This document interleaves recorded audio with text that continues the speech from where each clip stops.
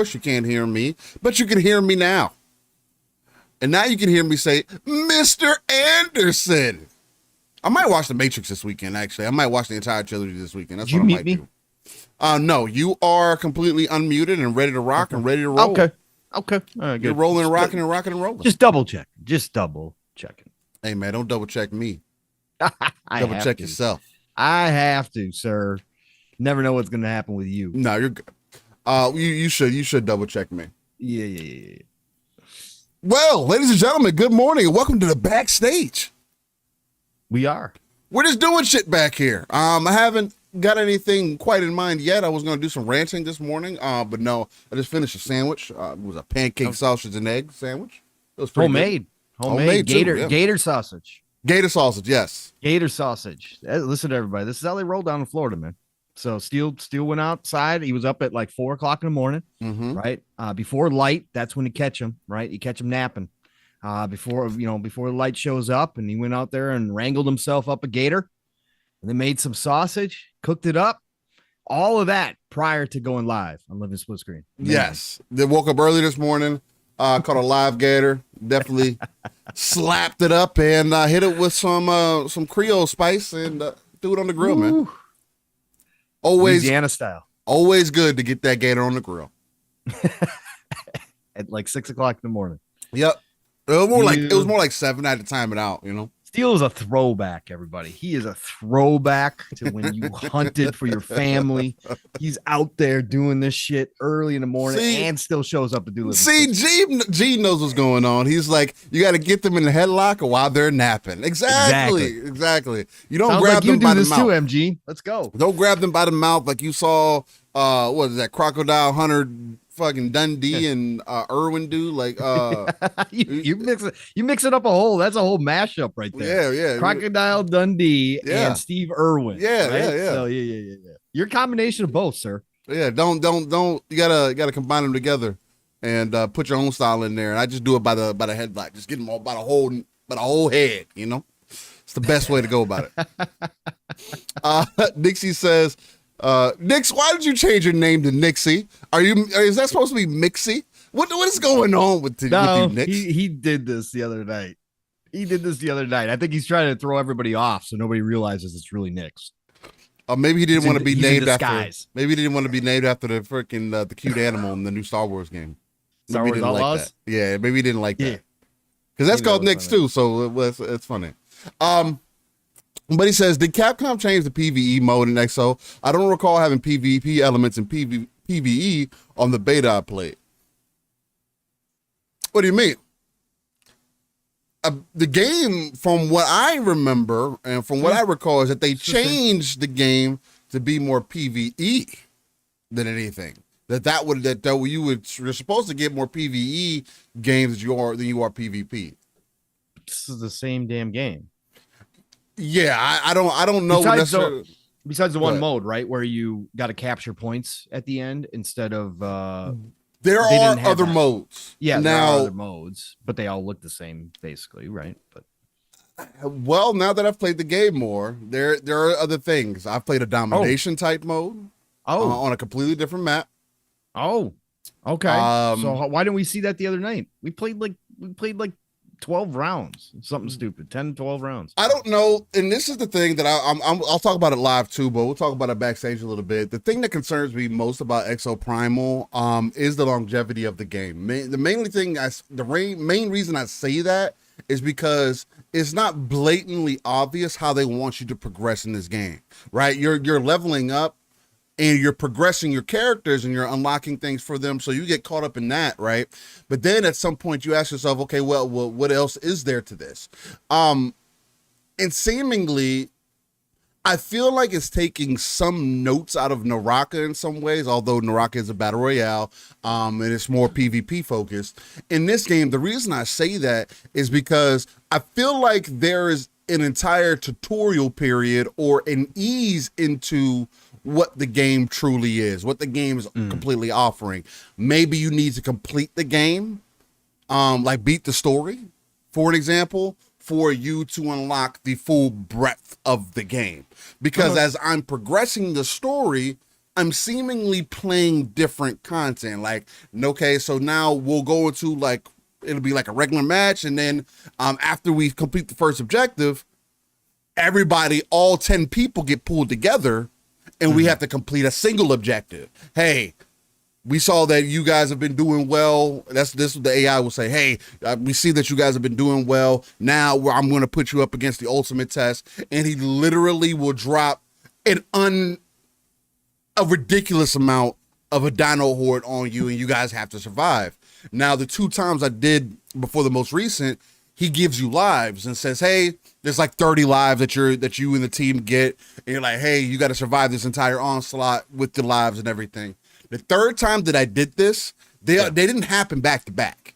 That's the other thing. Yeah. It happened like at least 5 to 10 matches apart from each other. One sequence, the next sequence, the next sequence. So the 3rd sequence that ended up happening was the same thing, but he was like, look, you've been doing too well. I'm going to take away the lives from you, and you guys just need to make it. So now it turned into instead of you dying and possibly respawning, you had to die and if you didn't get picked up, that was it. Okay. You were going to be watching for the rest of the game. Right. Or until the rest of your team lost. So there does seem to be a variety there. There's also a skill ceiling, because there are mods and things that you can add to your different exosuits. The other thing too is that this is the first time that I've at least experienced a game that, what's the best way to, it wants you to play other classes, right? It wants you to, because when you play other classes, you get more experience, you get more money, you get more benefits, you get additional mods for that other class, and that everything feels pretty balanced all around, right? Yeah. So Exoprimal has a I think, personally, and I'll get into a little bit more when the show goes live. But for me personally, Exoprimal has a bit of a hill to climb, because I can see people getting into it and just saying, oh, well, this is monotonous. This is kind of the same thing over and over again. Where's the variety? Where's the story? And the story is literally tied in with you playing the match to match. Now, the reason it works in this game is because of how they set the story up. Do I think it's the greatest? No. But if you're more of a single player focused gamer, you may run into some problems.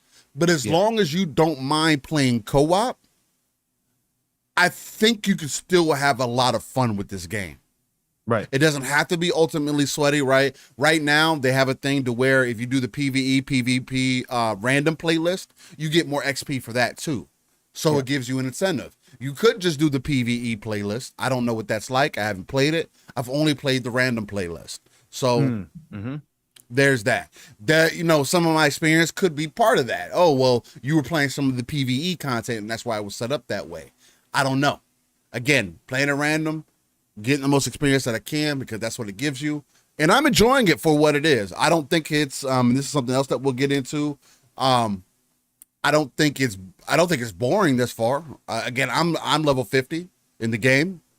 It doesn't take a whole lot to level up your character per se, to earn XP, especially if you have decent performance.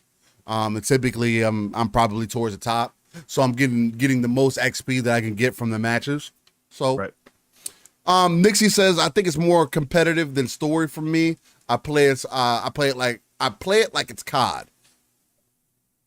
And I'll get to it more, because I do have more of an aspect of what the gameplay style is and how you can approach it, how a casual could approach it, how somebody like me, a competitive, could approach it, why I'm finding interest in it, and why I was interested in it from even the beta and before that, right? This is a game that me and Palm both saw. I know I saw it for myself and was like, yeah, I want to play that day one.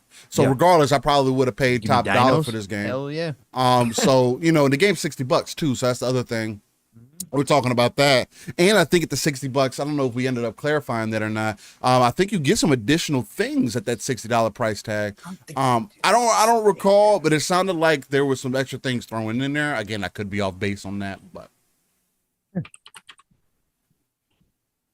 for a game that's in Game Pass, I definitely would suggest people to try it. Oh, of course. It's always no Because risk. again, it's another one of those things to where don't play something that you don't like. If you don't like mechs, you're probably not going to like this. If you don't like dinosaurs, probably not going to like this. If you don't like both combined, you're definitely not going to like this. There was another game that I was thinking of too. That was something similar, but either way. Decado says people running off, killing instead of capturing objectives is beyond annoying. I haven't got that, Decado. That's the thing, because you can't just run off and get kills. You don't get anything for getting kills. You don't get higher on your list. Like, there is no benefit to you getting kills. So those people who are like, if they're on your team, they're running off and getting kills, they're idiots. If they're not protecting the cube, you're not. Again, one person can go off, right? Especially if you get the dinosaur or whatever. But even then, then it slows your progression down. Like, correct. The game they did to me, and this is kind of early going into the show, but for me, I feel like the developer did really well with the gameplay loop, right? With the gameplay design. If you're a sweaty and you try to be a sweaty, you are going to notice your efforts are not going to be awarded. Now, if you play as a team, your efforts are going to be, because you can still be a sweaty. Like yesterday, I took the main class. I think it's called Javelin or something like that. The dude who has the grenade launcher and the assault rifle. I started running with him a little bit, and we got to the Q part. And I've been kind of working on, okay, hey, where does the other team spawn? Let me see if I can get to them, kind of thing, because I just wanted to try that out while it's still early and whatnot. I did that. We got to the queue part, and I knew that they were a little behind, and I wanted to kind of keep them further behind because they were trying to catch up. So I ran across the map, and I was able to flank them, Pong. Nobody was, and this is the thing, that's the other thing, too. You can only flank if people aren't paying attention. Sure. Literally, their entire team was so caught up in trying to push the cube. Right. I was about to get my ult. I came around the corner, started firing on one dude, let the grenade launcher go, hit the other dude, hit their big dude off the cube. Yeah. And then I pulled up and my special came up just in time. I popped my special and just unleashed hell right there, killed 3 people. Came around, hit the dude with the grenade launcher again. He was the healer. Got him out of there. Like, so you get those moments where you can take advantage and really get your assassination kind of thing on and really be aggressive, but you still have to be a team player at the end of the day. The dinosaurs are going to do damage to you regardless, so on and so forth. I'll give you a little bit of a deeper analysis, but other than that, I mean, again, I don't think you have to be sweaty to play the game. I feel like it balances it out pretty well. As long as you're not an idiot who plays games. Like, I'm sorry, that's like the only way that I can put it.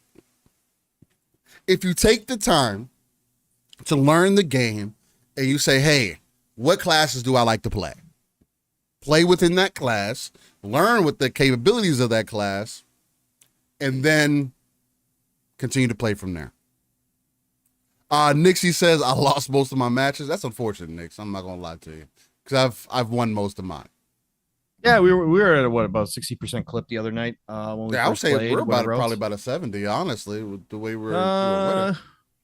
Yeah, I mean, trying to think. Yeah, 60 to 70% probably. We were at a good clip. Once we got things rolling, we went on streak for 3 or 4 games, I think, and then we lost one finally. But the game.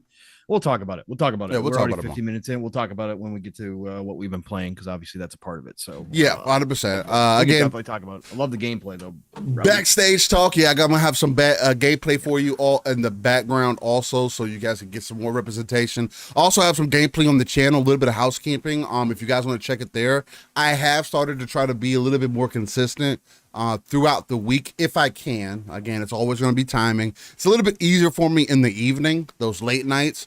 To get on stream a little bit, really chop it up with you guys. the main reason I'm doing that is because I do want to add some additional content to the channel. Again, especially on that push to 1K, and I do want to do something that's a little bit more consistent for you guys, right? When you aren't tuning into the Fun Speculation Network, or Living Splitscreen, or whatever else you're watching, you get off of work, you don't feel like playing the game, or maybe you're winding down, whatever the case may be. Okay, I want to create an environment where you can come in, chop it up with Living Splitscreen, whether that be Steel Rain or Pawn Soul, whoever's streaming the gameplay, and you just kick back, relax, and just have a good time, man. The chat, have you chop it up with the chat, play whatever game that we're going to play, because that's the other thing. It is going to be, I'll be honest with you guys and say, hey, it is going to be mostly regulated by what I or Pong is going to end up wanting to play, because I feel like that's just fair.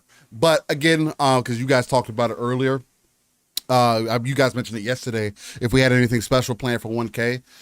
For 1K, I still do want to do like a gameplay session of like a Resident Evil 4 or a Callisto Protocol or whatever those games may be. Again, I still want it to be one of those scarier games that we were talking about previously. I don't know if I'm necessarily going to put Outlast up there. That's kind of getting kind of wild.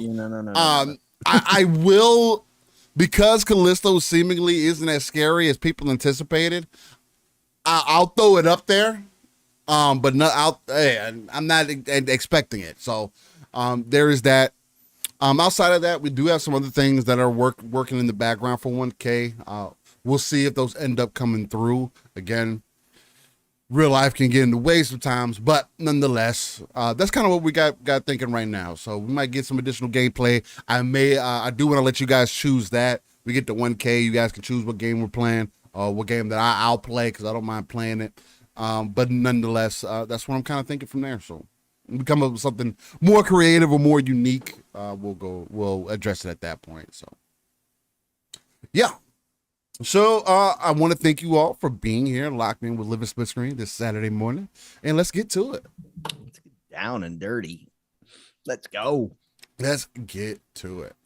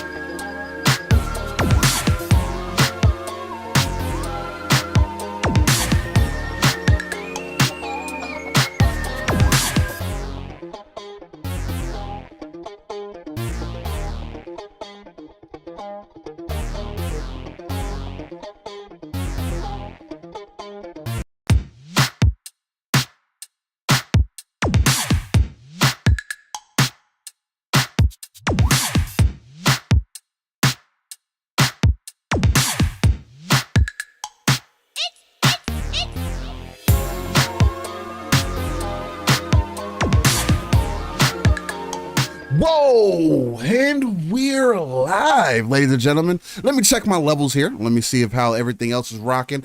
I did change some things with my mic. So first, I want to say welcome to Living Splitscreen. Two, let me know if everything is going well for you guys, at least on the audio side of things. I changed some things with my gain and how the mic picks up my voice, because I noticed that I had to be like kind of closer to it for it to really pick it up how I wanted it to where now it's like I feel like I can sit back here and it still picks up the mic pretty much the same as if I was up on it. But nonetheless, let me know how the mic is sounding. But I have to welcome you guys to episode 111 of Living Splitscreen, and that's also a good welcome to our audio listeners who have been consistent in tuning in week to week. That's been growing again. We've grown a bit of a wider audience there. Everybody says so far so good. That's perfect. I greatly appreciate you, live listeners. Again, if you're on the audio side of things, you got to come check us out live. Live a Split Screen, YouTube. You get all our live content there. We're also doing some live streams there now, and you get live gameplay from Steel Rain, Mr. Live Run Uncut himself, on a week-to-week basis. So come check us out. Nonetheless, ladies and gentlemen, how has your week been? Are you locked and loaded? Are you excited about the possibilities of what's going to happen about this ABK deal? Has Microsoft gone Primal on this ABK deal? In case you don't know, it's a little hint to a nice little game in Game Pass that I've spent some time with. I definitely think more than most. So much to a point I'm thinking about putting a little bit of a review out. Who knows? Timing. It's all timing. Nonetheless, I am one of your hosts of Living Split Screen, Steel Rain. It's I, Steel Rain. T is a 7 everywhere. Google's the easiest place to type that in. And this is the home of the non-console centric platform, a platform that takes the RTS approach. That's that real-time strategy, pulling ourselves out of the world, looking at the darker crevices of the map, and pulling those resources together so we can build up that foundation, potentially reach those 3 billion gamers that Phil Spencer always talks about. Now, I know that may sound like a lot to you guys. It is a lot, and maybe we'll never get there, but we are almost close to 1K. And that's a really exciting thing. We got some special things planned for 1K. So, hey, maybe you audio listeners will end up tuning to us at that point when you have a crazy stream that I have to do, like playing some scary game maybe that I typically don't play, and or something else of the audience's favor. We'll see. Nonetheless, I have to introduce the most uncanny gentleman that I have met in these YouTube streets, and is a brother from another to me personally in real life. My guy, the X-Men who is not Cyclops. He is not Iceman, but he is the Pong Soul himself. Brother from another, how are you feeling this wonderful morning? I'm doing fantastic, Steel. What a week. Yes, real life has been something else behind the scenes, but you know what? The gaming industry, the gaming gods, they continue to provide nothing but excitement, fascination, just all around great vibes and energy. Now, obviously, a certain sect of this community does not believe doom and gloom in those vibes. Oh, well, it's also a deserted ghost town out here, Steel, on Twitter, because they all disappear yet again because they can dish it, but most of them cannot take it when the tables turn. So, but we are out here having a great time. We are celebrating the gaming industry, not just as two gamers who happen to be heavily invested into the Xbox ecosystem, but as just overall, because as we've been talking about, this ABK deal still sets up a lot for the entire industry going forward. Absolutely. Into the future. This is now going to shape a lot of what we're going to see. Yes, the doom and gloomers will have you believe that consolidation is absolutely the be all end all. That means that we are getting that dystopian future, that there's no hope for the video game industry because, my God, 3-4 companies are going to gobble up this entire place and leave scraps for us gamers as they monetize and destroy what is a beloved hobby of all of ours. Yeah. But Okay. for those of us who aren't the doom and gloomers, for those of us that have been preaching the good word out here about what this could mean, this is a healthy industry. This is a dynamic industry, an ever changing industry that adapts and has continued to adapt over 4 decades now. Yep. Even when it was on life support, it still showed back up again, came back from the dead, and has become the biggest entertainment industry in the entire world. So, you know what? I'm not going to doom and gloom.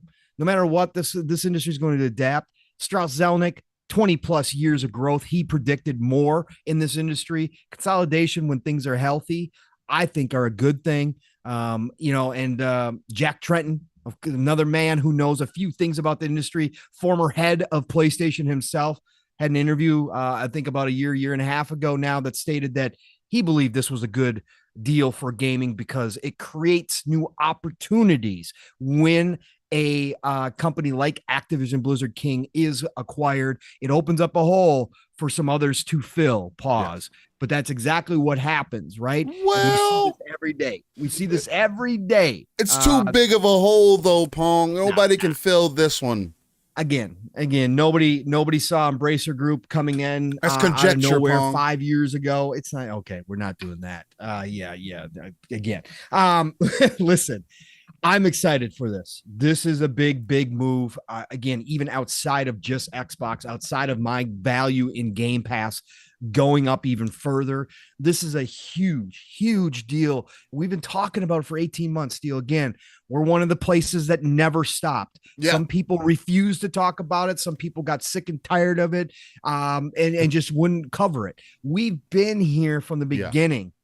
Talking about this stuff, every little bit of news. So it's kind of bittersweet. I said this on Xbox Ultimate last night. It's kind of bittersweet. 1.5 years of our podcast. Yeah, y'all celebrated 3 years last night, man. That was really dope. Yeah. And look at us still. We just started season 3, right? Yeah. But 1.5 years of this. We've been covering this for the majority of our podcasting time here on Living Splitscreen. So it's kind of bittersweet that we're coming to the end now.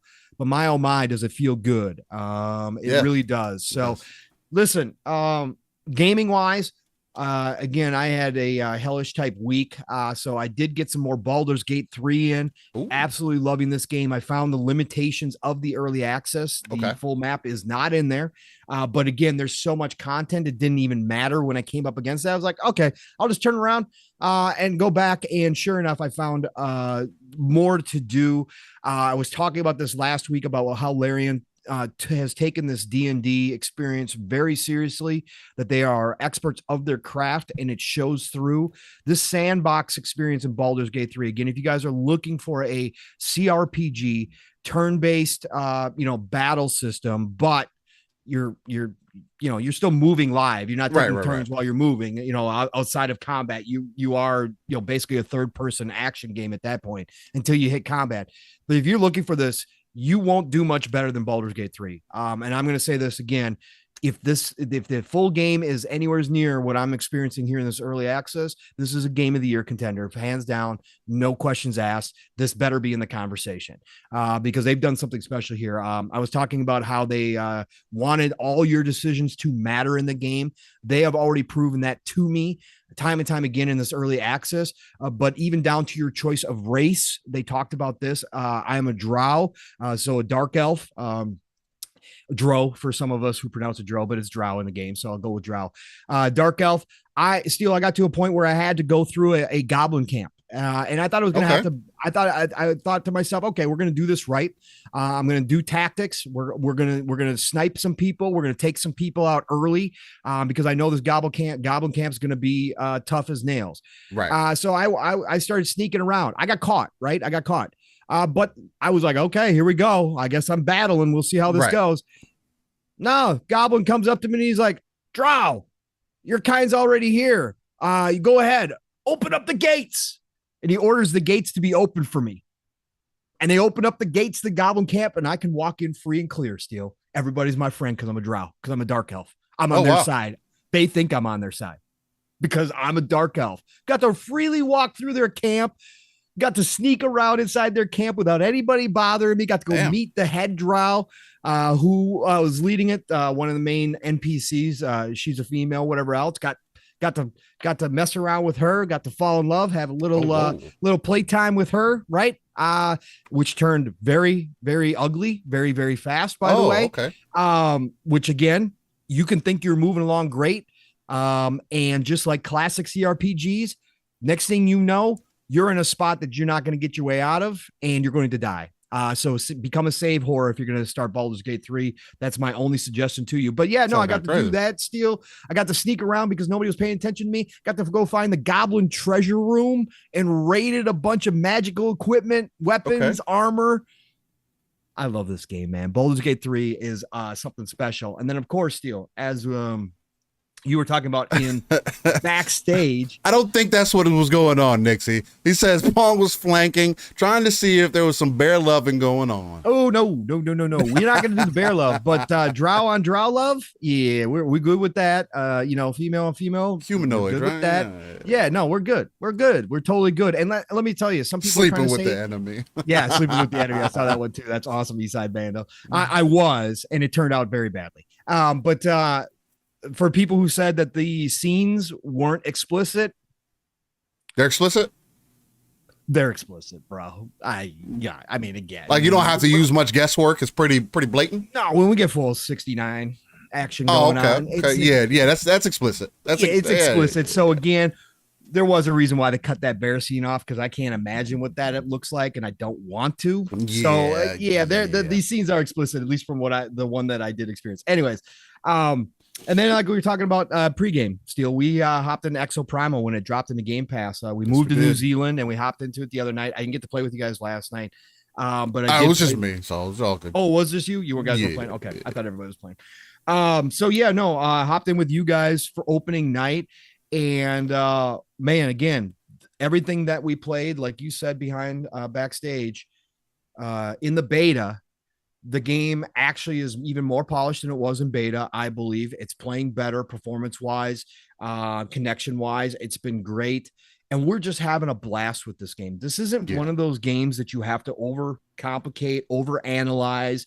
The game is what it is. Okay, you're fighting mobs of dinosaurs, hordes of dinosaurs, trying to get your objectives complete, and then you finally get to kind of the meeting point, right, where the bottleneck, where you now are fighting PvP on top of trying to complete the last bit of your objective, which is normally the cube. So that's exactly what this game is. It's not complex. It's basically a hero shooter, right? Yeah, much it's like Overwatch. It's Overwatch. If Overwatch and Anthem had a baby, it would be this. Yeah. That's exactly what this game is.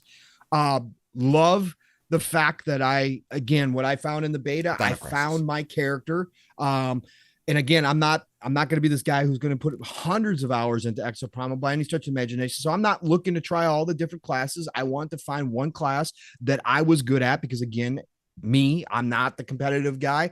So I don't usually, place well, but I found my one guy, Barrage, the Barrage guy, who works for me. And again, I was pulling off MVPs the other night, which is rare for me, but he works for my style.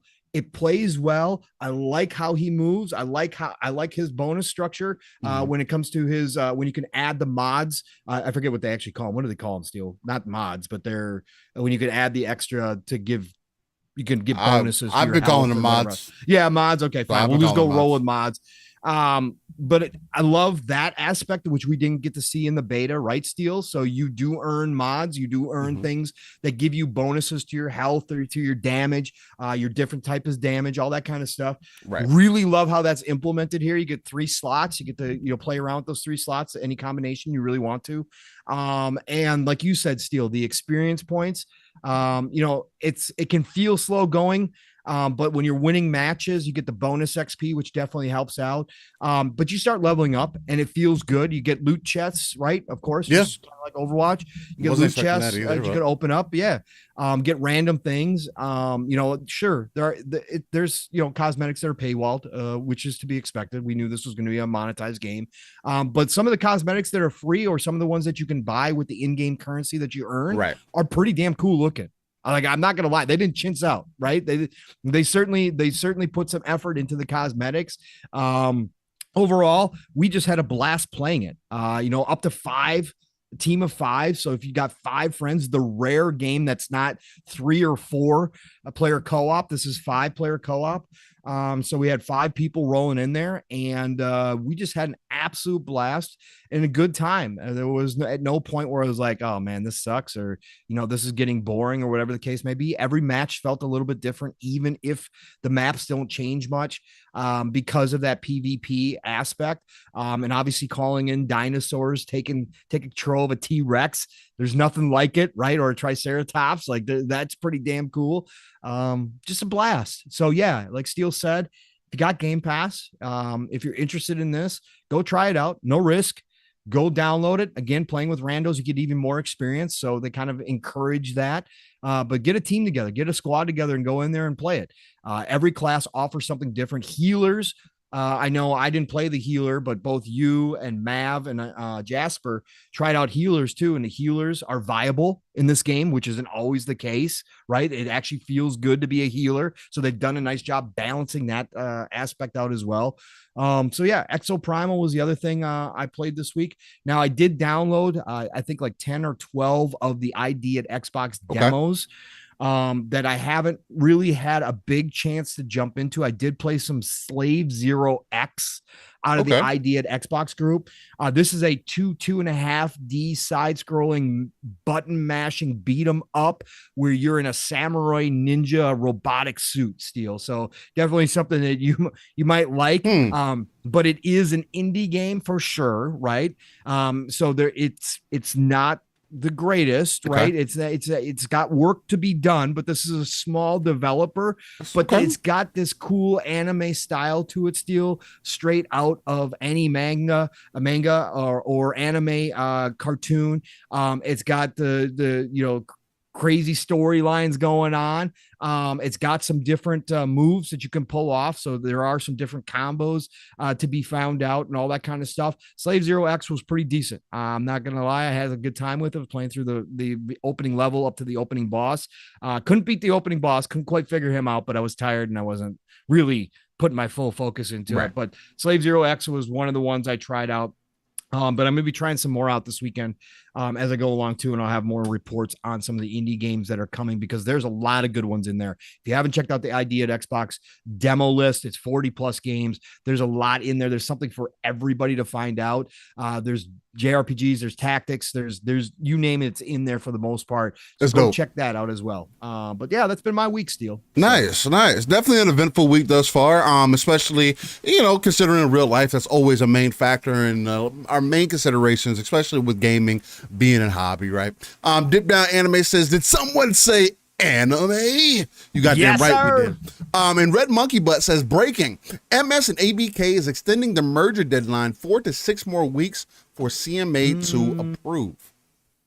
Pong, I wanted to bring that up to see if you wanted to get some clarification on that. That is something that we can start with. If there is anything breaking, it is Saturday morning, right?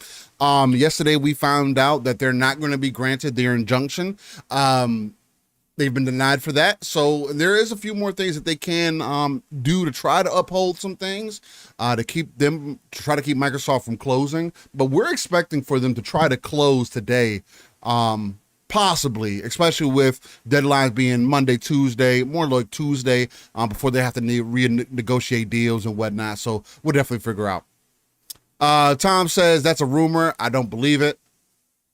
There's nothing official out there that I'm seeing yet. If somebody's got a link with official, like Tom Warren's been, he's been on top predicting this. Shout out to Wandering Dutch too. Red Monkey Butt says Tom Warren.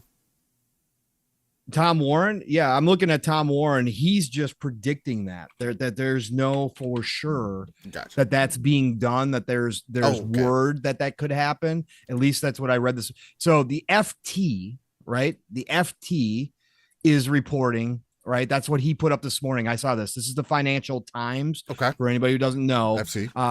The FT is reporting that they potentially could be working on that extension. Potentially. Okay. So yeah.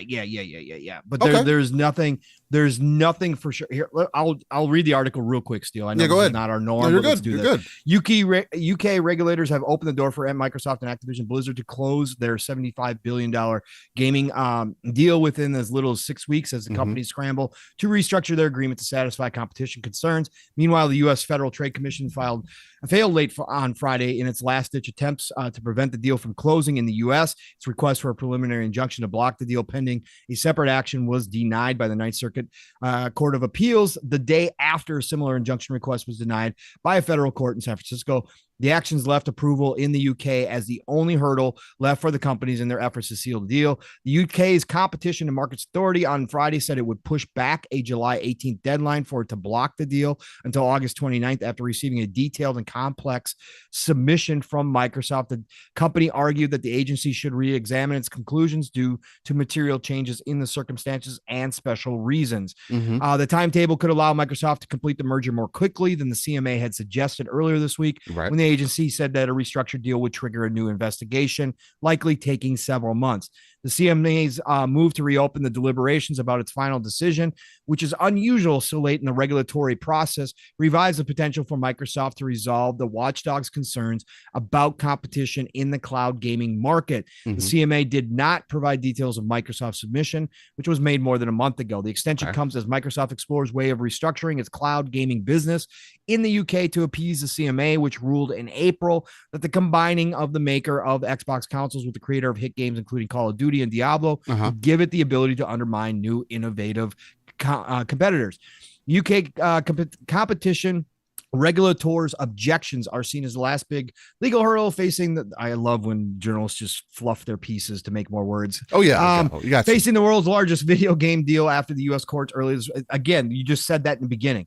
The merger agreement between Microsoft and Activision Blizzard is due to expire July 18th, which would allow either company to walk away from the deal, triggering $3 billion break free. However, after this week's legal victory in the U.S. courts and the potential lifetime in the U.K., people close to the companies are saying they're likely to agree to an extension to the deal early next week. Quote, things are moving quite quickly, said one person close to the negotiations. One potential concession to the CMA under consideration by Microsoft is a move to sell cloud streaming rights to its catalog of games to another provider within the UK. According to people familiar with discussions, the arrangement might see Microsoft in effect exit the cloud gaming market in the UK, hand over operations of a game streaming platform for its Xbox console to a third party. We'll talk about that. Yeah, later. That's not going to run well. Anyway. Microsoft has sounded out potential investors and operators about such a deal, which might I hate this word. Never mind. Which would ease. I'll just go with the CMA's concerns. ASSUAGE.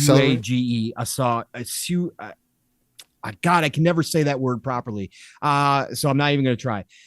Ease the CMA's concerns. I know what it means, though, that the Xbox maker would have too much control over the nascent market for cloud gaming. Bloomberg early reported details of cloud discussions. Microsoft and Activision Blizzard declined comment. Gareth Sutcliffe, analyst at Enders Analysis, said that such a deal would be really clunky, quote unquote, for consumers, but might be a way around the CMA. Microsoft will be running numbers for UK carve out that will please the CMA. He said they would be looking at least worst options. So again, that's what Tom Warren is citing this morning. So the only part about it is that one person close to the negotiations, right, are saying it's possible. They are likely to agree to an extension to the deal early next week. So this is the Financial Times using unnamed sources, close to the situation. We've seen how this has gone because we had all these financial analysts out here talking the CMA was going to approve it, according to people close, right, to the situation, that the CMA was going to originally approve this deal way back when. And we saw what happened there. So no, nothing official. There's still the potential that they just close and deal with the CMA later. They probably will. Again, There's probably arguments exactly on both sides. There's arguments on both sides to be had of why or why not you wouldn't do it. But I guess we will find out come Monday for sure. We'll talk about it a little bit more later. So yeah, we'll definitely. No, you're Didn't good. mean to hijack. No, you didn't hijack at all. It's again with the type of news that we got going on, with the deal that we have going on, the biggest deal in gaming history. And again, I know a lot of people get tired of hearing these conversations, or maybe you're not interested in these things. Again, like you see, there's breaking news. We want to break it down, talk about it, bring it up, and then kind of go from there. I saw people, mentioning in the chat that Donald J. Trump is saying, didn't Bobby already say under oath he's not extending it? That would be something outside of what he's talking about. Trying to extend the deal and everything. With this close to the end, I don't think that there's anything that ABK Microsoft and ABK wouldn't necessarily have to come back to the table for that, per my understanding. But again, we need additional info to see where we want to go from there. And nonetheless, I do think they're going to close, and I do think they're going to replace Bobby, by the way. I saw some of that in chat. Oh, they're not going to replace Bobby. Things are going to stay. And that's like, well, we'll talk about that here in a bit. Nixie does say some content creators out there hope this deal never gets finalized and forever hangs in the balance. Going to see a lot of dead channels when this deal's a wrap. If you like talking about the gaming industry, you like talking about gaming, you like talking about games that you're playing, I don't see why your channel would ever die. If you're only basing it off of a deal closing or not closing, or your side having more content or having the market share for the industry, I don't think that benefits anybody. It doesn't benefit the consumer.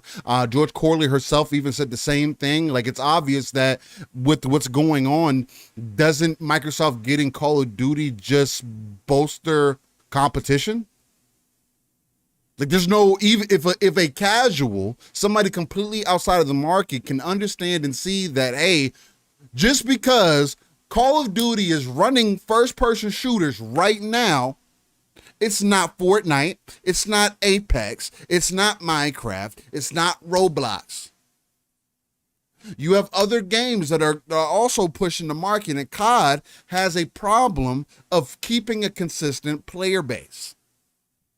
They're very finicky, have become more finicky, especially with everything that's happened with ABK over the last decade, with the way they've had to try to make sure that they funded their games. But nonetheless, let's get into what I've been into. Assuage is how you pronounce that word, by the way. Assuage. Assuage. I just listened to a pronunciation because it was bothering the hell out of me. Assuage. And I knew it. I've seen it. I've heard it. It's just when it pops up, I can never remember, but it's assuage. Yeah, and again, her being a judge, I think is actually a benefit to her. She doesn't need to play the games. She just needs to be able to rule them for competition's sake and say, hey, this does make sense. Look at the factual information, not the, oh, it's possible in the future. We cannot judge things on, oh, it's possible in the future. Especially when you're a governing body that is, again, I will continue to say this, a governing body that has stated that you can reevaluate deals later. If there's something that you don't like, if the company doesn't uphold their side of the bargain, you can bring them back in and figure out why, when, and make them divest or whatever you need to do to make you somewhat happy. But nonetheless, so for me this week, let's get into these games. Again, I've jumped back into Assassin's Creed Valhalla. That's been kind of one of my vices here recently, mainly because I've been looking for an Assassin's Creed to play, and I've also just been looking for a good third-person game to play. And I loved Valhalla when it came out, right? Valhalla was one of the games that showed what the potential of what the Xbox Series and PlayStation 5 were going to be capable of. 60 frames on console, up front. And it was a very beautiful game, too. The thing that turned me off about Valhalla is what turns me off about a lot of open world games. For me, I throw myself into these worlds and I get caught up on wanting to do all the content, right? That's a me problem. I can openly admit that that's a me problem. But there's also something to say about pacing. Now, I felt the game had decent pacing, but I also felt the game was monotonous in a lot of ways, and I wasn't enjoying it. So I stopped playing it. That was around release. I didn't play any of the DLC or content that came out afterwards. And from what I've experienced to this point, especially from this week, this Assassin's Creed has to have the most content that I've ever seen in an Assassin's Creed. Like, as far as I jumped into this game just expecting, I'm going to go clear up some of my story content. I'm going to figure out what's going on with this DLC. I might make my character look cool. I'm going to go chop it up with the wife I had before I left or whatever the case. And I was going to do all that stuff. And lo and behold, I ended up in a whole roguelite mode that I was not expecting to ever fucking be in. Which was amazing, by the way. And it was watching like, you do it. I appreciate that, man. And I did stream. I did stream a couple runs live, right, which is actually really funny because I think it was on episode 1 that I did for that, which you guys is on the channel. You can check out if you'd like. Towards the end, I'm going to say within the final hour, I had died to the run previous, and I was like, you know what? Because I'd promised the people, I was like, if I die, we're going to go do some open world stuff and just kind of chop it up and just hang out and chat and just get some assassination stuff kind of going on. Or we could get one more. And Jesse was there. Shout out to you, Jesse. I was like, or we could do one more run. I was like, chat, what you want to do? What do you want to do? And the chat was like, let's do one more run. Lo and behold, that one more run leads me to beating the roguelike mode. So that's super dope. Apparently there's more to add on to that story also, but I had enough of it, right? I spent 10 hours at least just playing that on my return back to Valhalla, right? So there's that. There's also a lot of other variety of content outside of that. I'm playing as Javi again, Odin, as he's known as in this game. I'm playing as him again. I'm still not back at my character, my main character, Eivor. I'm rocking with Odin. I'm back in, not necessarily Valhalla, but getting to that Dawn of Ragnarok, I guess DLC. That's what I'm in right now. Able to transform into a bird, fly around, come down, swoop down on some enemies if I wanted to, really get some dope assassinations in. So that's been really dope and really fun. A lot more fun than I was anticipating having, especially coming back to a game. So shout out to Assassin's Creed Valhalla. I'm going to try to keep that in rotation. I'm going to do multiple episodes of that. But the other one too that has been a highlight for me, and I do want to talk about this a little bit here, especially since we're live, is Exoprimal. And the main reason why I wanted to talk about this, well, one, shout out to Capcom for y'all just trying something different. Again, being in your bag, seeing the success. I do think that Street Fighter still isn't doing as well as I anticipated. I thought Street Fighter 6 was going to sell 5 million copies first weekend. And that didn't happen. It only sold 2 in comparison to Final Fantasy 16 that is only on 1 console. Boss said, still got power today. I do got power today. Nothing I got to worry about. No issues, no connection issues or nothing like that. Y'all should have a clean stream. So everything should be working as intended. But Exoprimal, Capcom is in their bag. And it's dope that they know, is this Dino Crisis? No, but it definitely feels like a spiritual successor in many ways. And I would love to see them maybe pull some of those Dino Crisis roots, maybe do a DLC, tie it in somehow, just to get those fans reinvigorated in this new IP. So Exoprimal, where should I start? Because I do have a good amount of time in the game at this point. I'm level 50. So with that, I do feel as though I have a pretty wide range of understanding of what this game is, what it's about. One, I want to start off by saying, anybody that is telling you that this game is Game Pass fodder, this game wasn't for them, right? Which is again, I don't like when people try to make games seem like they're less than just because it's not for them. And that's the only reason that you can think of why they would say that. Like, if you don't like mechs, you don't like dinos, then no, this game isn't going to be for you. Now, if you like Overwatch, I would suggest that you actually try this game. It is literally a Overwatch anthem baby. That's the best way that I can compare it. Especially with the hero elements of it. This game helps me understand why people love Overwatch the way that they do, right? This is my Overwatch, at least from what I've experienced thus far. And I would not mind continuously playing it, especially knowing that they have 3 seasons of content ready to go for this game, right? So that's one thing that gets me excited about it.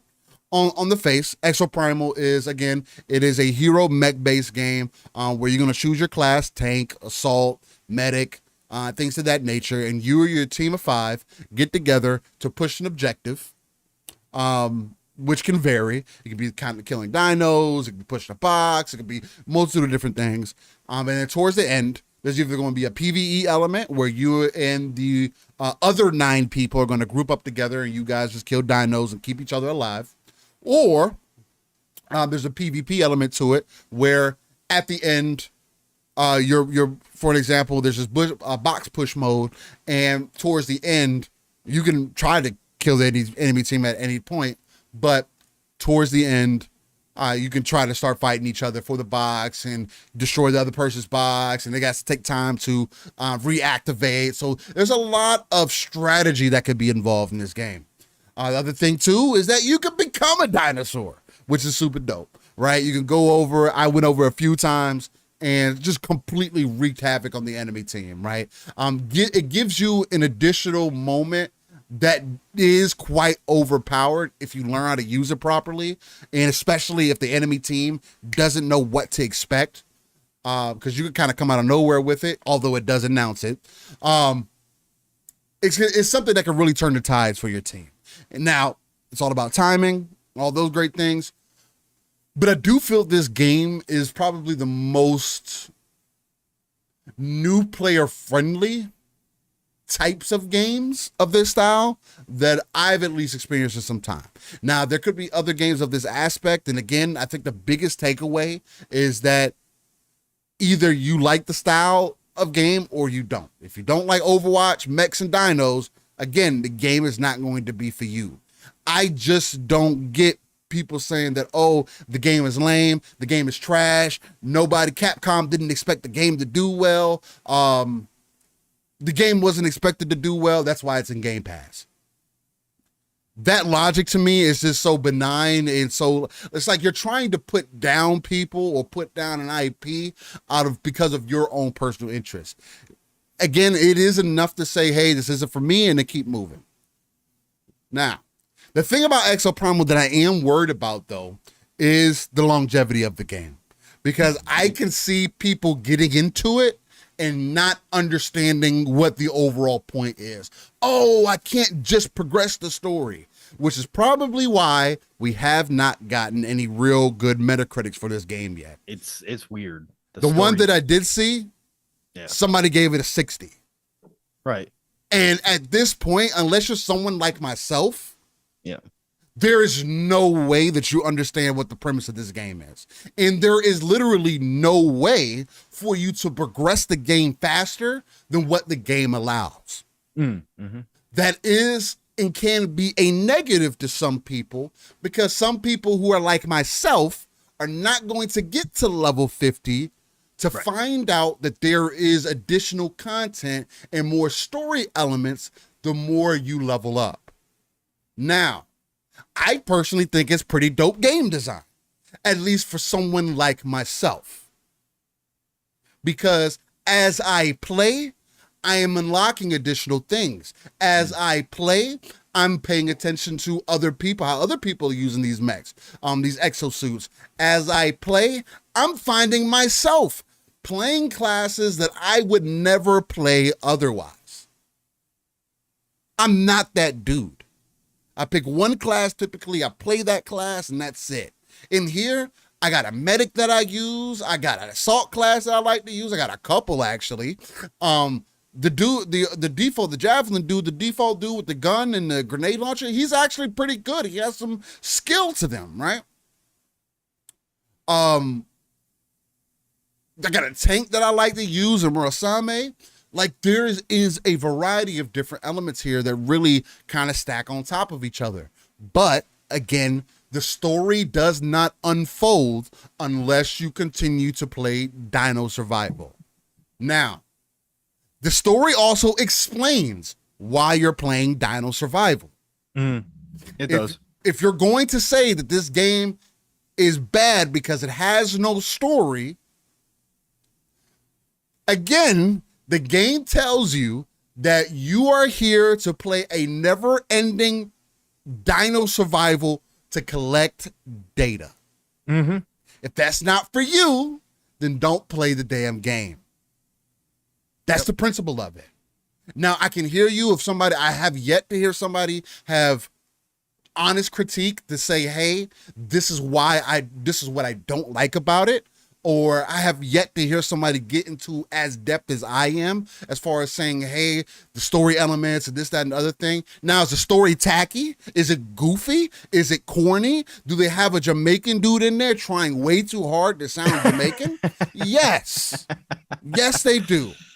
And it piecemeals the story too, right? Yes. It piecemeals the story because you get the cutscenes, but then you got this giant data board where you collect pieces of data that give you more backstory. Yes. But it's completely separate. You got to go into the data board and like activate the pieces that you've collected, and then they give you these like either short cutscene or just a kind of a slideshow, right? Where they kind of explain more background. And that's my main negative because I do feel, because literally a lot of the story elements, like of course they got the cutscenes, but a lot of the story elements in between, like the missing bits of information that you probably need, are part of that data board.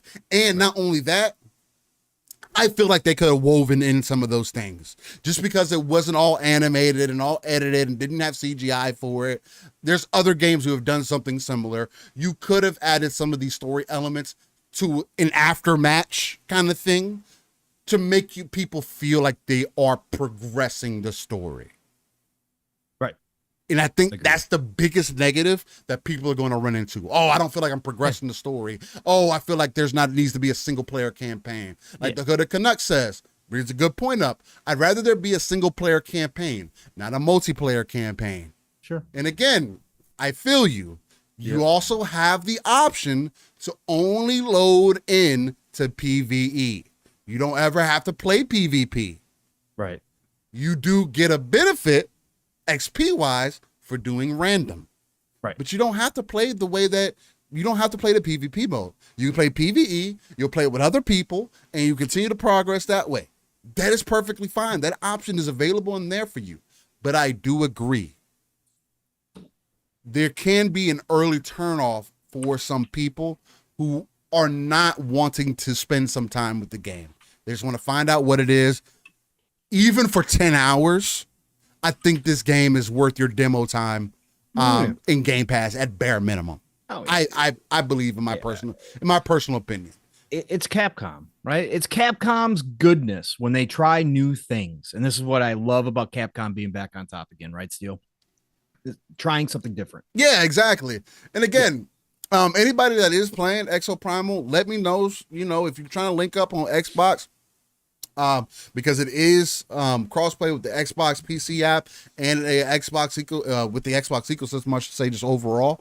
So if you want to run it, let me know. We can get some runs in. Again, I see Nix and some other folks in there saying that they've had some bad times. I mean, I haven't had a bad match yet. Every match that I've played, even the ones I've lost, have said, man, they just outplayed us. Like they just did the objective better. They waited to send the Dino over. That was a good choice on them. The game is still so new. It's hard for somebody to be mad at it. Yeah. And I'm also not a gamer where I just even though I'm competitive, I don't get mad at games when I lose. Right. I'm playing with randoms most cases. How can I get mad about that? It is what it is. If I lose, I lose. I take it as a learning. Can I get better? Yeah. But that's just because I look at it that way doesn't mean that everybody else is, which is why I wanted to kind of lead with, hey, if you don't like it, I can understand. But don't say you don't like it if you haven't gotten enough of the game, right? Right. So. And Dark Zone 2525, that's what Steel and I preach here all the time, man, is that just because a game is not for me, not going to bash on it, right? You don't hate on something just because the game doesn't appeal to you, doesn't mean the game's bad. And we see too much of that in this community. People just hate things because it's not for them. So they're just going to trash it nonstop. No, man, you just say the game's not for me. right? The game's not for me. But if people are playing it and having a great time, people are playing it and having a great time. That's what it's all about all the time. But yeah, definitely Steel. I think that this game, like I said, I just love the fact that Capcom's back to trying new things again, trying different things again. Sure. Do I want a Dino Crisis? Absolutely. Again, when they first showed this game off and we saw the dinos, was I a little upset that this wasn't Dino Crisis? Yes, because I want Dino Crisis to come back. But this game on its own does bring a lot of positive to the table. Yeah. You can nitpick it. You can find things that maybe don't appeal to you. But obviously, like I said, like Tim the Sorcerer says, he actually likes how the story is piecemealed to you through that data thing. Yeah, it's a different style. I'm not going to say I hate it. I'm just going to say it's a weird concept of how it, like, I would have preferred it. Looked at it. The data board itself is intriguing. Huge. It's huge. And it's intriguing how they set it up. It says escape in the middle, and you're like there's all these pieces. What does that mean? Yeah, it's like a puzzle that you're putting together, right? Okay. And it's interesting. But again, there's a lot to positive. The balance of the game, I feel, is really, really well done. I really do. I again, like Steel was saying, we had moments where we were way ahead of a team, right? We were over 20% dominating the team. We got to that PvP mode.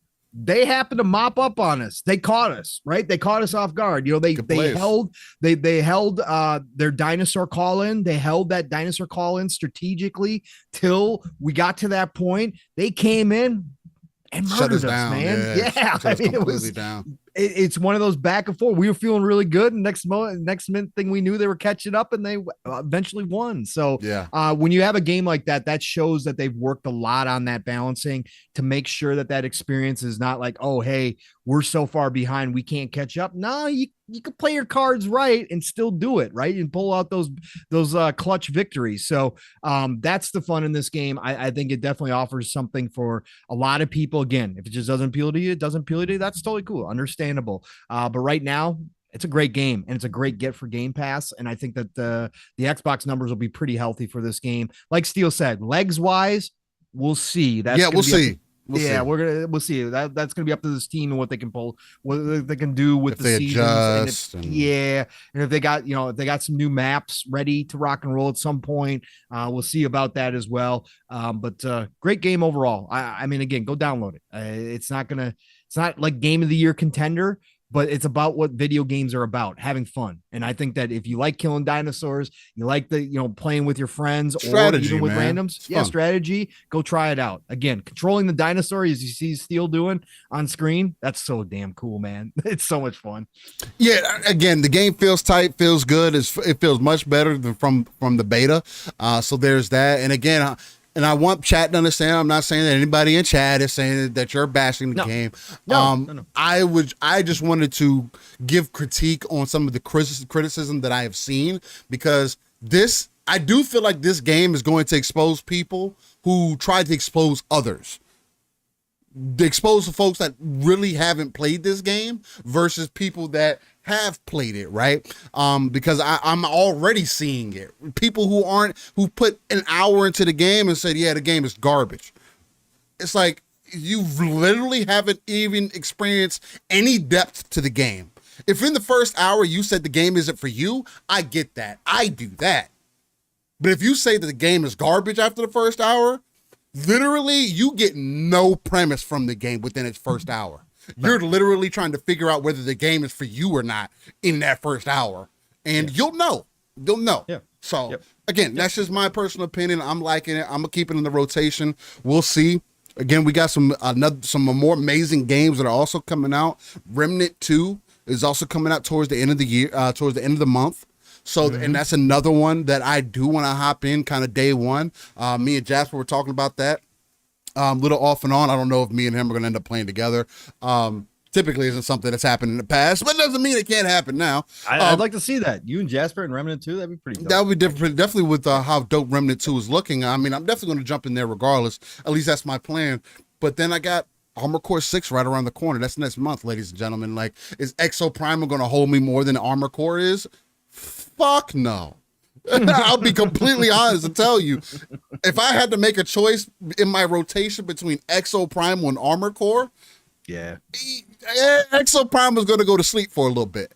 Right. It's just saying. That's just my personal opinion. But we'll see. Again, I'm having a fun time playing it. If it continues to be fun, it'll continue to be in the rotation. And hopefully you guys, from even the gameplay today, you can find out whether it's something for you or not. So Right. Exactly. Wizzy Tech says, yo, Steel and Pong, what's good, brothers? Yeah, listen, Steel. We got over Shout 'em out. 100 people in the chat. Listen, y'all. Why Thank y'all you for so joining sexy? us on Living Split Screen this Saturday morning, July the 15th. We got a lot to get into. Again, if you haven't experienced Living Split Screen, you understand. We just got through our intros because we talk about games, right? We talk about everything here, but we do talk about games.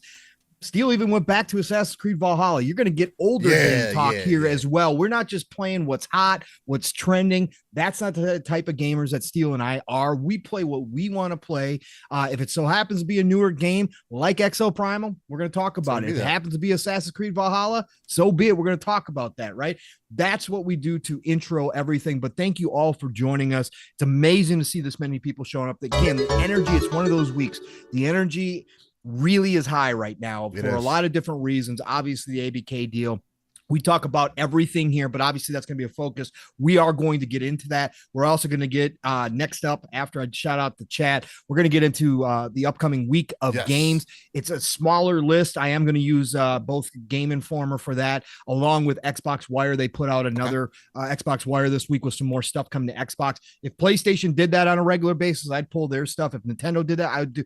They just don't do it like Xbox does with the Xbox Wire. So, but we're going to get into that next. But here, let me give a shout out to the chat. We do this as well. We want to acknowledge everybody that's joining us. So if you're lurking and I don't shout you out, doesn't mean we love you any less. It's all love and respect here. Whether you join us for the first 5 minutes or whether you join us for 3+ hours that we normally do on a Saturday, thank you all for being here. But let me shout out who's in here. Dark Zone 2525.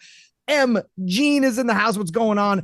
Fahim Scott, the one and only. What's going on, Fahim? Talos Ray is in the house. What's going on, Talos? The Fifth Horseman B is here. One of the OGs, Nixie. Again, Nix. Why did you change your name, brother? Anyways, Nix. He used to be Nix, but he's now Nixie, right? So what's going on, Nixie? Great to see you. Caloray, what's going on, man? Great to have you in here. The one, the only Boss Mod Lethal Pop is in the house. What's going on? Bringing the hammer to a lot of different chats. Great to see you in here, Boss Mod, on a Saturday. Justin B, what's going down? We got the Hooded Canuck in here. We got Wizzy Tech dropping on in here as well. We got Live Supremacy. What's going down? Let's see. We got Decado is in the house. What's going on, Decado? Great to see you as always. Toto. He came back to the PC Master Race, by the way, Steel. Yeah, I've seen that. So I'm building up a 4090. Look at Decado. Not going small on that. Let's go.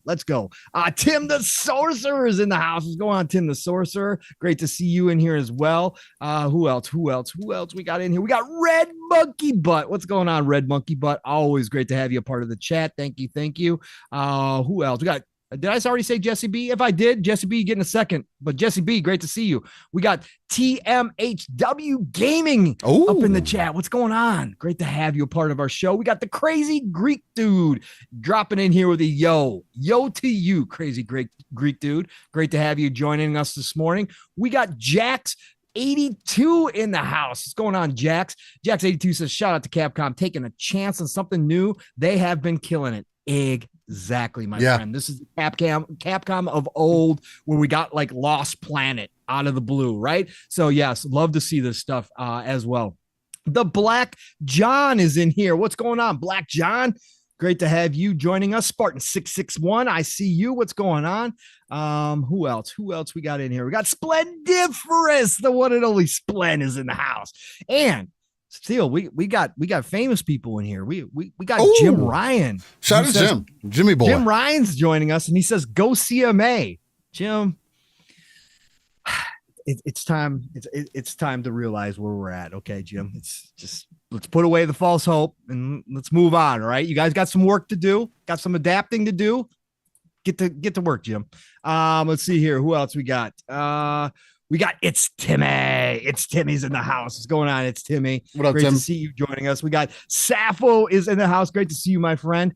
Dip Down Anime is in here. What's going on? Dip Down. Always great to see you. We got the one, the only Tom from Toonami is in the house. What's going on, Tom? Great to have you part of the show, brother. East Side Vandal is in here. Always love to see you, East Side. Retro Nerd is in the house. What's going on, Retro? Great to have you part of our show. We got Goat Reviews in the house. What's going on, Goat Reviews? We got Donald J. Trump 69, DJT. What is going on? Great to have you in here as well. Who else? We got Rescue Squad Pulp is in here. What's going on, Rescue Squad Pulp? Jesse Darby dropped in here early. What's going on, Jesse? I know you're listening in the background. Ooh. You do that. RWK88, of course, is in here, always showing up. Most Saturdays. What's going on, RWK? Who else? Did I miss anybody? I think that's about it. Who was lurking? Rain G4 sliding through. That's what he always says when he jumps into a chat. Always great to see you, Rain G4. God Emperor Sofa King. What's going on in here? Don Sicario. Great to see you in here as well. I see you. AJH. What's going on? Great to have you in here, my friend. Jacob Novick, of course. Ooh. What's going on, Jacob?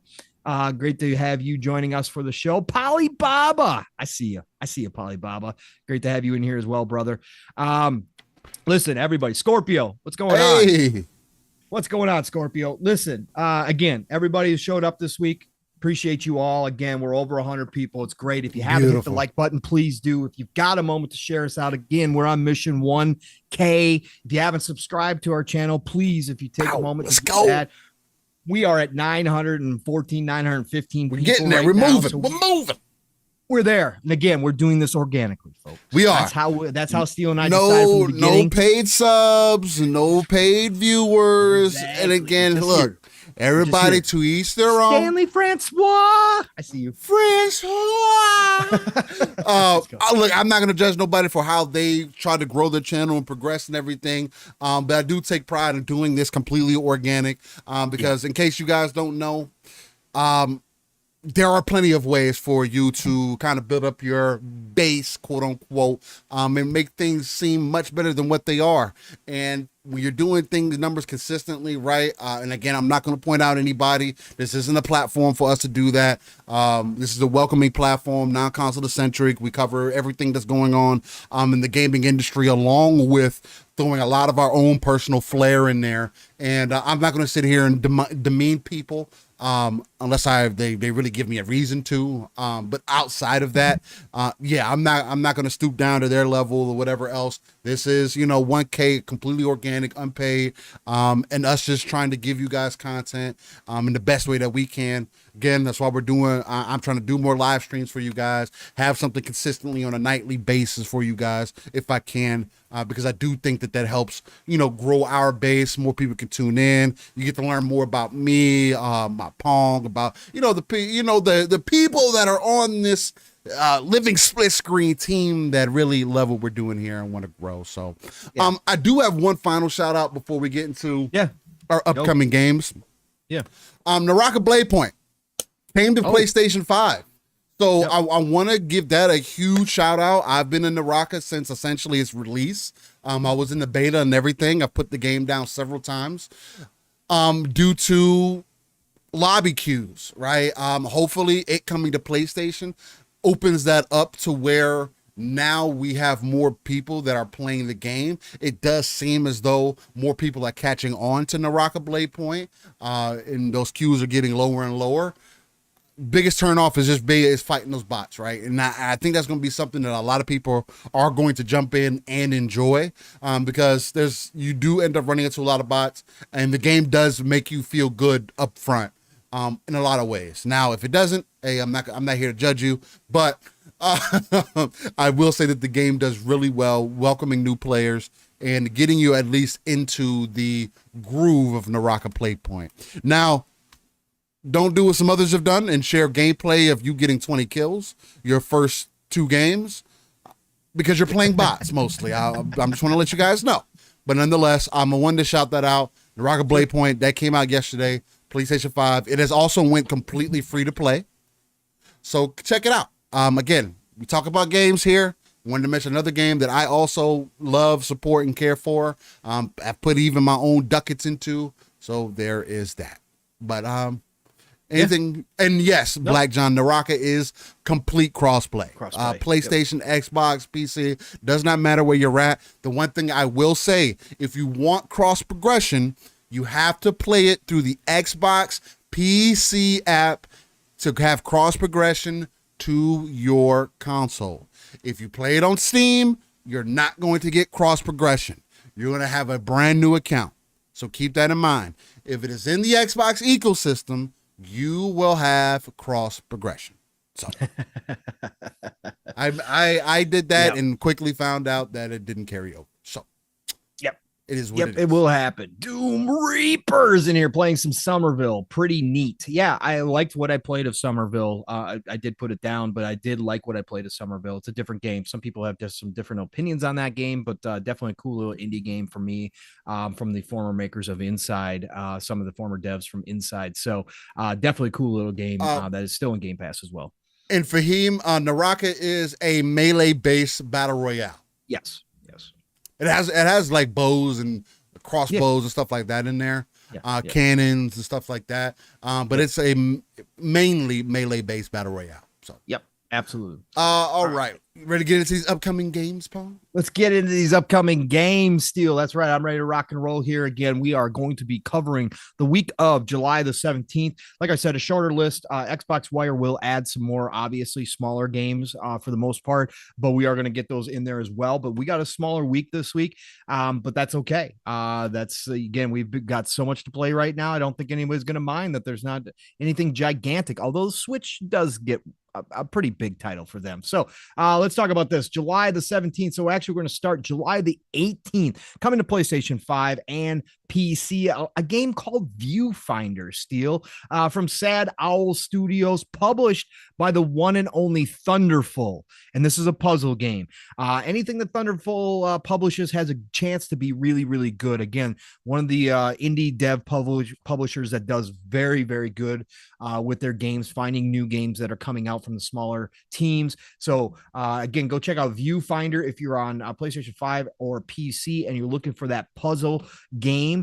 That is going to be your go-to this week. And then an old game coming back with a definitive edition that inexplicably is skipping Xbox. I just don't understand. This game was on Xbox during the 360 era. It's a really good game. It's Might and Magic Clash of Heroes. The definitive edition is coming to PlayStation 4, Switch, and PC. The team that's doing this definitive edition is Dotemu and Capybara. And it's published by Dotemu too as well. This is a strategy version of Might and Magic.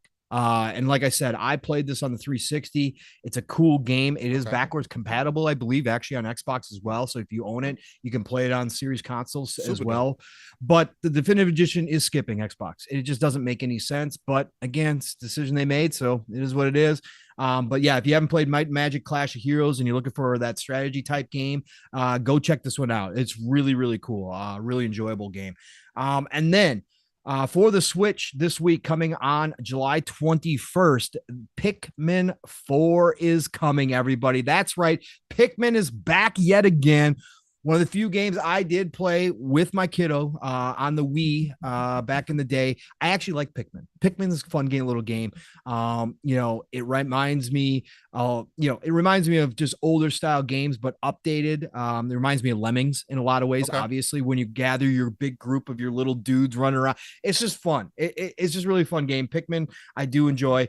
But Pikmin 4 is coming out. Now you don't have to go back to your ship at night. Now they have a night mode. You can play. They got a whole day and night cycle and different things happen at night and all that good stuff. Dope. So all you Pikmin 4 Pikmin fans out there, Pikmin 4 this week, Switch July 21st. So that is a cool game for them. And then let's go to Xbox Wire, because that's all Game Informer had for us this week. So coming to Xbox or PC this week, on the Xbox side of things, they did their Wire. So we got Insomnus coming optimized for Xbox Series consoles, play anywhere game. That is coming out this week. The old Castvit Manor is now become abandoned. Now countless mysteries await you in the creepy walls of this old dwelling. Unravel the secrets of Insomnus and fight against your own destiny in a story full of intrigue and horror. So Insomnus this week, that is coming out July 18th. Then we got Lisa the Joyful Definitive Edition.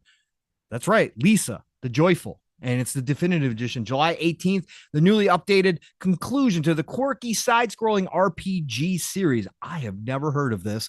Anyways, explore Olaf as Buddy in your quest to punish the world that has treated you wrong. Along the way, learn about Olaf, which is the name of the world, I guess, your family, and the monsters and men in power. All right. So that game is coming out. Let's see here. We also have on July 18th, Remedium Sentinels, a roguelike, fast-paced auto shooter that is set in the same world as Remedium. Well, thank you, because it's called Remedium Sentinels, so that makes sense. It has been more than 100 years since the Great Plague won, turning most humans into vicious mutant freaks. Only a handful of cities still stand amidst the death and chaos that consume the land. Defend them against the endless hordes of mutants until your reactor dies. Combine items and alchemical elements and to acquire more and build weapons and create unique builds. All right, so then we also got a game preview coming July 18th to Game Pass, Tectonica. I think I've seen videos on this one. Available day one on Game Pass. So this game preview is coming this week to Game Pass. Dig into the subsurface, bioluminescent world of a rogue alien planet as you explore and construct sprawling factories in Tectonica. Work alone or in co-op to master automation, gather resources, research new technologies, mold the destructible terrain, establish a base of operations, and uncover long forgotten secrets. Playable on cloud, console, and PC. That's something that sounds right up my alley. I might have to download that one. Then we got Agriculture coming in July 19th. This is a fast-paced twist on the beloved farming sim mechanics, of course. We could tell that by the name, where your goal is to grow each stage's required crops as you quickly can using limited resources. Buy seeds and tools from the shop.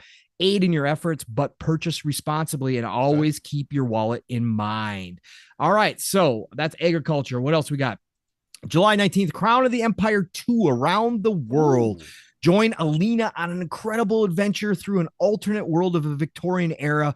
You'll see incredible Scottish valleys, the rocky cliffs of Malta, a hot desert, and much more. Can good prevail? Okay. Will Elena find the missing prince? Sounds like a narrative-based game if I know one.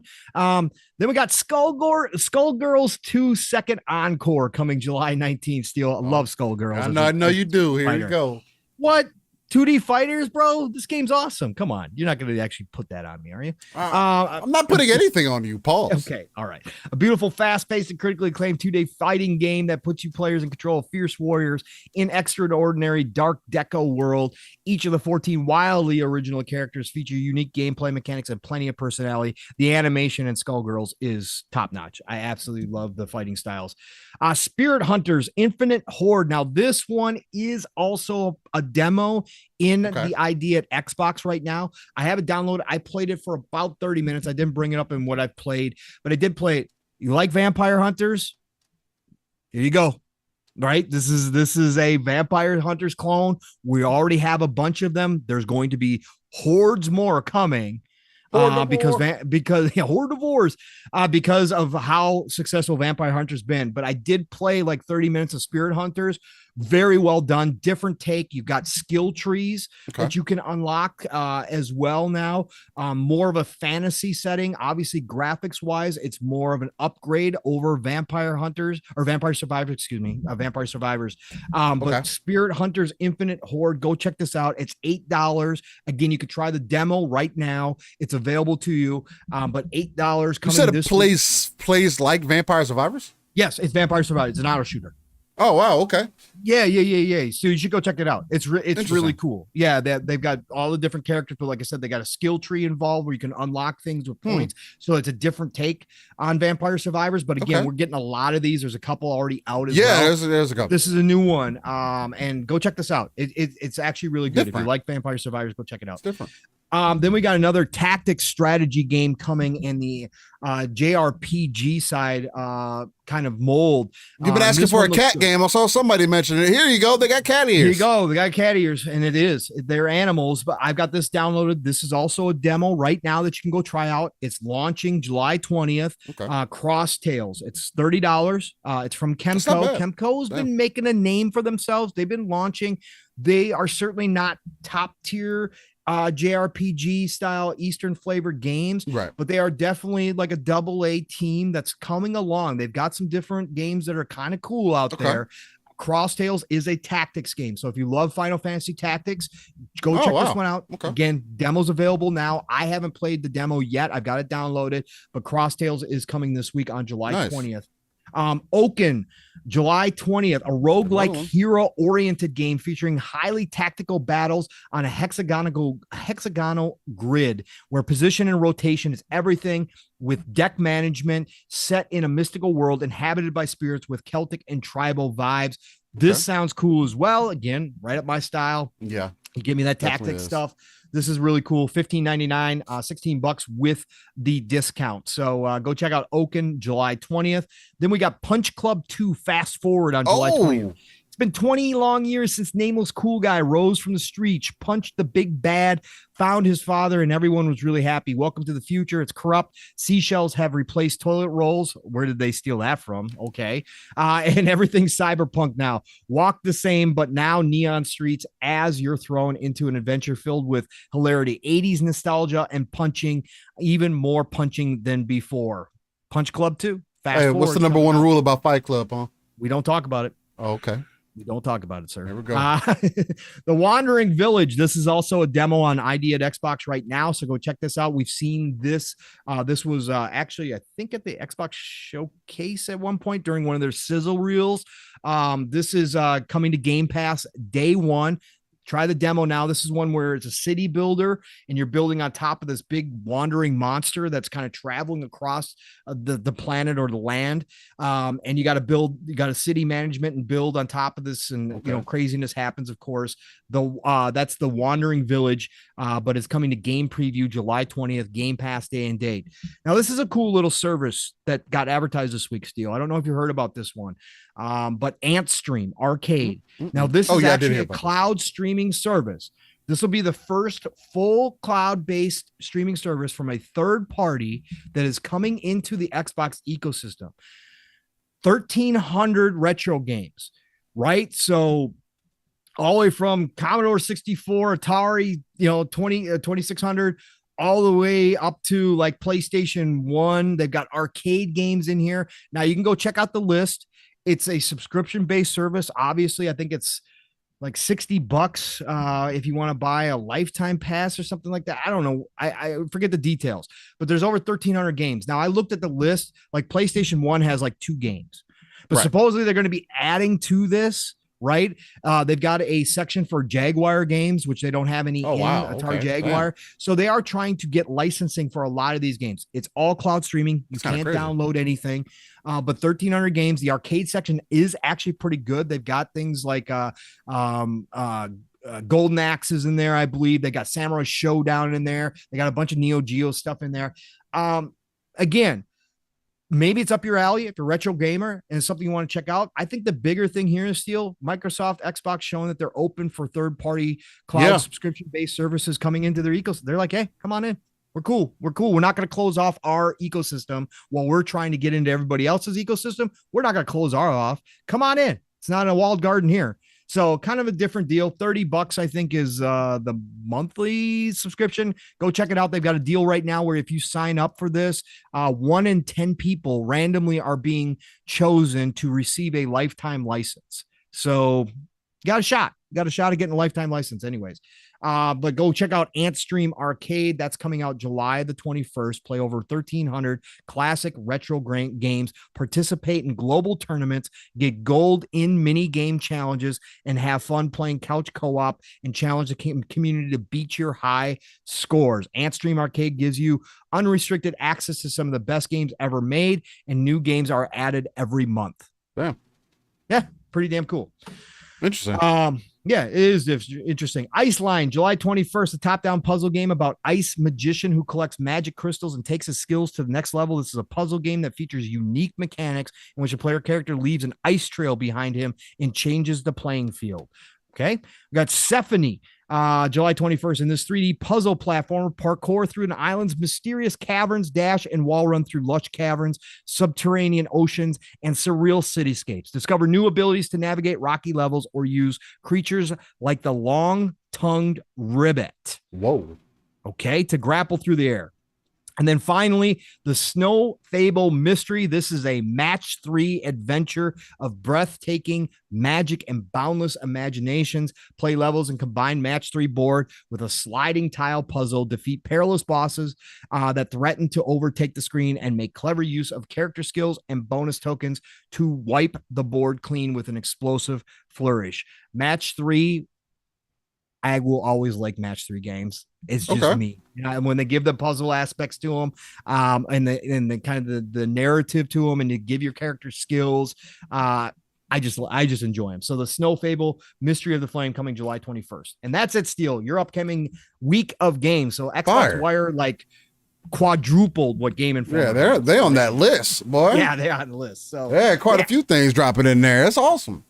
Yeah, it was. It's good. It's a good list. So again, games aren't those games might not be for everybody, but there's definitely something in there that should at least pull a little bit of attention. And even if it's not, I mean, again, there's definitely plenty to play out there. Definitely a lot that's jumping into Game Pass, full games that are coming out, and the fact that we're even getting as many demos and things that we are versus previous years. I think is personally amazing. You get you have the opportunity to try out more things than ever before, see if it's for you, and I think that's just something they need to bring back more consistently for many games if they can. Right? You don't have to. I know before the biggest problem was, well, they got to create a whole nother slice of the game and do all. No, don't do that. Time gate it. Right? I mean, if people figure out a way to get past that on PC, because that was one of the issues people had with, I believe it was the Dead Space remake, and I think it was Callisto Protocol 2. I could be mistaken in that, though, that offered some time trial gameplay, and people figured out a way to get around that to unlock the full game. You're going to have the people that do that. But on the console standpoint, I do think that most games should at least give you a, anywhere between 3 to 5 hour gameplay session so that you can find out whether this game is for you or not, right? Before you invest and put the full ducats down. And of course, that should be adjusted for whatever type of game that it is, right? Because if it's only a 5 hour game, then you're not going to get a 5 hour trial. But I think, an hour at least should at least give you enough time to decide if there's something for you. Again, it's your dollars, it's your ducats, and I'm always going to fight for that. You should have an understanding as a consumer what you're getting yourself into. That's okay, so back from the dead says on Xbox the Ant Stream lifetime pass is $80. So I think the $60 I think you can buy a yearly as well, but $80 for a lifetime, and you just got access to those games all the time. So that's not bad if you're accounting for the license and you want to make sure the devs get supported. However they got that set up, maybe it's supporting just them. Who knows? That'll be definitely something that's interesting to find out, because again, I feel like that's something that people always go back to, and it's like, oh, I don't want to do that because it's not going to support the dev, or I'm not going to do that because it's not supporting these people. And it's like, okay, well, maybe this is an option for you to be able to do that, right? Because not everybody wants to go through the steps of unlocking their Xbox to emulate, and maybe you don't want to get a Raspberry Pi or something to that nature to get those old school games on your system, on your TV or whatever. And this could give you an easy way to play. Decado says Remnant 2 early access is Friday at. He believes. Ooh, what for? Okay. When? What Friday? This Friday? This Friday? Don't say that, Decado. I'm gonna have to open super chats up early, guys. You guys beat me upside the head. If Remnant is really coming out that soon, that's gonna be kind of crazy. Yep. It has been confirmed through different editions available to pre-order that early access for the game is indeed going to be available. Those who have early access will be able to play 4 days early, starting on July 21st. Wow. That might be an early birthday present. In order to gain early access, players must have pre-ordered the Ultimate Edition. Well, how much is the Ultimate Edition? Let's find out. Ultimate Edition. Is it $100 like Diablo? I don't know if I want to put the 100 on Remnant. Ultimate Edition on Xbox is $70. Oh, that's not bad. Yeah. It's not terrible. That's the price of a new game. Yeah. Right. That might be a birthday present. It might be a birthday present. Still might be streaming some Remnant 2s. Maybe. I might. It'll be some gameplay. It depends. It might have to be a birthday present. I'll see if somebody wraps it up nicely in a bow for me. Might have to hint to the wife or something. I don't know. We'll see. Because she's been running that time for her to ask those questions. So damn, that's super interesting. I'm really excited to jump into Remnant 2, especially because I came into the Remnant from the Ashes kind of bandwagon late. I did play the first game. I beat the first game, but it's one of those games like, did you really beat it though? Because you have to play it 2-3 times to experience the full breadth of the game and go different ways. Eastside Vandal, my birthday is the 28th of July. So 28th of July. I am a Leo. Shout out to the Leos out there. Shout out to anybody who has a birthday in July, by the way. We got to stick together. I love you guys. Anyway, so Pong, I mean, let's get into some interesting things, right? I feel like you want to get into some CMA and FTC and some good old acquisition talk here, right? You are muted, so just in case. I am muted. Because I do that from time to time. Hey, let's get into it. Let's get into some good old ABK. Let's get into this. First, I have to ask you a few questions. Your birthday's on the July 30th. That's fired, Eastside Vandal. That's what I'm talking about. Fahim says, happy birthday. It's not my birthday yet. It's July 28th. And shout out to you, Gogo. He says it's cancer. But no, I want to ask you, Pong. Yeah. Because I've heard some things about this deal. Hey, back from the dead. Happy birthday, brother. Hey, happy birthday to you, brother. Hey, that's fire. Got a lot of flies up in here. Let's go. Happy birthday to you. Anyway, I don't want to get too far, too into it. That's the birthday song that I sang. But Pong, I want to ask you a couple questions here because I've had some things brought up to my attention, and I just want to help you. I want you to help me like get corrected. Maybe you'll actually take this down a path of at least resistance. Okay. Maybe you'll walk me off the ledge. Okay. We'll see. I already don't like this. But okay. I'm gonna start off here. Chad, I think I need to be scared. Let's go. Let's start off here. So one, Pong.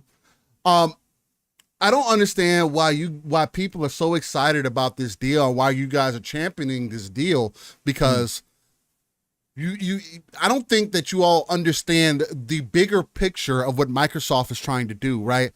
Right now, Call of Duty might be going everywhere. Right now, Pong, Xbox and Microsoft may be offering games to multiple places, to multiple services, on multiple platforms to look good right now. But Pong, I think you're missing a bigger part of the picture, though. Okay. The bigger picture is what's going to happen after 10 years from now, Pong. What is Microsoft going to do? So we're going to allow Microsoft to acquire Activision, Blizzard, King.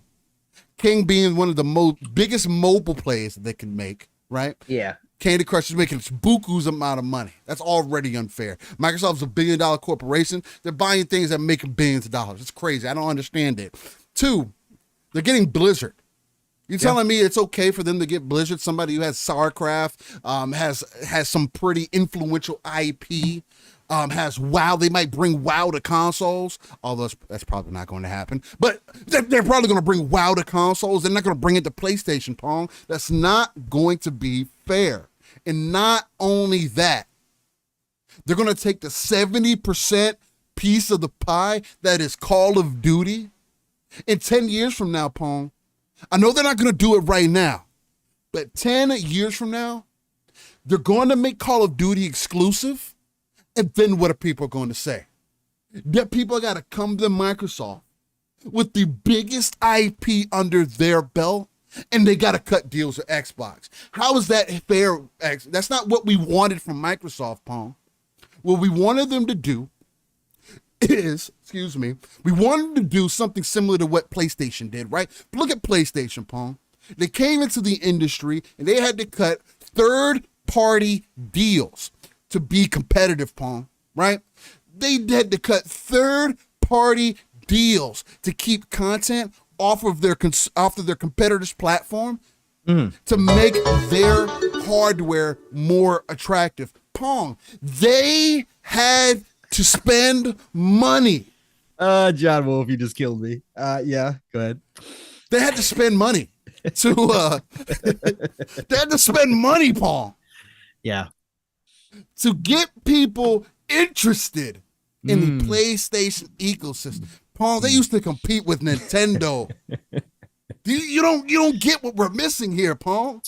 10 years from now, Microsoft is going to be a problem, and us as the consumer, we're just rolling over and taking it from the big corporation. How dare we just roll over on our backs and say Game Pass is good enough? Game Pass has done nothing, Pong, but given us mediocre content like Exoprimal. Yeah, no, fodder. Mind you, although you guys know I've played Exoprimal. I'm just telling you although I played Exoprimal for 10 minutes. It is not good that we're getting these mediocre games like Redfall. Because I need to bring Redfall back up into this conversation, Pong.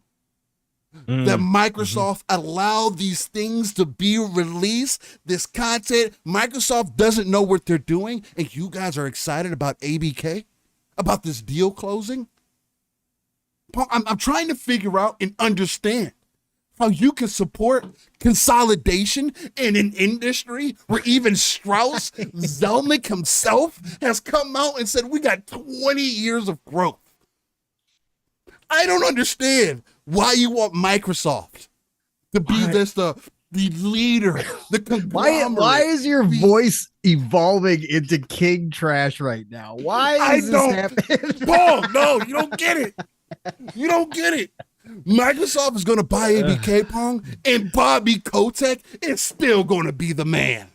You thought he was getting a golden parachute. That's just what they were telling you when they were going to court, Pong. You don't see the bigger picture. So, Pong, now that I've mentioned these points and everything that we have seen from the Activision deal this week, from what we've seen from the FTC, because, Pong, you don't get that Lita Khan has done so many good things in the favor of big corporations, right? She's not just trying to fight against them. She's just trying to open up a line of questioning, Pong. Everybody deserves to be questioned, Pong. Everybody needs to come to the table and decide what they should do for the consumer. Oh, good God. Although, Paul, can you help me out? How many times did the FTC, CMA, or any of these other governing bodies, how often did they mention the consumer at all? A couple times. Couple times? Oh, are you done? Are you throwing a lot at me here? Yeah. I'm trying to give you everything that I've been holding out on the inside. Okay, and I've been holding on to it. I've been breathing.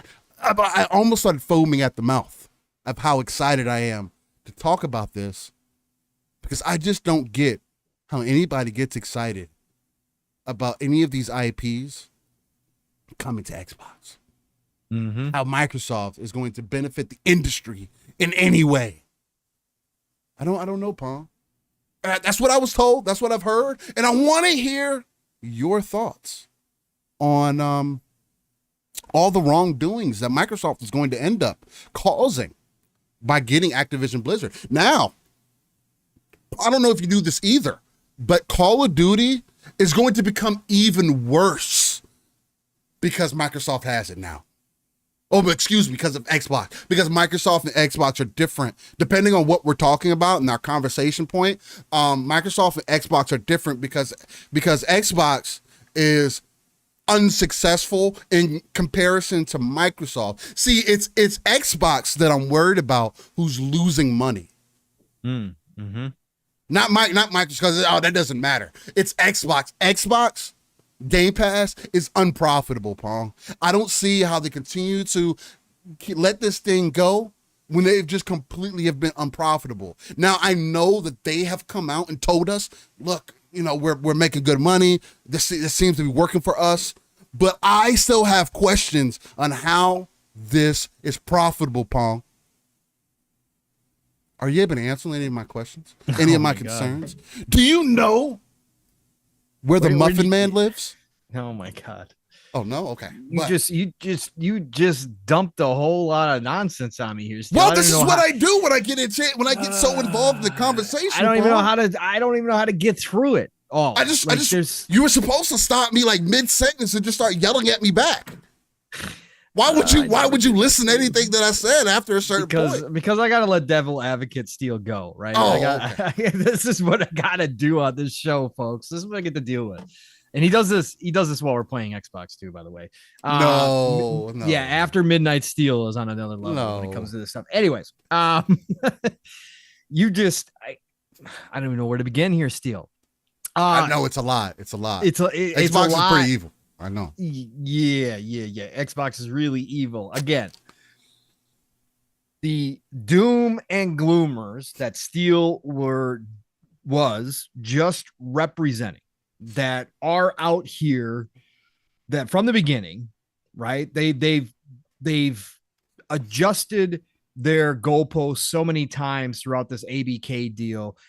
I don't know where we're currently at on this now, other than I did see that Call of Duty is trash anyways. Who cares? Which is the thing that they went to when ZeniMax finally went through. But that's convenient, trash. It is very convenient, and it doesn't matter at the end of the day. The doom and gloomers that Steel was just representing are going to throw a lot of this nonsense out there. Doom and gloomers? Don't undermine my people. Listen, okay? The dystopian it's a question. People are lost, okay? They're lost in the desert, and they don't know how to get themselves out because they can't admit. Well, they may not have water, but I do. Yeah, they can't admit when something's good.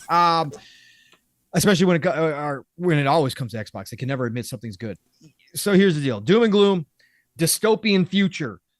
Satya's eye ruling over all as Microsoft gobbles up the entire industry, or Microsoft and a couple people gobble up the entire industry, and we're paying $150 for games. Game Pass is $50 a month. Yeah.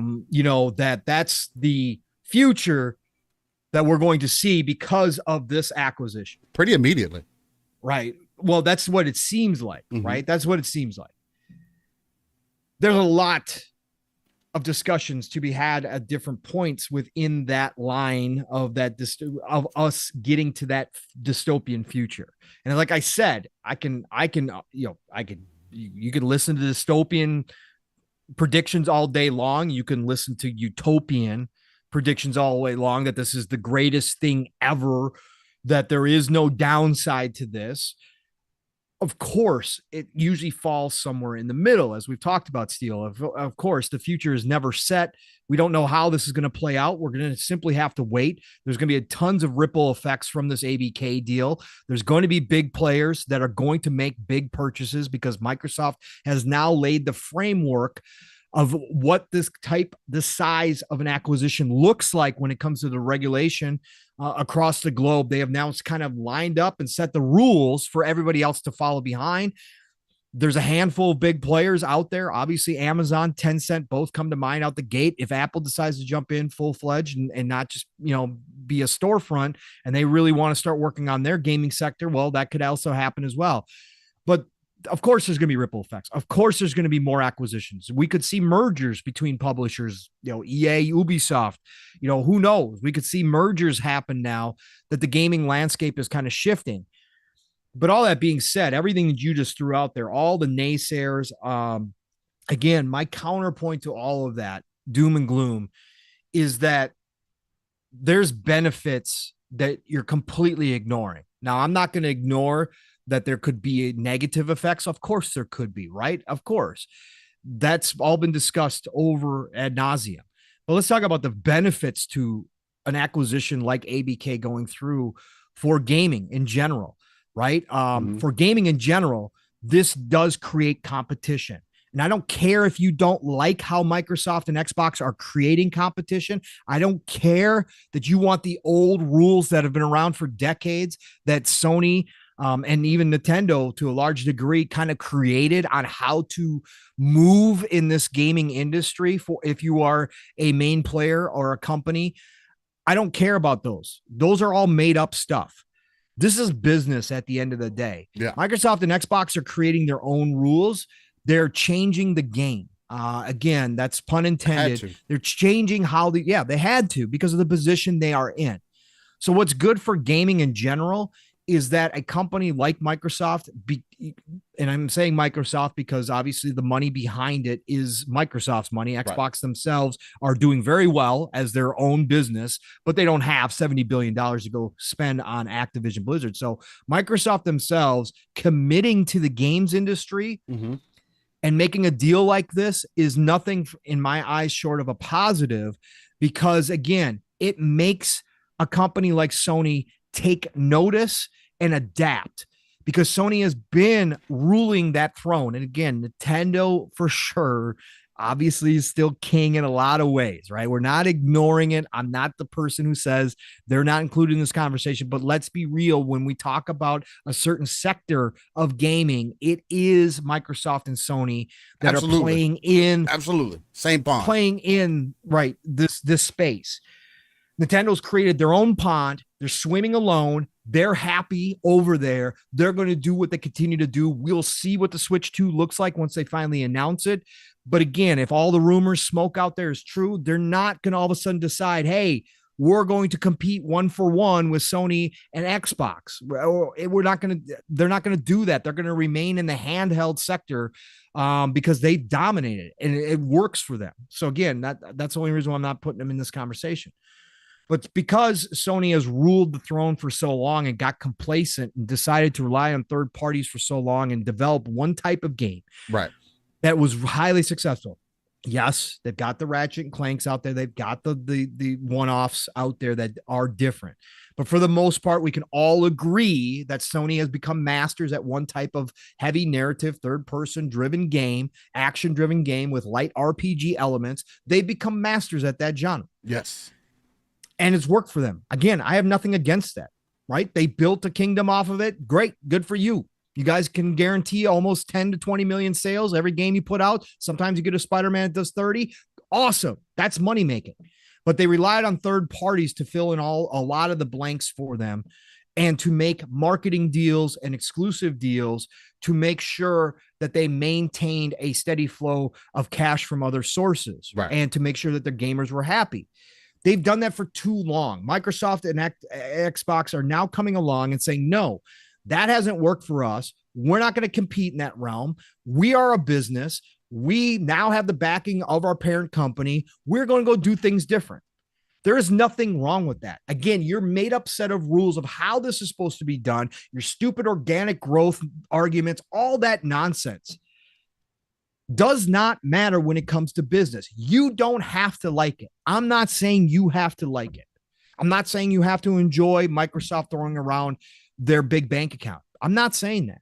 But you have to accept the fact that this is a business. If the money wasn't involved, we wouldn't be playing the types of games we are right now. Sony PlayStation certainly wouldn't be making $220 million budget games if the money wasn't involved. So the fact that we are in the golden age, what I believe is the golden age of gaming, because we are getting so many games, is due in large part to because of the money that's involved. Microsoft just so happened to just throw in $70 billion more dollars as an investment into the gaming sector to pick up Activision Blizzard King, one of the biggest publishers, if not the biggest publisher in the world. I think that's good for gaming because now Sony, and we've already seen it happening, is having to adapt to the situation. They're having to get out of their comfort zone and actually think about how they're going to face this new reality that some of the biggest third-party titles are going to be held by Xbox. And what are they going to do with that? Not that Xbox is going to necessarily make them exclusive, Right. but obviously from a business standpoint, Steel, they have to look beyond just the now, and they have to forecast what the industry is going to look like 10, 15, 20 years down the road to be prepared, something they haven't had to put a lot of focus on. But now they do. And that means that they're going to have to shift resources. We just saw it. We got another word today that they're increasing. Sony Corp is actually going to increase their investment with PlayStation to make sure, I think it's by an extra $2 billion, to make sure that they can keep competing. That's all good for gamers, whether you're a PlayStation only player, whether you're an Xbox only guy, or whether you have a mix of everything and you play everywhere. You're going to see better things come out of this. It's not going to become stagnant, right? They have to go out and they have to try new things like games as a service. Maybe you're not a games as a service fan. That's okay, right? That's that. Nobody has to. But the fact is Sony's going to have to try that to get new revenue streams coming in. They're going to maybe have to go back to some of their older IP or think about developing new IP in different genres than just what they're masters at. That's good for gamers. You're going to get new experiences.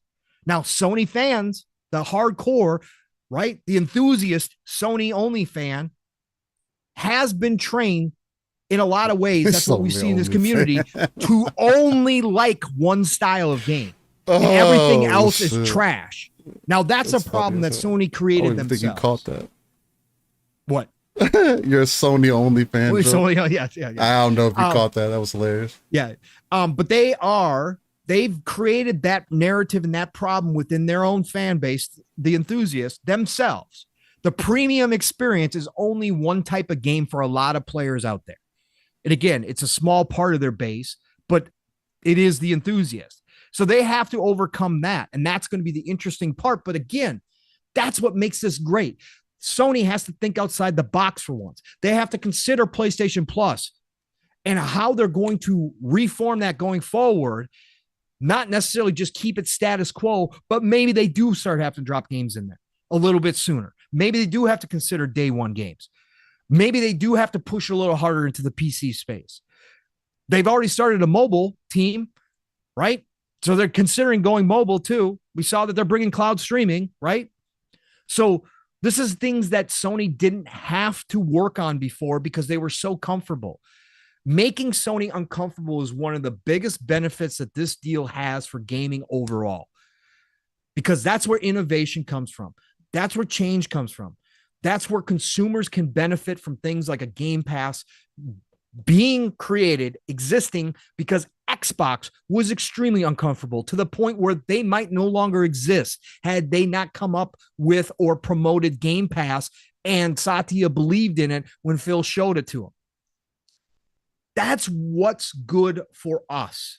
We are going to get more variety from everybody involved. We are now going to get more money being spent in this space by all the platforms, trying to make sure that they secure their position as we move forward further and further into the digital age, 10, 15, 20 years from now. If you want to exist, you must adapt or become an app.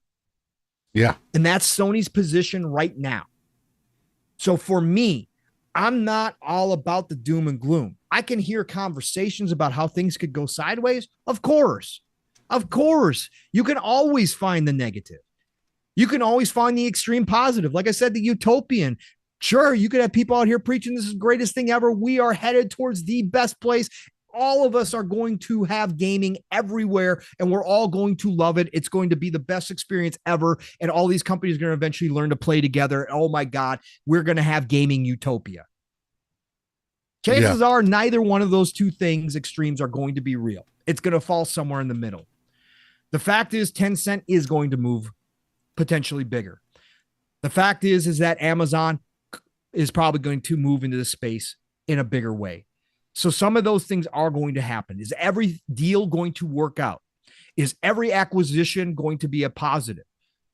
No, that's not going to be the case. There's going to be things that happen that aren't expected or that are failures. and we could have layoffs, right? Again, ABK acquisition is not going to be all sunshine and rainbows. 17,000 employees, we find out now. 17,000. Steel, we thought it was 10, and that was going to double. That was going to double Xbox.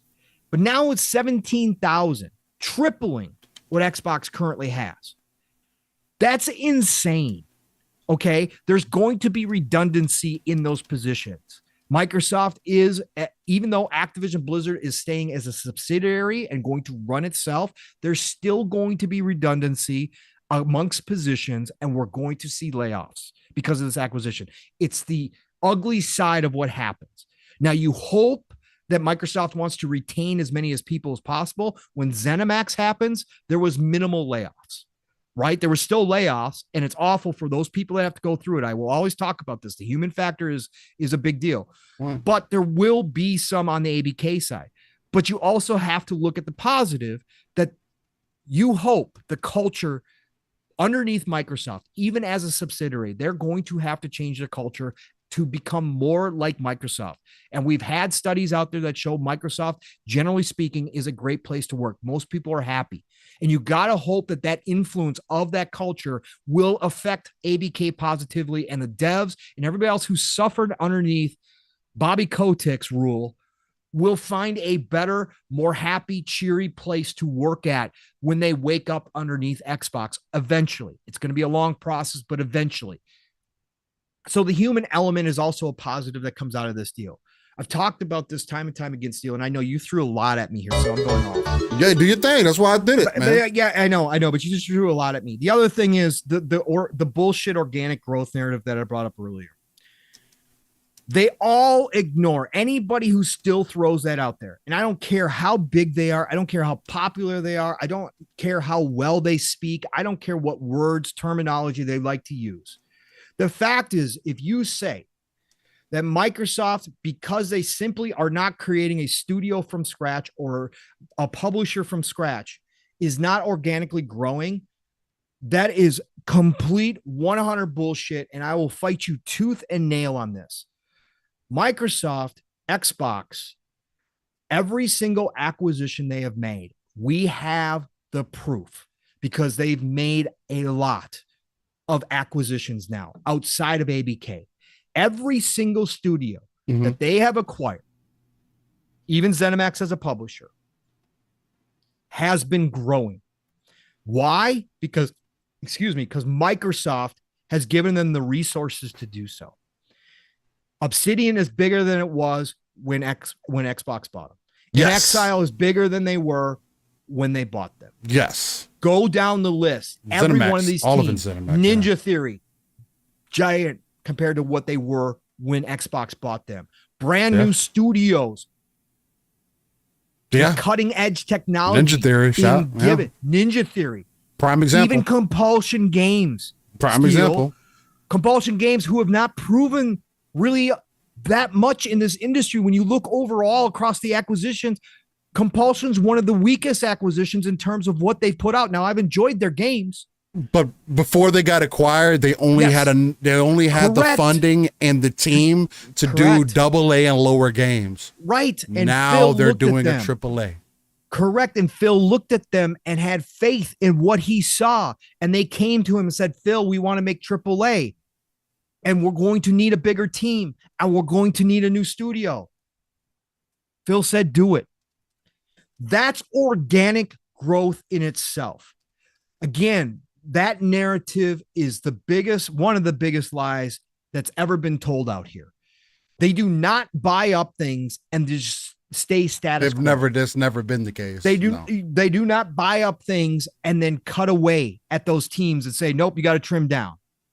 Sure. Are there some positions again that happen with redundancy? Absolutely. That happens. Yeah. But overall, they're saying, no, what do you need? You are now Xbox family. What do you need to do the best work you've ever done? In Exile, a team that game by game had to worry about, again, go listen to Brian Fargo, go watch the documentary. They've talked about it. They've talked about it, game man. by game. It was such a huge risk for them, whether or not they're going to be able to continue to pay the people. At one point, Brian Fargo almost lost that entire studio. He had to cut staff. And he found the funding to bring it back. This was prior to Xbox. He found the funding to bring back some of their people. But from game to game, it was a risk. What were they relegated to? Doing what they knew they could make money on to be able to make the next game, which is great. It's Wasteland. It's fantastic. Top-down CRPG, strategy. That's what they knew to do, and they were successful enough to keep the studio going. Now they come underneath the Xbox. And all of a sudden, Brian Fargo and the team are like, hey, Phil, we got this great idea for a new game. We want to move it into the AAA space. Phil has no idea if they're, again, Brian Fargo, one of the most respected men in this industry, okay? His team's never done a full-fledged AAA game. He goes to Phil and says, hey, we got this great idea. We want to move into the AAA space. You know, obviously we're going to continue to work on Wasteland and stuff, what we do best, but we really have some great ideas here. We want to move into AAA space. Phil says, whatever you need, go do it. They start hiring more people. And now we get the Xbox showcase where NXL shows up with Clockwork Revolution, a full-fledged AAA first-person RPG, completely different than the genre that they've been doing. And it looks ridiculously good. Now we'll have to wait to see for full product, get the game in our hands, all that good stuff. But you see In Exile flourishing. Their social media team, one of the best in the industry. They are so happy to be underneath Xbox. They're out here even cheering on the ABK acquisition. Some of their team leads are out here cheering it because they are so excited about the opportunities that have been afforded them to get underneath Xbox and not have to have that pressure anymore. Tim Schafer, one of the most creative geniuses in this industry, a man who's kept his studio alive by putting out small game after small game after small game with some of the best writing, some of the best narration, some of the best character design that you will ever find in gaming. But they were always relegated to what their resources told them they could do. Tim Schafer said he spent half his time just trying to find funding. He is happy to be underneath Xbox because that pressure is gone and he can focus and his team can focus on what they do best, which is creating games. And we got Psychonauts 2 in a much better state than we ever would have before prior to Xbox. He said that flat out. We would not have had boss battles without Xbox. Well, that game would have been totally different. About 50, it was about 40 to it was about 40% of the boss battles that they had to remove out of the game before they were purchased. Thank you. After they were purchased, they were able to add everything back in. Correct. And more. Story after story. I bring up those examples as to what Xbox is doing. Obsidian would have never made Grounded had it not been underneath Xbox. Grounded was a passion project that never would have gotten greenlit because it would have been too risky for Obsidian by themselves. And they could have never had the resources to promote the game, to continue to let that game evolve and build into what now is a 10 million plus player game. This is Xbox's version of organic growth. I don't care what fake rules you've made up for yourself that Sony somehow did it differently. Scale is completely different. But the times in the industry are completely different. If you go back and look at how Sony entered this industry, they were almost at their peak of their electronics dominance. Sony Corp was flush with cash when they decided to drop in. This isn't what we see now where PlayStation supports Sony Corp. Sony Corp was on their own. They were flush with cash. They walked into the gaming space and bought up everything. Again, scale and the place of the industry, completely different times. But if you compare the two, similar style acquisitions. Psygnosis was Europe's biggest publisher of video games at the time. Sure, you can look at it now and go, they weren't really much. Back then they were everything. They were. And what did Sony do? They knew they had to walk in and do it. Now that Xbox made the change, made the move, shifted gears, changing the industry, trying to make a different playing field than has ever been created in this games industry before, They had to start from scratch. Sure, they had some experience. Sure, they had been around. They had fought some of the battles. They had seen some success, big success with 360, but they were basically starting over from scratch. So what did they have to do? They had to come in and do it a different way. Microsoft Corp backing them, opening up the war chest, absolutely 100% changed their position. And now with the ABK deal, the big thing is that they are now solidified in this industry. This is it. When Satya leaves, when he retires or moves on, when Phil retires or moves on, which is going to happen sooner than later, folks, as much as we don't want to see it to happen, the next people in charge are not going to be able to look at Xbox and be like, do we really need Xbox? Well, the other thing too is that depending on who's able to come back, who's able to come in next, there's no guarantee that they're going to have the same understanding that Phil has or the same vision. And where we can hope that a Sarah Bond or somebody of that stature who cares and knows and puts in the work, and you can blatantly tell that these people, yes, it's their job, but Sarah Bond takes her job a lot more serious and takes it more personally than most people do in a similar position to that. And you can ignore that and say, oh, she's supposed to do that. A lot of what she does, she doesn't have to do. She's doing that because of the representation and because of the mindset that Phil has put into her. Right? Yes. This is a team-inspired thought and mental process. So who's going to pick that up after them? And I see Vladimir in the chat saying soon every major game studio owned by a greedy megacorp. And the thing that I want to add on to what Palm's mentioning here, and the thing that people either forget about or don't want to talk about for whatever reason, just because you have the money does not mean you're going to go buy everything. Correct. People have to want to be bought. Yes. You don't just walk up, just because Microsoft is $1 trillion company, think about the circumstances that we are currently in. The only reason the Activision play happened is because Activision, Blizzard, and King were in dire straits. You have 10 studios, at least, working on one fucking game. Does that not tell you enough about what the issue is with that corporation? You have an entire publisher who is known for sexual harassment charges, who is known to not to have a good employer, work employee kind of relationship, who is known to have a substantial amount of issues that they were never going to resolve themselves, especially under Bobby K. And look, if people want to think that he's going to stay, great. If he does end up staying, if Microsoft keeps Bobby K, that would tell me that Microsoft is fucking delusional and that y'all were right. I will come on Living Splitscreen and tell you that everybody who was fearful of what the deal could cause, I would tell you that you were right. Then that's the path that they're going to go down. Because if they don't get rid of Bobby K, you're fucking brain dead. You literally do not get the whole reason why you jumped into this deal in the first place. And you can say, oh, well, still, it's because of that. All those other things don't matter business-wise. If in the consumer-facing side of things that you have obviously been working on and been making a point to your business, if you bring all these people in and don't change jack shit, that makes absolutely no sense.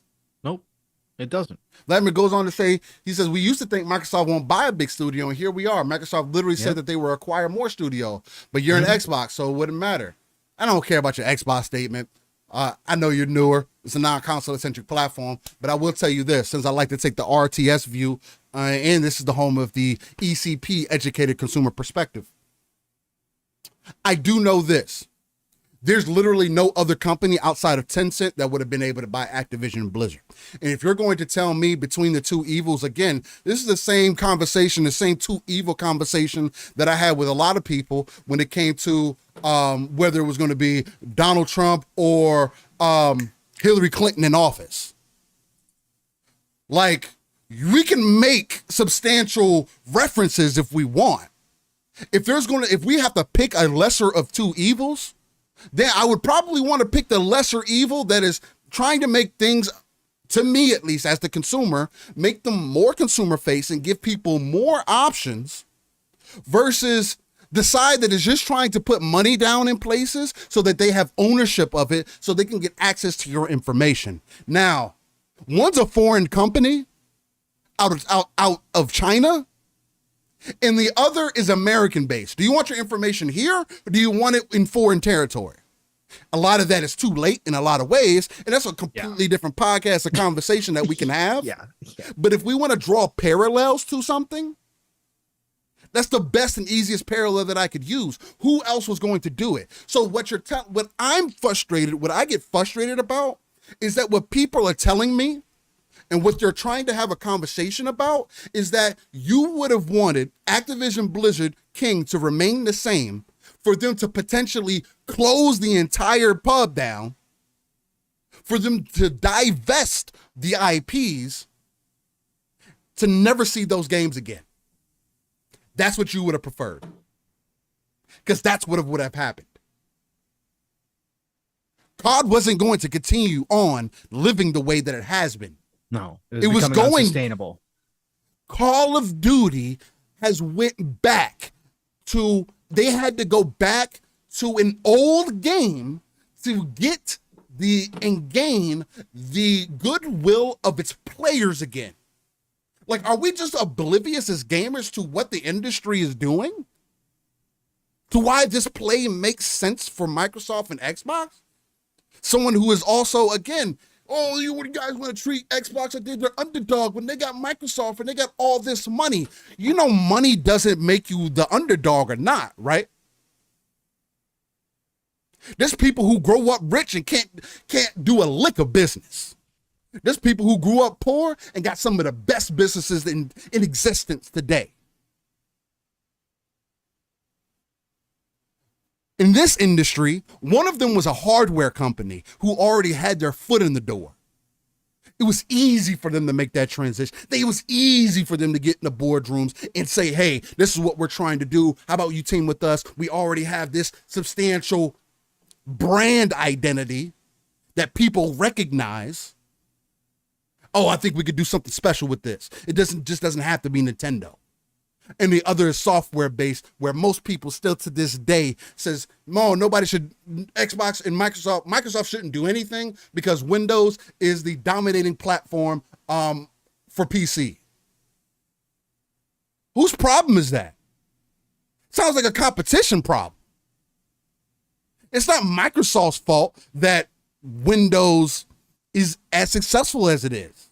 I mean, of course it is. They were doing bad things, Steele. In the beginning, yes, but everybody accepted it. Yeah, but everybody accepted. But that's not keeping Linux from improving and being better. That's not preventing Mac from improving and doing better.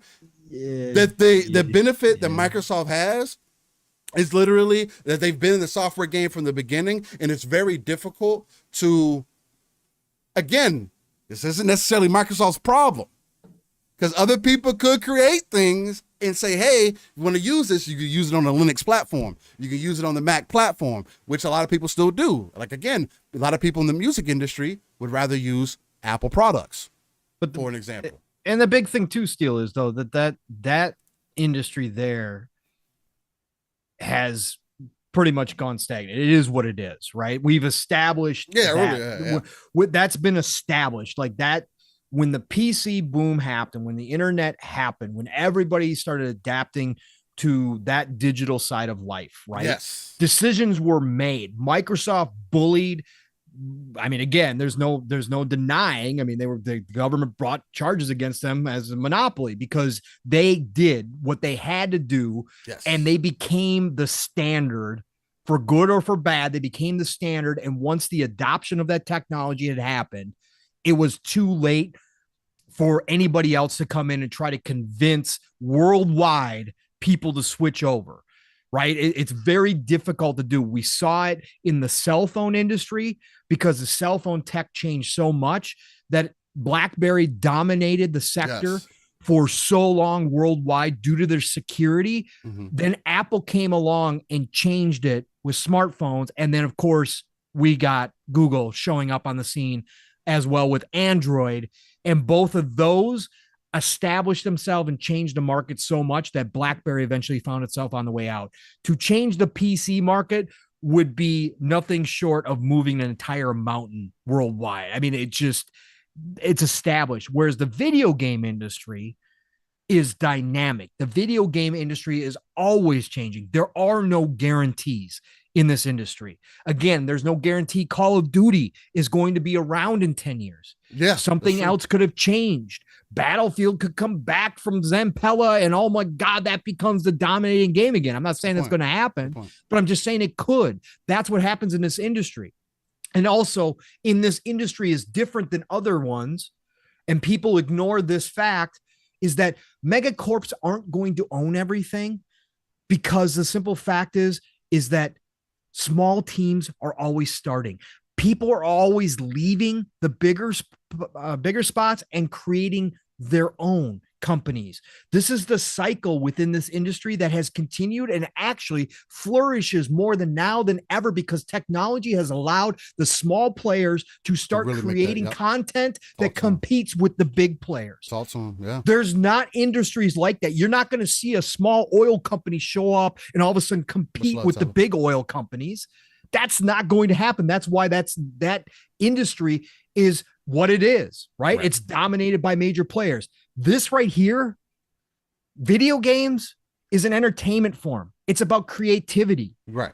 Exactly. And the playing field is getting leveled out. Sure, we see AAA games costing $220 million. You're not going to get an indie studio to make a $220 million AAA game, but you can have an indie studio, one guy for the majority of that game, like Vampire Survivors, show up with a $3 game and capture the imagination of millions of people, and scale-wise compete with that $220 million AAA, right? That's how this industry differs.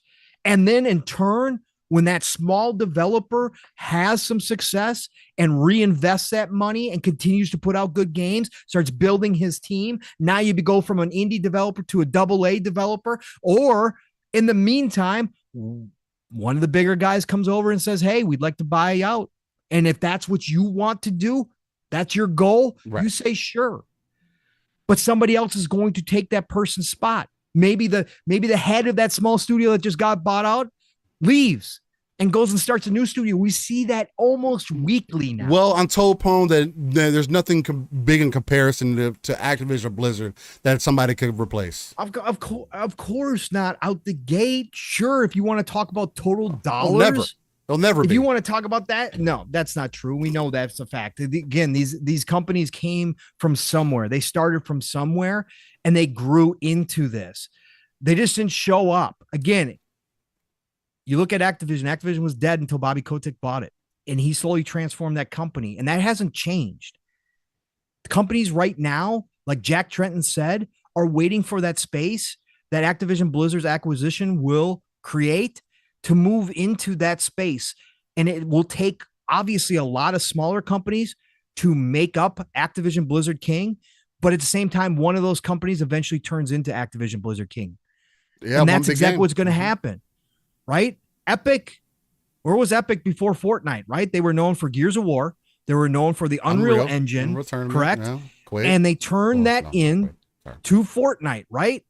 Unreal Tournament. Yeah, exactly. But they turned around.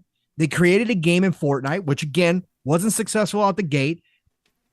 They took from PUBG and turned it into Fortnite. And now look at Fortnite. Who could have predicted Fortnite? Stole it. Right. They were helping PUBG. They stole the concept. Right. But that's what I'm saying.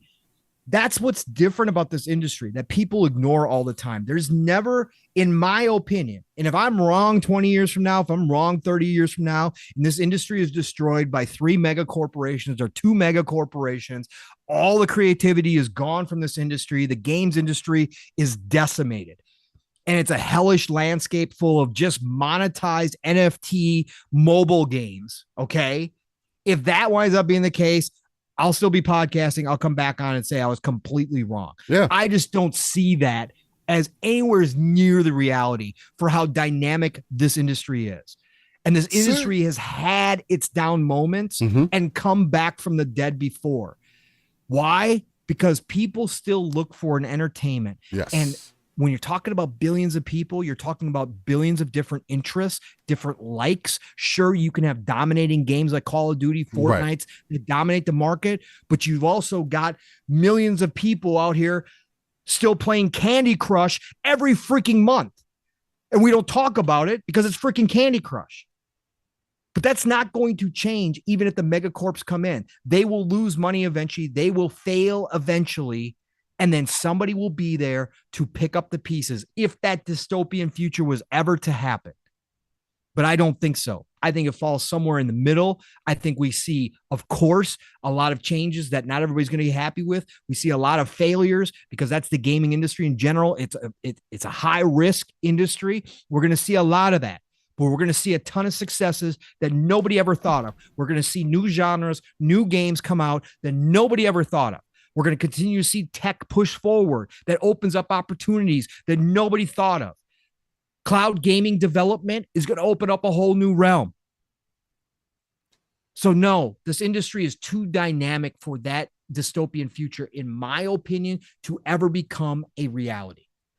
There will never become a time and point, I believe, where it becomes too expensive that a small team can't get together, or one developer just simply through hard work creates something new for us. I don't ever see that happening. In fact, it's becoming cheaper. Like I said, technology is giving more people a level playing field than it ever was in the past, where you did have to be a bigger team to create something to put on a Genesis or a Super Nintendo. Well, not only that, but it's also giving you more access to playing games than you had previously. There is literally, again, unless Microsoft, Xbox goes completely against everything that they're trying to go for, the main change that people are going to see and fight against is the fact that you're going to have the option to play games in Game Pass, quote unquote, what people are calling their rental service, versus you paying a game full price. And if every game has the option for you to either jump into Game Pass or for you to play this or for you to pay full price, as a consumer, again, you also have to be an educated consumer, because your ownership isn't the same as previously either. So like a lot of the conversation, a lot of the things that people are holding on to are from ideology that doesn't matter to you anyway. There is no way today in most cases where you're going to the store to buy a game, you come home to pop that game in and the game works. That's not a common occurrence anymore. Is that sad? Sure. But we're 10 to 15 years too late to try to be concerned about that now. This is the way that gaming has gone. But it's unique in the fact it's a hobby at the end of the day. And if you're giving more people ways to enjoy the hobby versus before, again, and I know we always make fun of little Timmy and Jimmy and Billy and who else, but if these kids, although they're the people that are playing Fortnite and whatnot, but if you give them availability to play a game in Game Pass, like Exoprimal, versus them trying to get their mom or convince your wife, whoever you are, maybe even convince yourself, because that's the most important thing, that, hey, do I spend $60 to $70 on this new game that I have some interest in, that I may like to play, or maybe you are planning on to buy it anyway, or do I get it in Game Pass as part of my subscription service? Because what is different between this subscription service and any other subscription service that I'm subbed to right now?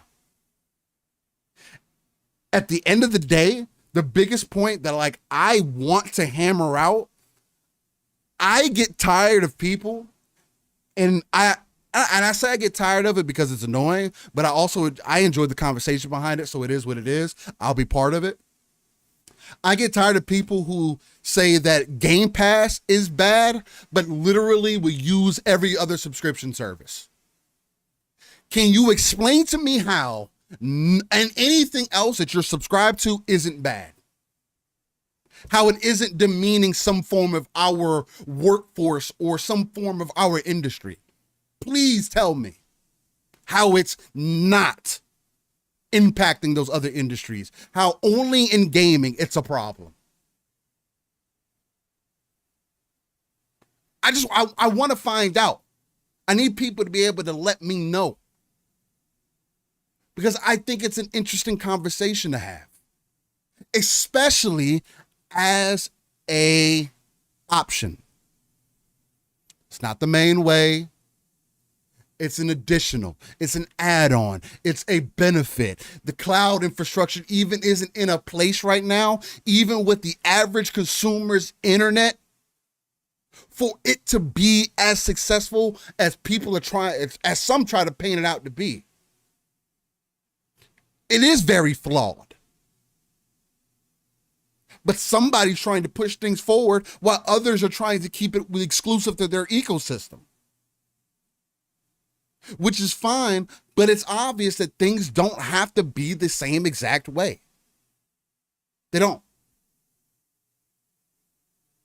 And that's what gets me excited about this entire play. I don't know if Microsoft is right in this. Do I feel that they are right because of what they've presented, the information that is given to me right now in this moment as a consumer?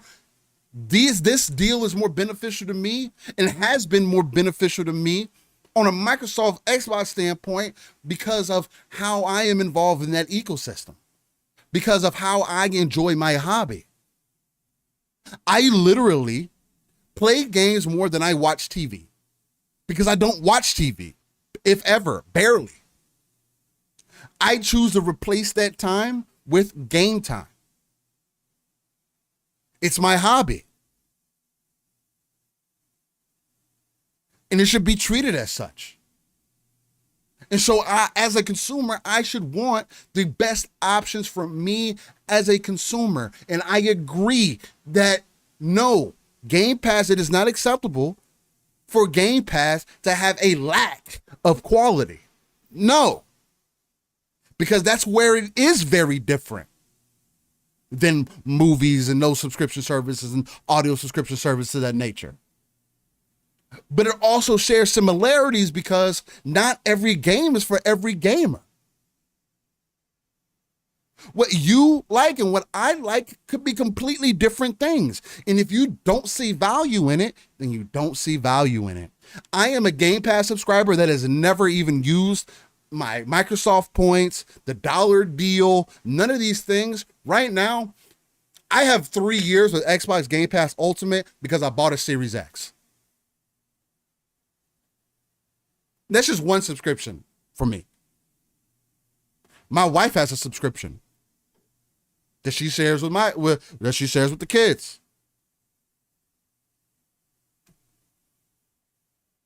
I share mine, the kids, with my brother.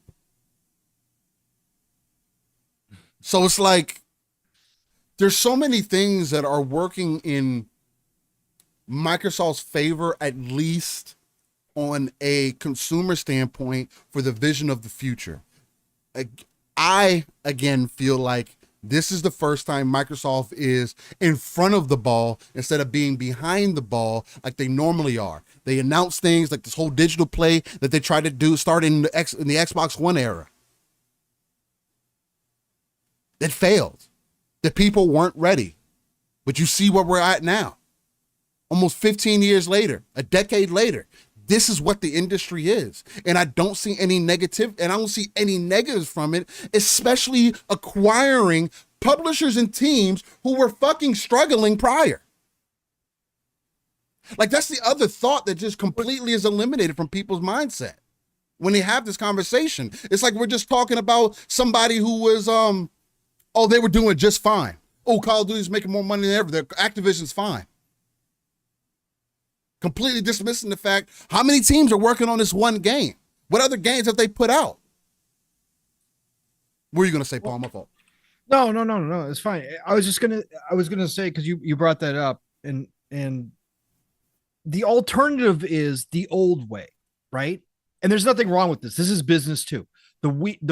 Sure. the weak fail, right? And the weak fall apart. And if you have bad management or you make bad decisions, right, there's ultimately a consequence to be paid, right? Back in the day, that was bankruptcy. We lost a publisher like Midway. Yes. Midway was gigantic. And again, Matt Booty was there when it all fell apart and they filed bankruptcy, right? But Midway was gigantic. Think about Midway and what it meant. Miss Pac-Man, Spy Hunter, Rampage, Mortal Kombat, NBA Jam, Cruise, and NFL Blitz. Like Midway, when you walked into an arcade or powered on a console, chances are you owned one Midway game or had played multiple Midway games at some point. Midway was gigantic. They had to file bankruptcy. So the alternative to acquisitions, right, is letting companies fail, which again, in business happens. It's a part of the life cycle. Sega got out of the console business because of their decisions and because of Sony's tactics. A combination of both resulted in Sega not working out, even though they were top of the food chain at one point, along with Nintendo. That happens in business. But for me personally, when you have a healthy, dynamic industry like we currently have with video games, and you have big players moving into this space with very large sums of money, if they can come in and acquire companies that are not at their peak, which again, the argument can be made that Activision, due to its internal decisions, due to Bobby Kotick's leadership, due to all the problems they were having, their shares dropped by over $30. Their shares were over $40 off of their high when Microsoft made this acquisition. The fact that a company like Microsoft with Xbox, with experience in the gaming industry now, can come in and take over that corporation and save a lot of jobs and save a lot of heartache and save a lot of IP and potentially grow it down the road, potentially maybe bring back some stuff. That to me is the better outcome. Again, I'm not against allowing businesses to fail. I'm not against, hey, you screw up. You can't support. But again, human element, IP element, all the stuff that goes into that. Human element. I would, the human element's huge. I would much rather have a corporation like Microsoft come in and be able to acquire them and again, potentially have better results. Now, Nix, I hear you. Nixie, I'll call you by your real name. I'll call you your new name. Nixie, I hear you. It's okay to question whether or not Microsoft and Xbox pull this off. You've heard me and Steele question Xbox a lot on this show. Like there is, I'm not saying that you have to be the ultimate optimist. I'm not saying that you have to believe that what I see happening is going to be it. No, potentials are, I'm off too. Again, there's so many variables involved here. And sure, Xbox hasn't had the greatest track record all the time. I understand that. So again, you being a little bit pessimist and questioning whether or not this is good, I totally understand it. Yeah. But of all the end results that we possibly could have, and there's only a handful of them due to the size of Activision Blizzard King, I believe Microsoft and Xbox owning Activision Blizzard King was the best out of all the different options that were out there. And so that's why I think that there could be good things coming out of this. Right. And I do believe that Xbox has figured out some things. Again, we do have some history now, right? We've had some misses. Redfall obviously didn't work out, but we'll see how Starfield. We also got more information behind that. So we got more information behind it, right? But we've seen how they've handled their acquisitions up to this point. And the fact is that if these teams are allowed to flourish, grow, get creative, do passion projects, just like Xbox has allowed all their other acquisitions to do, then I see nothing but a positive net gain out of this for us as gamers. And again, for anybody walking in here who is new listening to it, again, we got over 130 people here. Whatever we got. Beautiful people. We got amazing crew here. If this is one of your first times catching us, you might walk in here because we're talking about this and think, oh, these guys are just Xbox. No, listen up. Brief history. Beginning of the show. I've owned every single console. I've owned all the major consoles except for Nintendo because, again, I outgrew Nintendo long. I've owned every single console during the generation. I've always picked a favorite out the gate to own first. It was Xbox 360. Then I got a PS3 later on. Last generation, PS4. Then got an Xbox One later on. This generation, Xbox Series X. So again, I don't fall into the prescribed description of that. Neither does Steel. Steel plays a ton of games on PC. I just play games. I literally switches, all of that. But what I want to say, Steel, is go ahead, that my phone. I understand that the conversation is being dominated because it's Xbox and ABK. But I'm not going to sit back and again, if this was Sony buying ABK, would I be out here preaching anything different? No. If it was within the laws, if it was Sony buying ABK, this would be a completely different fucking conversation. Well, it would be a different conversation, but I wouldn't hate on it. I wouldn't hate on it. No, absolutely not. And again, I want Sony to make some more moves. I didn't hate on Sony when they went and bought Bungie. I don't care. This is part of the industry in general. Acquisitions during a healthy industry is not a problem. When you worry about acquisitions and consolidation is when an industry is starting to fail, when it is on a downswing, when it is. That's the only way out is acquisitions, and then you wind up. That's not what's happening here, folks. It's not what's happening. It's a different conversation right now. But yeah, sure. If they were acquiring ABK, we would probably be having different conversations. Yo, it would be completely different. Would be different. If a lot of these things wouldn't be in question. It would be sure. This is just the way it's always been. Right. But again, you go where the games are. If you're a gamer, that's who Steel and I are. I don't limit myself to Xbox. Sure, that's the one console I own currently in the generation. Sony hasn't produced anything that I currently need to go get a console for. Again, and I've said it before, the way Sony's acted, I do think that they're kind of holding back the industry in a lot of ways, but that doesn't matter. Now I've got a PC for the first time in my life that I can play any game on. I'll be playing Sony games on my PC, right? When they come to PC, if it's something I want to play, I'll play. Who's that benefit? Generally speaking, Sony hasn't had anything that give me a reason to play. And again, that's just me. That's the type of gamer I am. I'm not going to bash you if you only like Sony games. I play different style games. But the fact is, Steel, that this, I do believe, to finish this, we've been ranting for a long time now. Oh, we're good. I mean, it's part of it. Big deal. To me, ABK. Big deal. The acquisition for Xbox is good because it solidifies their position. The next person in charge will not be able to question whether or not Xbox is a serious pillar within Microsoft Corp, which means Xbox becomes healthy within the corporation. They already were, but let's be real. ABK solidifies that. That investment from the Microsoft Corp means that Xbox now is one of their pillars, and it won't come into question when Satya and Phil are both gone.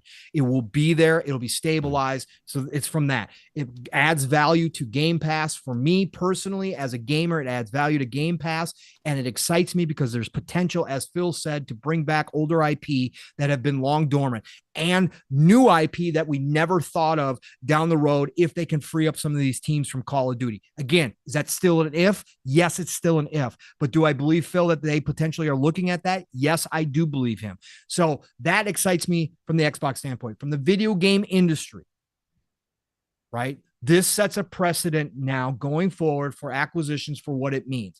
Mm-hmm. This brings more competition to the entire gaming industry, which is good for everybody.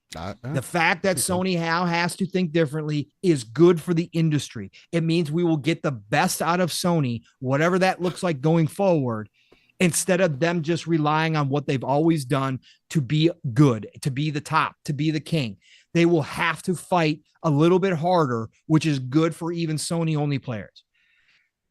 I think that again, for the industry as a whole, the human side of things, this is good because you potentially, and that should be done, as Steele said, removing Bobby Kotick, who, again, from a business standpoint, there's no arguing what he did. Activision wouldn't be here today if it wasn't for Bobby Kotick. Business-wise, that's whatever. The human side of things, he's an awful leader. He's one of the worst people that you could have in charge when it comes to humans. And he's going to be gone from this industry, or at least gone out of the Activision Blizzard King. And it frees up those people to have to stop worrying. Hopefully that culture change can happen sooner than later. Hopefully Xbox can have a lot of influence. Microsoft can have a lot of influence there. So that's good from the human nature. Plus, this sets off a ripple effect into the future, Steel. The digital age is here. We're moving forward. Yeah. You have one of the biggest tech giants in the world. Again, tech costs money.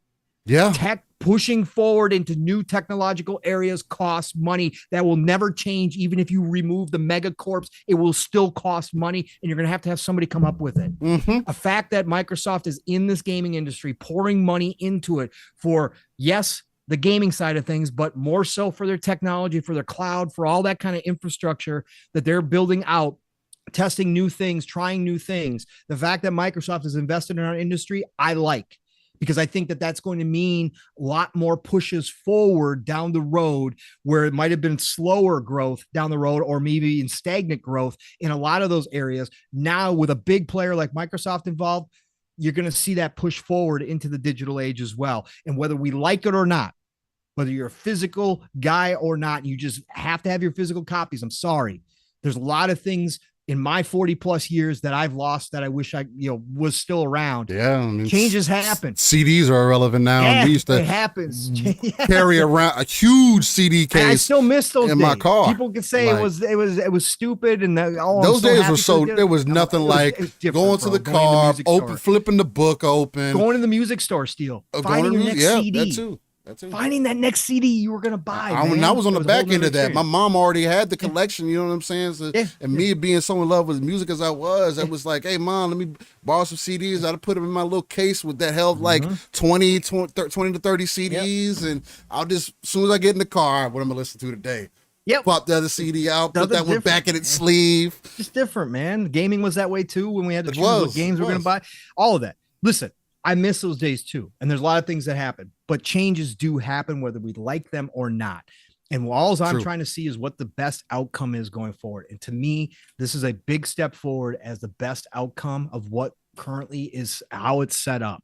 And again, whether or not it comes to fruition, whether or not I'm right, whether or not the doom and gloomers are right, we'll find out. Again, at the end of the day, things will adapt. It's always been that way. You will adapt. If the gaming becomes not a hobby for you anymore, you will go find something else. Not that I want to see that happen. I certainly don't want to see that happen, but that's how it works. So for me, this is the best outcome. I'm excited for this deal to get done. I can't wait to see the ripple effects. We're going to see the ripple effect. We're going to be back here talking about acquisitions from a lot of different places going forward, including Xbox will be back in the ring at some point. They're going to be back in the ring, but that's the nature of this business, but that is the health of this business. And I think that that's why, again, you're not seeing companies being bought for pennies on the dollar. You're seeing premiums being paid for these companies, right? Even though the value of Activision Blizzard was $64 a share when Microsoft jumped in, they paid out 95, bro. That's health. Yeah. That means there's value there. This isn't a fire sale. So anyways, that's my point still. And Nam says, I love it, but don't miss CDs. I'm right there with you, Nam. I do think that the overall method that we have now is better. I do feel like it detracts from your overall experience, right? At least for me, because there's nothing like opening a brand new CD case and you're looking at the artwork, and it just gives you a vibe before you pop the CD in, and then to pop the CD in and it matches the vibe that you kind of had set for yourself. There was nothing like that. But I mean, and it kind of, what's unfortunate about that too, just kind of, I mean, again, live a split screen, we talk about kind of everything. What's kind of unfortunate too was like, I feel like I listen to less music now than I did before, right? Because that piece of it is gone, right? I won't just sometimes I'll ride with no music just because I have ease of access. It's not how it was back in the day. It was like, oh, I had to make sure. It's not always like that for me now. Unfortunately, where it was back in the day, but that's also that's an interesting discussion. Steele, I don't mean to joke. That's an interesting discussion. And again, we're not going to get into music for a talk about it, but it's interesting because my music listening parallels my gaming. Yeah. The more access I have to it, the bigger the grazer I become. Okay. And there's downfalls on that. If you want to look at it, there are negative. I have heard and listened to more music than ever before in my entire life. I've discovered more artists and songs than I ever have before. But still, the thing I will say is I don't know the music like I used to. Like where you only had a certain selection of CDs and you listen to those CDs over and over again. You knew the words to all the songs. You knew everything you knew every beat. You knew all that is gone for me. Because I listen to so many different, now I have, obviously a lot of music that I listened to exclusively back in the day when we were, so that still's there, but new music wise, it all I just graze and I don't get to know that artist and I don't get to know those individual songs. Like I recognize songs when I hear them again, but it's not like I knew them intimately like I used to. The same for gaming. Back in the day, you knew the games you owned because that was the library that you had. Whatever you had available was what you were playing. Now I graze, which I love. I'm proud to be a grazer. I'm proud that I don't finish games. It's not a big deal to me. I enjoy all my experiences, but I don't get to know those games the way that I used to, right? I don't get to, sure, certain games, Cyberpunk 300 plus hours, right? Skyrim, those types of games, there's still those games. But overall, generally speaking, I play so many different games, so many different styles of games. I just don't have that intimate connection with a lot of games like I used to. That's actually a really dope parallel that you drew there, because I do sense some of that, but I don't have that as much in gaming because I've always had the mentality, like in the gaming aspect side of things. Again, gaming as art should be treated as such. And because typically when I do play games, I try to throw myself in those worlds for as long as possible. Now, being a content creator now, since I've joined the community, that has opened up more to where I will spend less times with games. But I don't think it's more so, I think I'm kind of different in that aspect, because for me, although I may not turn music on as much as I used to, it's not like that in gaming per se. For me, it's always been, because I'm super picky about music too. The same way I'm super picky about games, right? I can know I'm so bad about music. Yeah. It literally takes 10 seconds of a song for me to either hit skip or continue listening. Sure. It's always been like that for me. Sure. And I know for games, what Game Pass has done is allowed me to play more things, because I've always been more tedious about games, because it's like, hey, I'm not going to play this game unless I have a genuine want to play this game, because I know I'm going to spend time with this game. Or, oh, if I buy this game, oh, this is another 100-hour game at least that I want to spend some time into. Whereas like what Game Pass has done for me is open that up, and I've been like, oh, I'll jump into this game, and if I put it down, I put it down. That just means that one, I can either talk about what I liked about the game, what made me put it down, or two, I can also talk about what I didn't like about the game. So it's kind of different in that way, right? Where it kind of carries over back and forth into either or. But I do agree with you though. I mean, especially now, there is a lot more grazing that I have done, a lot more access to music than I had before. Not having to go against the grain. People listen to this type of artist. I'm trying to find all these other artists that people not really coming up on, and I usually end up finding the music that ends up being pretty popular. Sometimes I feel like I should be an A&R. It's fucking crazy how consistent it's been. But yeah, it is different in many ways. But I that was the other thing I wanted to agree to was, it's like, yeah, you don't draw that relation with music as much anymore. And I can see how that could translate into gaming too. Again, if that's the experience that you're getting, I can understand that. But that's why I try to reiterate the point that make sure that you're playing games, especially, I'm more so gaming podcast than anything. If you're playing gaming, it doesn't matter what your hobby is. I would just put it this way. No matter what your hobby is, make sure that it's something that you genuinely care about. Right. There shouldn't be forced. It shouldn't be because your buddy's doing it. It shouldn't be because if you're doing it for other reasons, you're never going to satisfy yourself at the end of the day. You're always going to find something to complain about, something there's going to be a problem, always. Whereas if you're doing it for yourself, like Pong mentioned, if you have to find a reason for you to be invested within this hobby. And if you don't have that anymore, then find a different hobby. Go do some other things. That's why people say go touch grass. It's like the people, again, putting over 100 hours of Diablo. You're in the top 5 to 1% of the game, and you're complaining that there's no content there. Like, I mean, what else do you want to do? I mean, even the devs from Blizzard have said, hey, this game isn't meant to be played forever. This is the game. This is what we have. They have blatantly said that. And just because I feel like, man, I do feel like the end game needs these adjustments for it to be a better game, Do you think that I regret spending $100 on Diablo, getting early access, getting my character to level 97 and about to play this first season and think that I regret my decision? No. I loved every moment. And Diablo could jump into Game Pass tomorrow and I wouldn't regret that I bought the game. I got my money's worth out of it.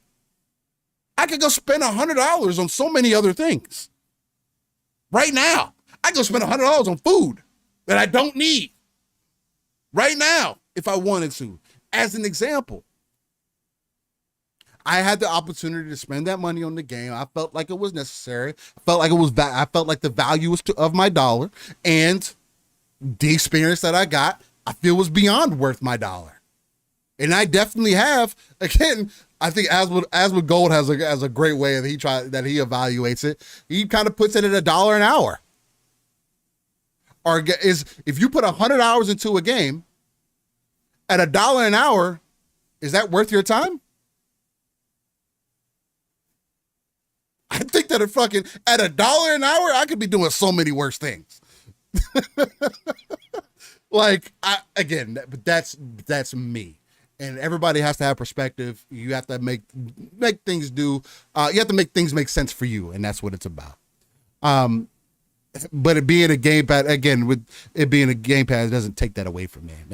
But either way, yeah. But again, I feel like that definitely does cover our overall feelings of what's going on within the governing bodies with Microsoft that's going on. We even expanded that conversation out a little bit further to include the competition side of things and how we feel about the future of this. And that's really dope to see, because again, this wasn't a pre-planned conversation. I didn't expect for us to go that deep about it, or to be as passionate as we were. But that's what makes this podcast unique, and what makes this industry unique. You like to talk, Steele. I mean, we like to talk, but again, it's one thing to like to talk, to hear yourself just say shit. Oh yeah. It's another thing to talk and you see chat. You got 100+ people in chat chopping it up, and everybody's adding a value to the conversation, and we're attacking it from different angles and opening up the conversation. Because that's my thing that I always appreciate is the way we open up the conversation, right? It's not just one side, the other side. It's how do we feel about the situation itself? And then how do we expand it out to, how does this affect everything on the outside? Again, this isn't just about Xbox for me personally. It's about how does this affect the industry? And in my personal opinion, the way things played out, I do think that ABK being under Microsoft, being part of Xbox, is the best circumstance that could have happened, because again, as someone who I do still care for Call of Duty, I do feel it lost its point again. People are mentioning it. Somebody mentioned it earlier this week. They were making the comparison. Oh, well, you remember back in the day when Halo and Call of Duty were competing each other? Hey guys, you want me to tell you again why people went over to Call of Duty instead of Halo? Because Call of Duty didn't have armor. It didn't have shields. But guess what people love to play now? Huh? People love to throw some armor on. Oh, you like to put an armor plate on, don't you? Oh, how many armor plates you got? 3? Oh, man. What's that TTK like? That time to kill? That was something that people complained about for Halo a lot, man. That's why we play Call of Duty. No, because that time to kill, oh man, it feels good. I don't like playing Halo because you got armor. Oh, but I'm gonna run. I'm gonna put my armor packs on. Don't worry, I got armor for you. Yep. You see the way gaming has evolved? Why do you think that I feel as though if Halo had a battle royale mode, that it'd probably be somewhat successful? That I think it's a missed opportunity. That they're taking years to release a mode that the fucking industry has taken from you. The whole idea, the whole premise is the thing that people complained about for a decade, and it drives me up the fucking wall, Pong, because people hated Halo, but love Warzone now. Yep. You love battle royales, but people hate Halo. Yep. Especially now. All right, I'm gonna get off my soapbox. I'm sorry. I apologize. I got a little. That shit is always going. I can go. That is always going to fucking get me going on a rant. Anyway, I know, bro. I love it. I know, bro. I love it. It's good shit. Nonetheless, again, got to find what's value to you. Stick with that and can go from there. Excellent conversation about everything that's going this week. Thus far, at least from a governing standpoint. Go ahead, Bon. What? No, I was just gonna say, let's talk about this real quick too, Steele, because it's being brought up now, and there's two sides to this. Whether or not Microsoft does close on Monday, and closes over the top of ABK. Okay. Now there's two different sides. We started out during our intros, breaking news. Somebody brought it up, and we read off the article from the Financial Times that said sources close to the situation are claiming that they are going to work out an extension, a short extension. For the deal, because the Tuesday is the closing date. They have to have it done by Tuesday. And that they're going to work out an extension, and they're going to give more time for the CMA to come to an agreement with them, right? So we've heard that. Tom Warren was reporting that this morning. Financial Times obviously was the article. People in the community, Wandering Dutch, shout out to brother from another Wandering Dutch, again, Midweek Mix Up Collective. He's got some knowledge too about these things. He claims that they can't close on Monday. He's out here trying to, telling everybody that they can't close on Monday. Now, I've heard. You said who was saying that? Hope? No, Wandering Dutch. Oh, okay. Dutch. Yeah, Dutch. Now, there's tons of analysts, experts, mergers and acquisitions attorneys that are saying it can close, right? That it can close on Monday. There's a lot of people predicting it's going to close on Monday. ABK is getting delisted from the stock exchange, right? And then it was a big sign that this was going through. Now there's a lot of people in the know that do say this can close, that Microsoft could just close over the top of the CMA. Maybe the CMA okays that they close over the top of them while they work things out to get the deal done so they don't have to get an extension, whatever the case may be. Now, I'm not an expert. I'm not in no position to speak from a legality standpoint, one way or the other, whether or not this goes. My feeling has been all along that this massive push by Microsoft and ABK time frame wise was to get this deal done by Tuesday, to announce it on Monday. That everything that they've done up to this point tells me that that's what they're going to do. That they, even if the CMA says you can't, you can pay the fines, whatever you need to do. There was a company currently paying the CMA fines for closing that bad. The deal over the top of them. I mean, it'll be big money, but comparatively speaking, 70 billion. So I don't know who's right or who's wrong, Steele. I don't, and we're going to find out shortly in a couple days here where this thing goes. The fact is that we are closing. Like this is it. It doesn't matter. This is end game. Again, they're not going to allow CMA to block them. They got through the hard part. Right. They got through the massive hard parts. Again, like I said, I understand what Dutch is saying, that, they have their own kind of TRO in place over there that does not allow them close this deal. I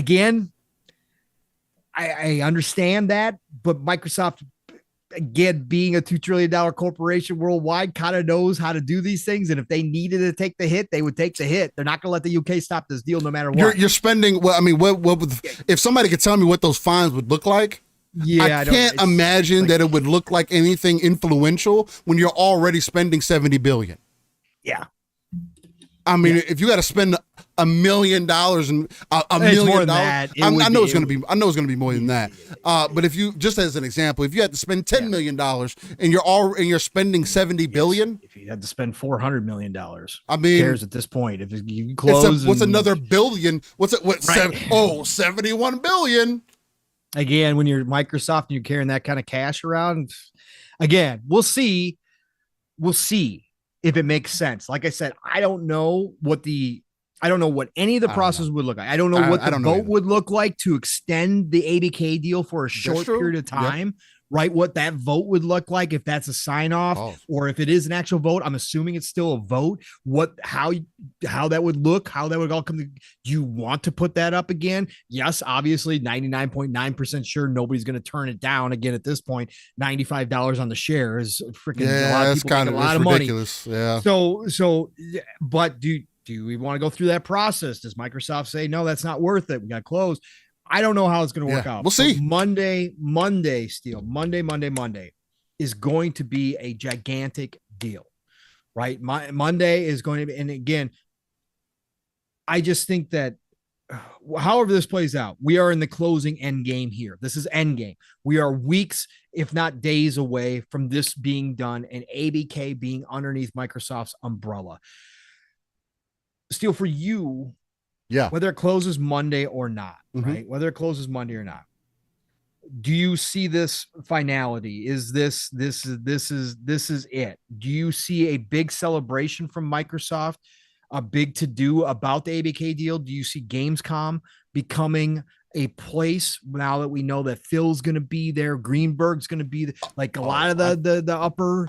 Do you think Gamescom is where they announce like the official? I mean, they have to come out and announce it. They'll do a wire or whatever the case and announce it. But do you think that they do a celebration earlier? Do you think we get a round table like we did with ZeniMax, or because Bobby's still there, we don't necessarily do the round table because he's not the best person to have representing up on stage? Do you think that Microsoft does it alone on Gamescom? What do you think, brother, going forward here? I do think that Bobby's going to offer his last goodbyes. Formally, as much as we may not like that man, as much as I may feel like he is the devil incarnate in some ways, and he has some other very interesting evil things that are behind the scenes that are unconfirmed, but I think he is going to end up saying his last goodbyes at some point, whether they do a roundtable type of session. I would expect for something similar to that, because at the end of the day, I do have to give Bobby props for what he has done with Activision Blizzard, at least to get them to the point that they're at now. Business-wise, yes. I mean, that's all I'm speaking to. I don't care him as an individual, none of that extra shit. And I agree, Balancone, he probably shouldn't be there, but business-wise... Let me ask you this, Steely. So you think it's going to be a fast exit for him? Because I'm thinking that he's going to be around for a while during transition. I think he might be around for maybe a year. Okay. Maybe. So we're in line 6 months to a year. I think feeling that because in business, again, it's still this business is fucking massive, right? Yeah, bringing in 17,000 people. There's going to be people that'll get lost in transit. It's going to take 3 to 5 years to do this. And you have to restructure things so people understand that, hey, because this is something else that Microsoft, especially recently, has said, hey, we got to make sure that these people know what it means to now be under Microsoft, to be under Xbox, to be part of our ecosystem now. You also have to fix all of that. But I do think he's probably going to ease the transition as smooth as possible, because regardless, he's getting the biggest paycheck that he could have asked for in this situation. Because without Microsoft in this situation, he wouldn't have gotten a parachute, I don't think. I think that they would have had to spend his parachute money fighting all of his allegations. They would have just kept going forward with him. Yeah. Because the only reason those allegations have stopped is because of this deal now. Now, what he has to deal with afterwards is something completely different, and that's something that still needs to be talked about. Because I do think that he deserves his just dues, like, seriously. But there has to be some transitional period, because unless you have somebody that is prime and ripe for the taking, like somebody that has that same mindset as a Phil, some young spry dude who can come in and run that shit like Bobby was able to, get people in line, not have any of the scumbag stuff behind the scenes, get ABK to understand what it's like to be under Microsoft now, and has a mentality that, hey, maybe we should look at all of our divisions differently. Hey, Call of Duty needs to be treated this way. Hey, Phil, we're going semi-annually, or we're going to every 2 to 3 years for a Call of Duty now. So, hey, this is what our budget's going to look like now for that. Hey, all these other teams, if you guys want to move studios, I know you guys still feel like you might, hey, there is a Transformers game that's out in the works right now. Do you want to help that team? We know you guys have experience with that. We can make that the best as possible, just to give you guys something new, put you guys around something different other than Call of Duty.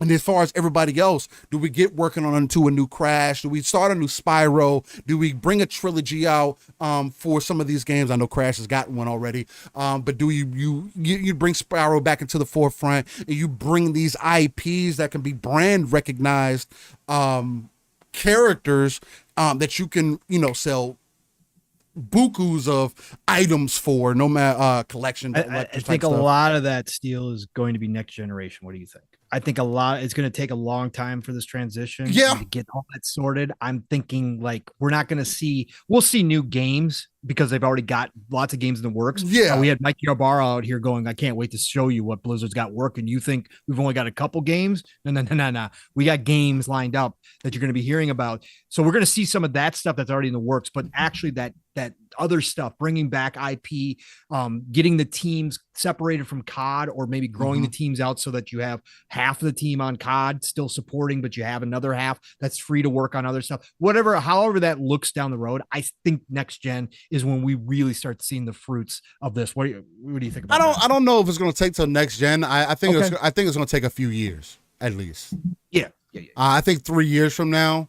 And it also depends on how the infrastructure is set up in the back end and all, and how well the developers and engineers are able to kind of bring everything together, because Activision Blizzard also has their own thing, right? You guys talked about it a little bit last night, like with Battle.net, right? How can they need Battle.net. You have to decide how you're going to use that, because it makes no sense to continue keeping them separate if you're going to be one entity now. So do you use the back end for Battle.net to help build up the infrastructure for the Xbox app?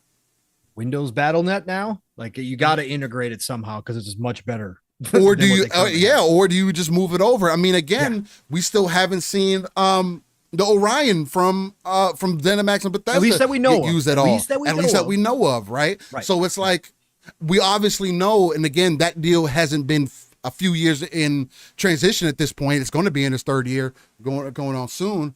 But I do think, as far as games go, it's going to be probably going to be towards the end of the generation. Where we'll see those, right? They're going to be cross-platform games. They're going to be cross-generational games, guaranteed. You mean between next gen and now? Yeah. Okay, I was like, wait, we're going back to Xbox One? No, whoa. Between Xbox Series and whatever next. It's going to be between those gens, guaranteed, because that has to continue.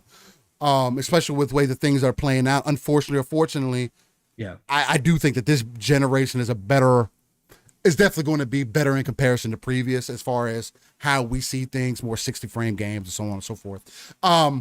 Better resolution and whatnot. This is so complex, Steve, when you start thinking about everything that you just brought up. It's literally an onion. Layers, stuff that we don't even think about, right? Internal stuff that we don't even think about, communications wise, all like HR stuff. Again, there's gonna be a lot of redundancy that they're gonna the human element of it is going to be the most crucial thing. Like, how is Microsoft going to deal with that, right? I kind of feel like Activision did it on purpose. They went from having the 10K that they originally evaluated. I believe that they said that in 2022. We don't know how accurate or true that is. To then all of a sudden had to be more than having that. $7,000. You got 7,000 more people in a year. What were you guys doing? No, that's what I'm saying. Those numbers had to be off. But the fact that it is that big, Steel, that's approaching Ubisoft, and Ubisoft is considered bloated, whereas Activision is not considered bloated. Right? That's the amount of talent that Xbox is now bringing in. And again, like we were talking about too, Steel, then you talk about marketing side of things. Right? They're going to be a subsidiary. They're going to control their marketing, but you have to unify that marketing with Xbox, right? We've seen Xbox benefit from ZeniMax, right? We've seen Xbox already adapting and changing up things with the directs, which have been absolutely fabulous. Like this is something we've been asking for, but you saw the influence ZeniMax has already had on Microsoft, but now you've got another awesome, amazing marketing team over at Blizzard, Activision Blizzard, who knows what they're doing coming in. Then you've got the mobile side with King, that now Microsoft, that's the next Battlefield, right? We heard if this deal goes through, right? Tom Warren was reporting next year, February and March, we should be hearing about Microsoft's app, right? Their storefront for mobile. So that's a whole other layer, brother, that they're going to have to get integrated and figured out. And it'd be interesting if they end up actually making that very useful, because currently I don't use Samsung's store app. When I had an Apple, I didn't like using the App Store. Right. I typically jailbroke my phones and got my apps a different way. Just because of the limitations that they put on those apps and everything. But I use the Play Store. Can Microsoft be the one that adds that an actual utility to my Android phone? Because again, I do think that that's still an issue, that Microsoft has the ability, again, to a fault to theirs or not, to be versatile. To say, hey, we can work wherever you need us to work. How about that? Because they are. But that's my issue. That same thinking and reasoning is my issue that I have with Sony, because if Microsoft can be dominant in that way with software, and as dominant as they've been with Windows, there's no excuse for Sony to have fallen in some of the ways that they have. Even if you want to use the 360 generation, there's no excuse for Sony to have even had dealt with that. Right. And again, if you don't or haven't watched the Xbox On Power On documentary, you can take that for what it is or not. Again, we can only go off the information that is given to us, because we don't work for these corporations. And I don't have hands behind the scenes and people, Joe from up top, feeding me information and saying, yo, Steel, this is how it's really going down. But you know what I am getting? Court documents telling me that Sony has been cutting deals to make sure it excludes Xbox. I have seen Sony to cut deals to make them prevalent in the hardware market, not just in gaming, but as for radios, their CD players, their home entertainment, their every facet, they've done this. So what fell short for a company that is your little brother in that industry, right? That you said you were going to be in the living room. Yep.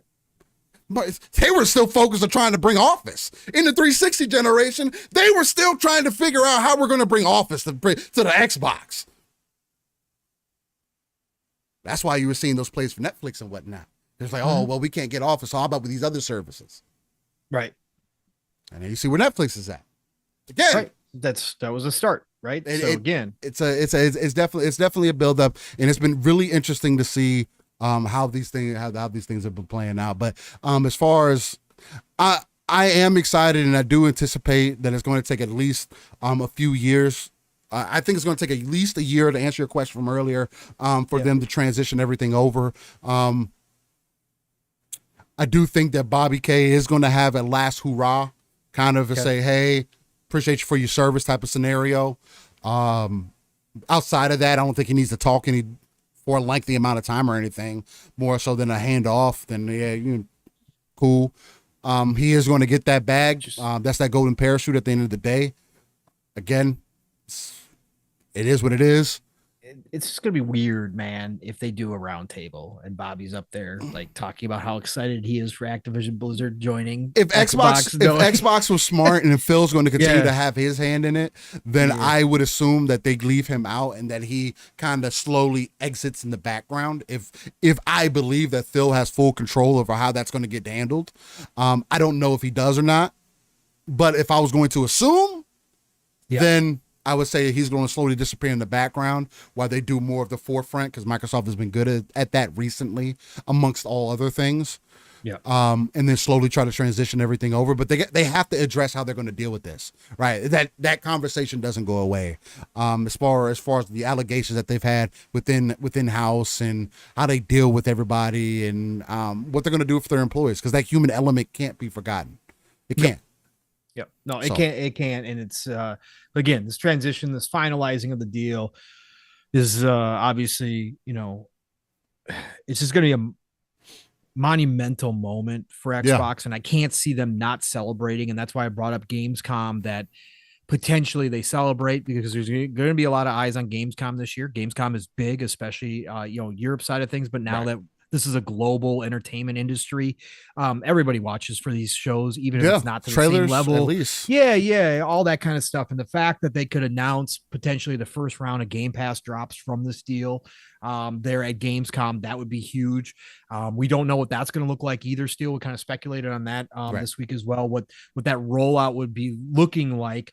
One way or the other. You got any thoughts on the Game Pass? How you think they're going to handle the drop? Are they going to drop everything out one time? Or we're going to see, as much as they can? We don't know about the Call of Duty status. I think it's going to be as soon. I think it's definitely going to be as soon as possible. Okay. I think for the first 3 months. I think Diablo. I know a lot of people are like, "Oh, it's going to take a year for them to do that." No, unless they really have a problem on the infrastructure side of things and they want to make things. Again, because I do agree with that they need to be consistent. If you bring it into Game Pass, it has to work on the Xbox store, and you have to be able to bring progression over somehow. I can understand if people like bought the game a different way or whatever, but you have to find out how to integrate that BattleNet service into Xbox somehow and make sure everybody's information carries over, or you're going to get a huge backlash from that. But outside of that, I think it's as soon as possible. I don't think you don't have to wait because people are like, oh, well, they just bought Diablo, so let's to respect them, let's wait. I don't think it's going to be like, it's not going to happen next month. I mean, like, no. I'm not living in some delusional world where, boom, they close a deal, then all of a sudden things that the floodgates open. That's just not how business works. There's a lot to work there too, as well, right? There's a lot to work there because there's the BattleNet stuff on the PC side of things. PC Game Pass might be even slower, roll because I got to figure all that out, how that's going to work, cross play, cross save, cross progression, how you get, again, they got a whole separate storefront for that stuff. So that's going to be a lot of work. My personal feeling still is I understand why people say they might just drop, the majority on us right away. But I also still feel they might take advantage of it and use it in waves like they kind of did. ZeniMax had a big initial drop and then we got more down the road. I think they might do it in waves. Call of Duty might come, like all the back Call of Duty stuff, all the old Call of Duty stuff might all drop at one time because we saw them fixing the servers, right? They fixed all the out of the blue, Activision Blizzard just fixed all of a sudden all the matchmaking problems that the older Call of Duty titles had. Why would you do that now at this point? Oh, that's right, because you're expecting an influx of players coming into the older Call of Duty potentially. Stuff. So, I mean, I don't know how well that is going to do. And I heard some people talking about that this week. Yeah, I don't know if bringing back some of those older Call of Duty titles does anything at all. Yeah. Mainly because people typically try to stay in the current and now, especially on the service side of things, so you don't have to deal with that. That's a Game Pass effect, though. Still, you know that. Right? The initial drop, Blops 2, people are going to be going Blops. They might go play it for a bit. But when they find out that people are going to plug in a Cronus and they're doing the same things that the hacking is going to be off the charts, and they're not going to support or fix that because the game's too old. Where they are doing that in the newer Call of Duties. Yeah, I think again it's going to be one of those where, for nostalgia purposes, nostalgia works on anybody, right? But for nostalgia purposes, people will go back and be like, man, this was great. And then they'll see how those graphics are and be like, wow, this wasn't as great as I remember. And then things will be back to normal as they were. It's going to be fun, though. I mean, again, the fact that there's even work put into it at all, I do think speaks. I think that speaks to something. Yeah, I can't wait to go back and play some of the campaigns again. Right. And that's going to be fun. But I think overall, no matter what, I think we are definitely going to see those types of benefits up front. The rest of it will come in time. Whether we see a new StarCraft, which again, Jez confirmed that they're working. He believes that he's seen that they're working on the StarCraft IP, not necessarily the RTS. I believe the RTS is coming back. WoW 2 eventually again. And I see now underneath Xbox and Microsoft, if they come out with World of Warcraft 2, which I believe 100% they will. They should. They will build it from the ground up with consoles in mind as well. Yeah. And I think that'll be a big difference. So some of that stuff we will see, like I said, and I agree with you, Steele. We could see some things by the end of this generation. I think the majority of the benefits, like new games wise, we will start to see at the beginning of next gen. But my God, could they start out still just, I was lining this up, right? We could have new Elder Scrolls 6 at the beginning of next gen.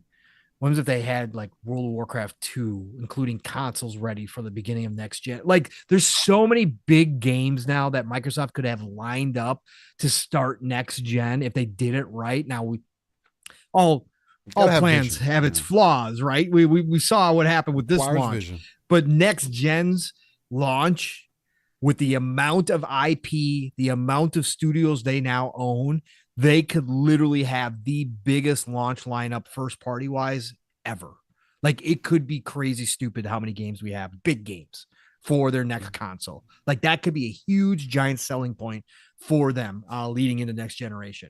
It could be massive, man. Pong, nobody cares about those games, man. Well, no, nobody cares. Nobody cares now, but I'm saying going into next gen, they might. Same way that people keep saying nobody cares about RTSs, man. Nobody's trying to play those games. No, of course not. Nobody is. Those games don't matter, man. Come on, man. Age of Empires 2. Why are you hyping that up? You got that in Game Pass. You want me to go play that? I mean, again, that's what I hear, man. Good. And again, it's for me as somebody I've personally taken a step away from RTSs just for a personal reason, not because I think they're bad or not worth it. It's for personal reasons. It's a time consuming thing. StarCraft 3, bro. It's yeah. Even if it's not big here in the United States, globally, StarCraft 3, Korea is going to go freaking insane. StarCraft, if it is StarCraft 3 and it's an RTS, I'll get lost in that one for a bit. I'll get lost in that one for a bit. I'm gonna hold you to that. I'll get lost in that one for a bit.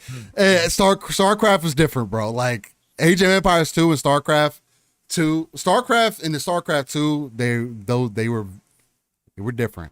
First StarCraft more than StarCraft 2. 2 was just it didn't hold as well for whichever reason. I don't remember why. It just didn't stick with people. But nonetheless. Thank you, 3-Bit, for the shout out. Listen, everybody. 3-Bit just shouted out. Thank you. 1K. Listen up, everybody. Again, huge thank you to everybody who's showing up today. Again, please. Massive day for Living Splitscreen. Listen, we are a smaller channel. We are what we are. Steel and I, we do this one day a week. Steel has been doing some more streaming. You're gonna make me legitimately. Legitimately, we started the show at like 914 subscribers. I think we are now at 938. Oh, let's go. Turn it up, ladies and gentlemen. Turn it up. Let's go. So thank you all for tuning into us. Baby. 1K, we are getting so dang close. I love you all. Nothing but respect. If it's first time here, again, I hope you hear the passion and the enthusiasm. Again, we're just two gamers taking that RTS view, as Steel likes to see, the satellite view over the industry. We use that ECP. Yes, right? Sir. Right? Educated consumer perspective. Right? That's what we do here. We aren't experts in anything. We don't work in this industry, but we do have a lot of knowledge of this industry between us, and how long we've played and how long we've paid attention. We haven't just been gamers. Both of Steel and I have taken a different level of interest since we started playing games. Oh, yeah. It has, of course, not when we were kids. Like I wasn't all up in the business side of things when I was 8 years old. Okay, I wasn't caring about the money dollars. But as we grew with this industry, we both have taken a ton of interest into what's going on business side, politics side of gaming, all that kind of stuff, all the movement, all the human side of elements of gaming and development, all that kind of stuff. So we bring that knowledge and we just try to give you a different perspective week to week on some of the same topics you might have heard everywhere else. But Steel and I will go on for 2 hours about the same topic. We don't cut ourselves to a limit. We don't try to continuously repeat ourselves. We try to back and forth with each other, piggyback off of you guys in the chat as well, and just have real good, open discussions about everything that's going on. And again, we are not console centric. Of course, Xbox dominates the conversation. Of course, Steel and I are invested in that ecosystem. Of course we are. But if PlayStation starts making moves, they've got a big acquisition on the table, we're going to be back here talking about that. You guys don't like what? Well, yes, you do. When I get on my factions rants, I'm telling you, it can happen at any time. I go for some time about it. That's a 30-minute conversation. I can talk about it right now if you guys want. We could go for another hour. We could go for at least another 2 hours, and I can include factions as part of this conversation because now we got people from the top leaving, and Naughty Dog, you got me worried here. I'm just going to be completely honest. Vladimir says the only way to grow this channel is by creating and streaming some dope PlayStation content. Oh man, that's not the only way. But you know what? Appreciate that. That's what I'm talking about. Hey, when PlayStation releases Gundam Breaker 3 on PC, ooh, I'll be ready. Yeah. I'll be so ready. Again, I'm not somebody who likes to force myself to play games.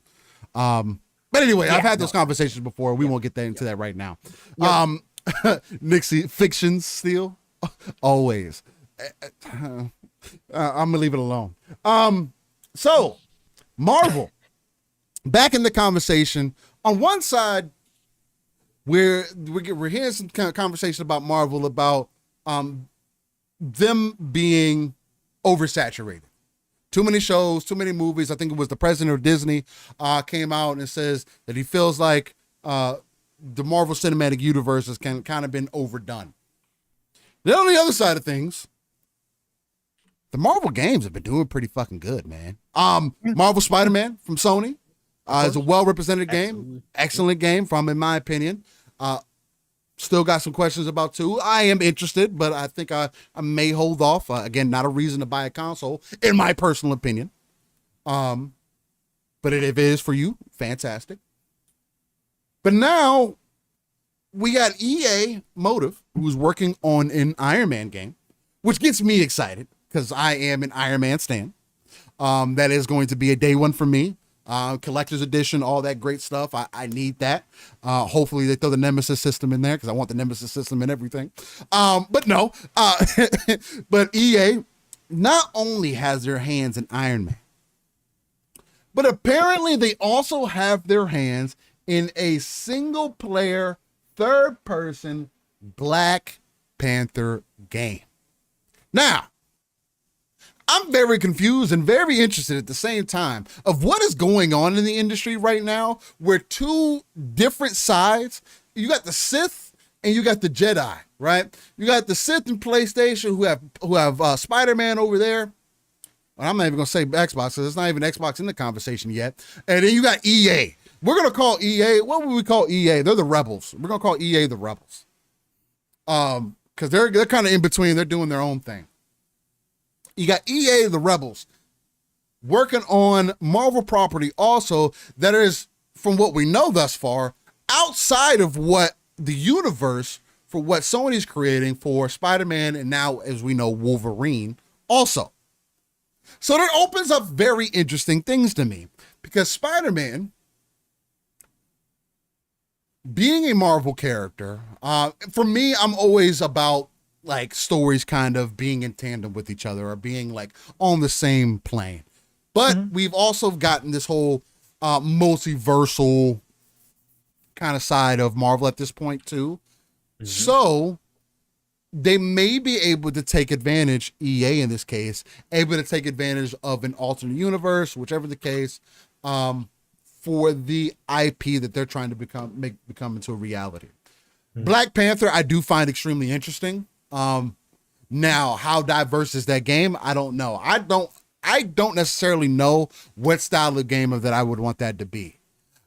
I kind of want it to be Assassin's Creed-like, but I also want it to be Arkham Knight-ish, right? In many ways. Whereas I want that dance to be there, right? That we talk about all the time as far as the Arkham games go. I want there to be that dance, right? It doesn't need to be an overly complicated game, but it needs to have that reach. Because I feel if Black Panther can draw any real parallel, it's going to be to Batman, right? They have very similar movesets. They're both millionaires. They both went through extensive combat training. Yes, Black Panther has more of a they go into some deeper elements, especially with the African roots using, and again, this is another way for you to touch into some of those African god elements that we don't see and haven't seen very touched on, especially really at all in the gaming aspect side of things.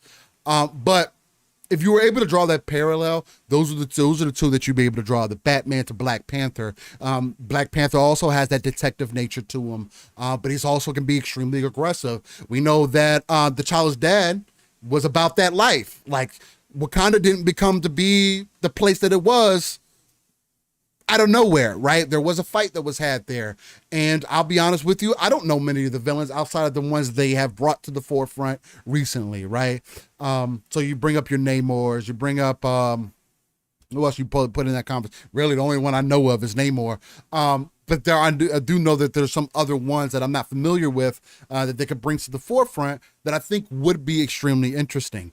Now, hopefully they do take advantage of the cosmetic side of things too. Again, it's one of those games where I kind of feel like you have to. I feel like these games do have a place because EA, especially Respawn at least, with Jedi Survivor, I still consider that my game of the year currently. And I really enjoyed how they presented not only the story, but the overall, the development of the game. And I have faith that that trilogy, because they have also come out and stated that they were planning for that to be a trilogy, and off how the second game has ended, of course you can tell. It's going to be really interesting to see how they end the trilogy. And if EA is going to do something similar with their Iron Man game and Black Panther, to where, again, Iron Man and Black Panther do have a chance to kind of come together, that would be dope to see. There'll be a whole different story that they could tell that we haven't seen before, that I think would also be dope. But so apparently there's going to be Captain America that's going to be involved in this Black Panther game also. So that's going to be interesting. Are we going to get a tandem thing there? No. So it's only going to be Black Panther? Yes, but you're confusing Sky Dances. Oh, okay. Gotcha. So Amy, I thought they were saying that that's okay. I want to make sure because it was the time period and whatnot. Yeah, no, that's as far as I know. I can look it up real quick, but no, as far as I know, the Captain America Black Panther mashup is going to be with Amy Hennig's team over at Skydance Studios. They're doing a World War II setting. Right. So this one is the EA's one is with Cliffhanger Games. Kevin Stevens, I think is his name, former head at Monolith, who obviously worked with Middle Earth, right? Lord of the Rings. They are heading up this one, and this one is here. Let me bring up the article real quick. He says, we're dedicated to delivering fans of a definitive and authentic Black Panther experience, giving them more agency and control over their narrative than they ever have experienced in a story-driven game. Stevens said in a press release, Wakanda is a rich superhero sandbox, and our mission is to develop an epic world for players who love Black Panther and want to explore the world of Wakanda as much as we do. Oh, okay. So yeah, this is going to be a little bit different than the more both of them are going to be heavy narrative driven games, but I think the Skydance one is definitely going to be narrative driven. World War II setting with Captain America, Black Panther. Okay, Amy Hennig is obviously huge. Yeah, Amy Hennig is a huge. She's an awesome writer, so I expect that one to be top tier. Now we don't know what we're going to get out of Cliffhanger. Obviously, they're a new studio, but headed by Kevin Stevens. I'm confident that they're going to do a nice job, but this sounds more like an open world sandbox kind of game than it does anything else. So, yeah. Okay, bet. And Mr. Seven Digi brought up the fact he was like that Exoprimal's over here chopping up in the background. That's not what's going on. For whatever reason, I usually don't have that issue when I record gameplay. I think this was the first match. This was my first time recording on PC for this game. And I've also had some updates to OBS and whatnot that have thrown some things off. So it might have thrown off my recording settings. I usually don't ever have an issue recording gameplay. You can go back and look at previous gameplay that has been done on this channel. It's usually not choppy. The choppy parts. Issues playing. Yeah, I literally had zero issues. I will make sure it's known if it's fucking choppy. Like Jedi Survivor, although it's my game of the year, that fucking game is choppy. Yep. It was unoptimized as shit. Sure. In the beginning. Yep. Even the first update, it made it better, but goddamn, there was some points where I was just like, oh, I don't know about this, man. Luckily, I do have hardware that it was able to get past a lot of that, so it wasn't as big of an issue as others might have run into, but I could also admit that it was fucking like that. Exoprimal on Xbox Series X or PC, I had no frame drops. I had no like issues at all. There was some texture pop in that they need to work on, especially when you're loading into the game, like into like an actual match or whatever, where it shows your character, and then all of a sudden you see texture pop in. You're like, the fuck just happened? There is some of that, but the game plays as smooth as you're seeing in the background without the choppiness. So that's my fault on that. It's usually never that way. I hate that it's like that. That I can see that it's like that. I don't mean to take away from the conversation, but it is dope that there is another Black Panther game that's in the works outside of that Captain America and Black Panther one that they're doing. So well, that's dope. I was conflating the two. I was asking myself here while I was talking about it. I was like, I swear that there was another one that was announced before. So that's also interesting to see. Are those going to have? Are they going to like conflict with each other, or are they going to just tell two different stories? Leave it at two that. different stories, I'm sure. Again, one set in That's World War interesting. II. I think this one sounds. Again, we don't know, but it sounds like this one's going to be more current, right? Nowadays. So they confirmed, obviously they're working with Marvel to make sure that the everything's on point. So That's yeah. So that's dope. Do you have any feels about Black Panther? I mean, I was just gonna, bring up the fact that Motive's making Iron Man. That Cliffhanger is making it. That Kevin Stevens obviously is the head of this new studio. I have faith in that, since obviously he did a great job with licensed IP over at WB with Shadow of War and Shadow of Mordor. So got the confidence that he's going to build a team and do it right. Black Panther, again, when it comes to any licensed IP. When it comes to anything Marvel, specifically with how popular everything is nowadays, just like Star Wars, you don't want to screw it up. And Black Panther, even more so. Black Panther is special in its own ways for what it represents to so many people. So you want to pay attention to what you're doing. You want to make sure you're treating the IP with the respect it deserves. And I hope, again, as a non-superhero guy, as somebody who doesn't really care about a whole lot of these games, I always look at them. If I find them interesting, they're interesting. I'm looking forward to Wonder Woman. That's the one. But again, I'm biased in that because because of the Nemesis system, right? WB. But I hope they do Black Panther justice, and the fact that they're saying that this is going to be an open world kind of sandboxy game. Steel, I love those type of games, right? Those games are always cool to me. So Black Panther, like you said, has got a lot to offer, right? It's a deep, interesting character. It is, especially his pops. Pops super interesting. Right, exactly. With a lot of lore behind it. It's gonna be interesting to see how they treat all that, how they, what kind of stories they're going to tell in this open world sandboxy game. That all has me, very curious. Again, I even picked up freaking Avengers when it was on sale for $6. It is what just because I don't make them a priority, just because they're not high on my list all the time, doesn't mean I won't dip into them from time to time. So I'm curious to see what EA and Cliffhanger is going to do. They've had a lot of success with licensed IP recently. We're not in the old days of licensed IP. We see a lot of great games. Obviously, you named Batman, obviously, and again, I'm talking about Lord of the Rings. Lots of great IP nowadays that comes from the Shadow trilogy. Shadow of trilogies is amazing. Amazing. Two games. Sorry. Yeah. So let's go. Let's go. I mean, let's bring on Black Panther. Can't wait to see what EA is going to do here. They're obviously going to put a lot of money into it. So I'm excited, man. Can't wait. Yeah, and I agree with that, Mr. 7-Digit. X-Men has always had an extreme amount of potential. I still think that that's a huge mixed opportunity that X-Men isn't part of Xbox. I think like that just fucking writes itself, and I don't know why that wasn't made like an immediate like, hey, we should probably go do X-Men, huh? Hey, or like fucking Jigga J brings up in the fucking chat, like, why hasn't anybody thought that a Storm game would be probably pretty fucking good? Correct, sir. I hope I now have to put my faith in EA and his Amy Hennig game that they fucking incorporate Storm somehow. Because Storm is known to run with Black Panther. That is his chick.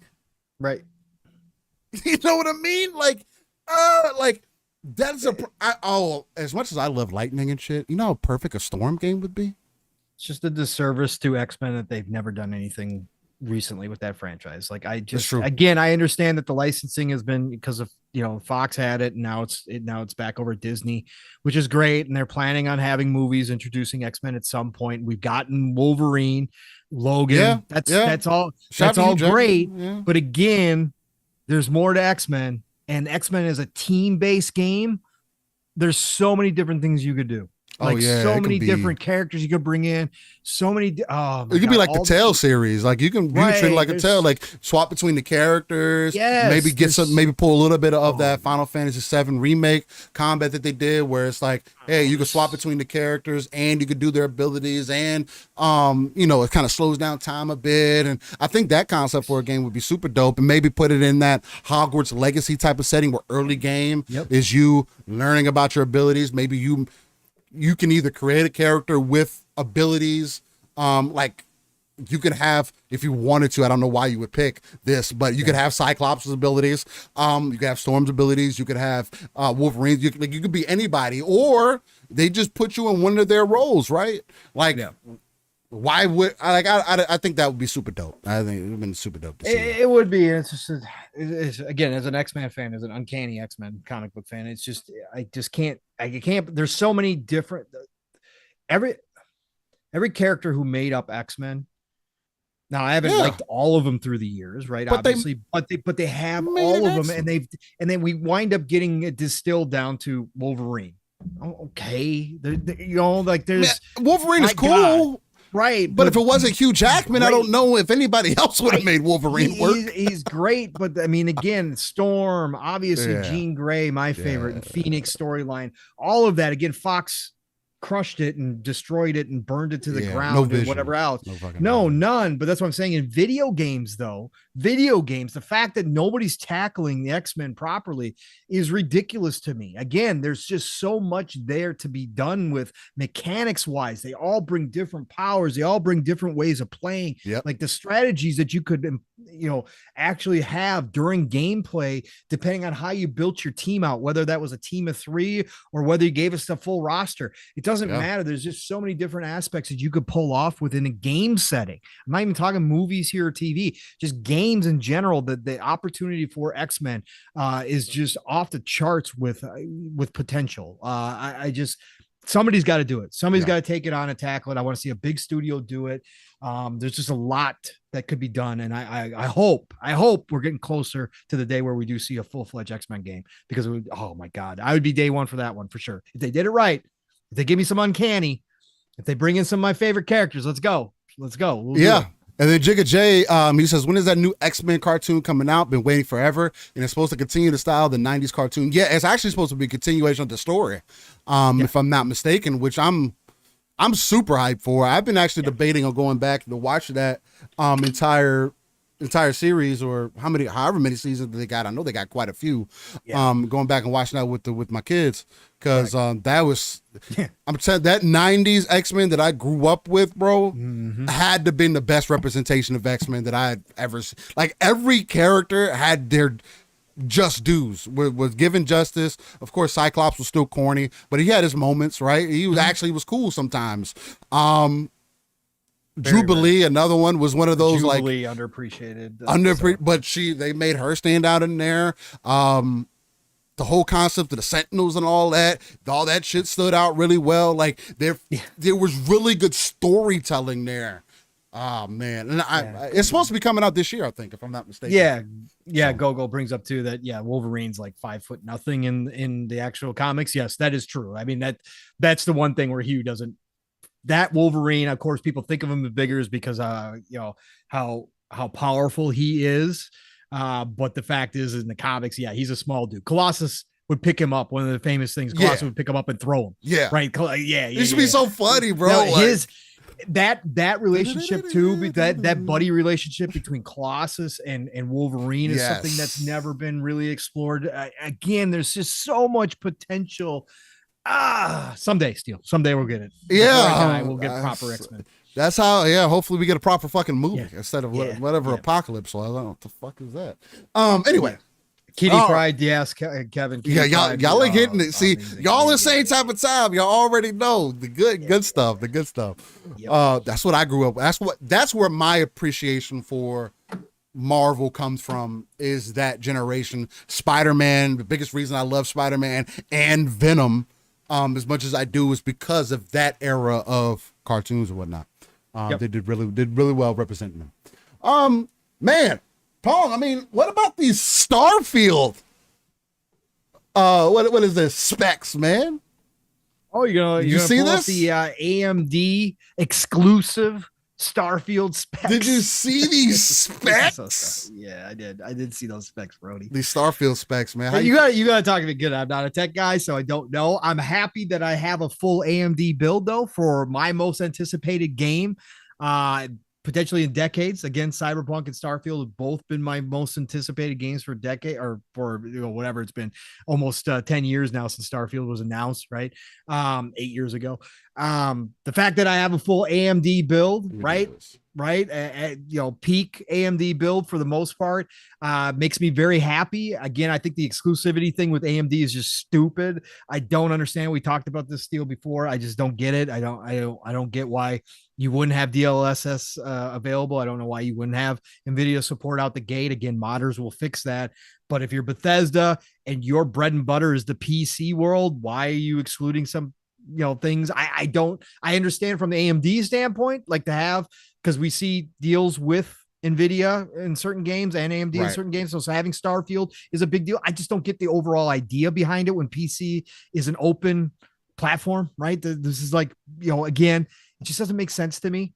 But the fact that I do have an AMD build, I'm happy because I know I'm going to be running Starfield at its best, right? Especially at 1440. Since I only have a 1440 monitor, I don't have a 4K monitor.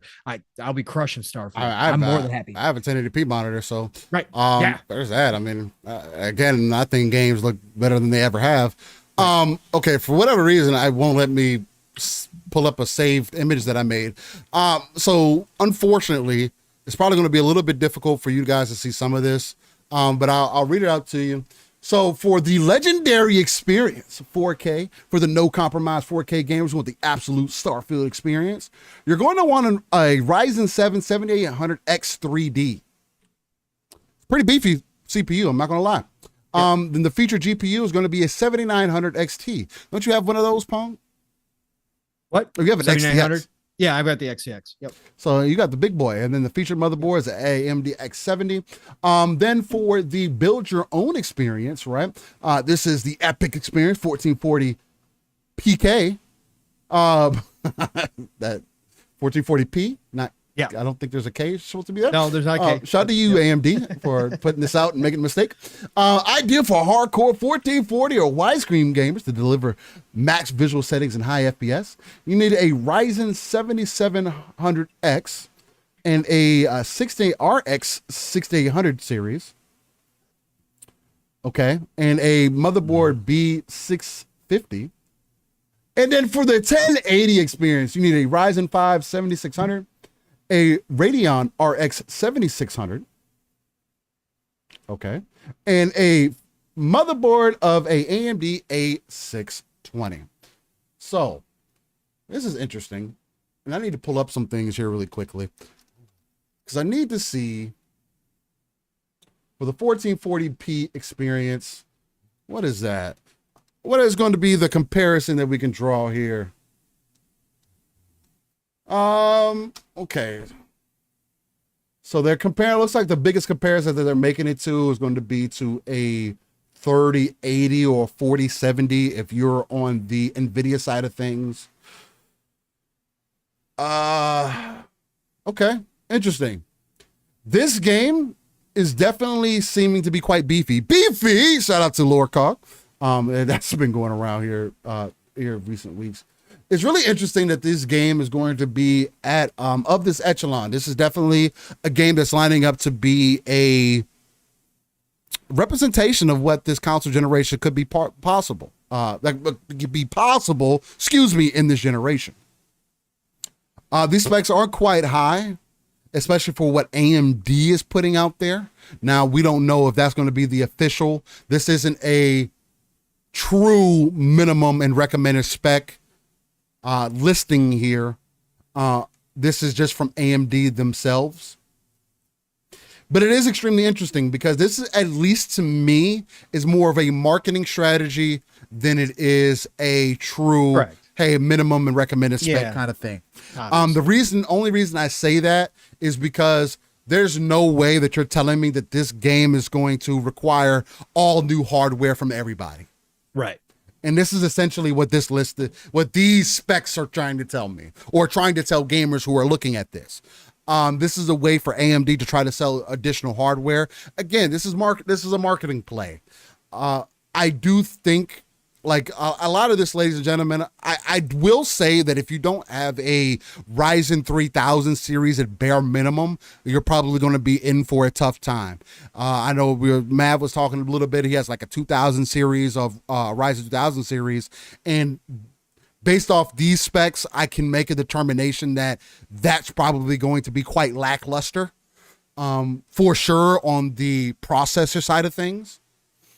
But 5700X, I see Alvin throwing it out in there. 5700X with a 3080, 1440p.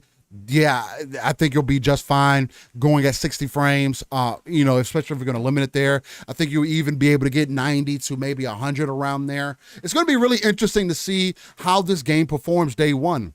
Yeah. Because Todd has blatantly made the statement that he didn't want to make compromises. So I do think that on PC, there are going to be quite a few compromises to be made. I think even on 4K, on a 4090, or even on your machine, you hook it up to your TV, as you're planning to do.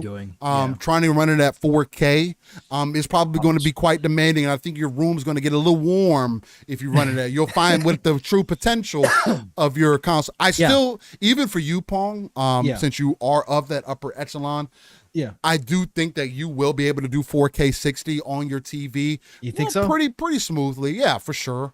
With some different settings? You may have to adjust some things. Like, again, I will say it here, and I'm always going to say this. Ultra settings are literally for those users who are running at 1080p, 1440. Sure. If there's no need for you to run ultra settings at 4K. High is what I would personally recommend. Because again, it becomes very minute changes between high to ultra, and you're also talking about minute changes that can cause a 10 to 20 degree heat difference, right? Yep. So that's something that you're going to become more, end up more noticing than anything else. But 4K high settings, I think you'd be able to do on your TV, Paul.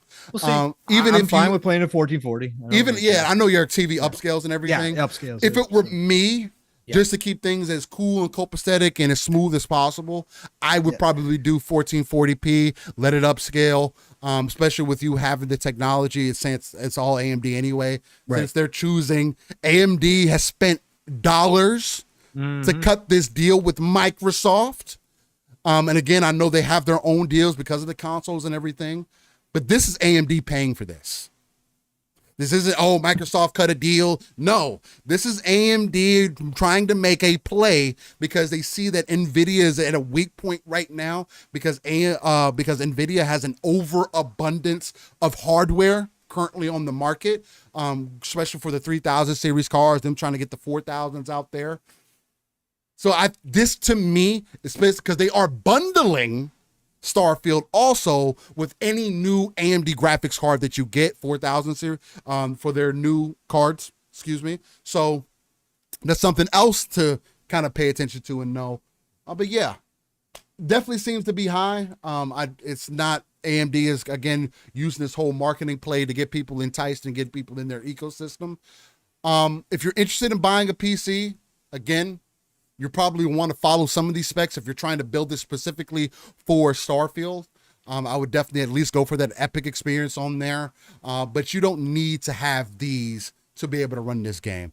Tim the Sorcerer says FSR 2.0 in Starfield. I'll tell you what, Tim, if FSR 2.0 isn't in Starfield, I'm going to fucking slap somebody upside the head. Because there's no way that you say, this is AMD. We're sponsored by AMD. Starfield's all sponsored by AMD, and it's not there. Then AMD's fucking clueless. And they're never going to win that market share, that mind share that they're trying to win currently. making a dumb play like that. FSR2, it's in Exoprimal. Yeah. So I don't see why it wouldn't be in Starfield, right?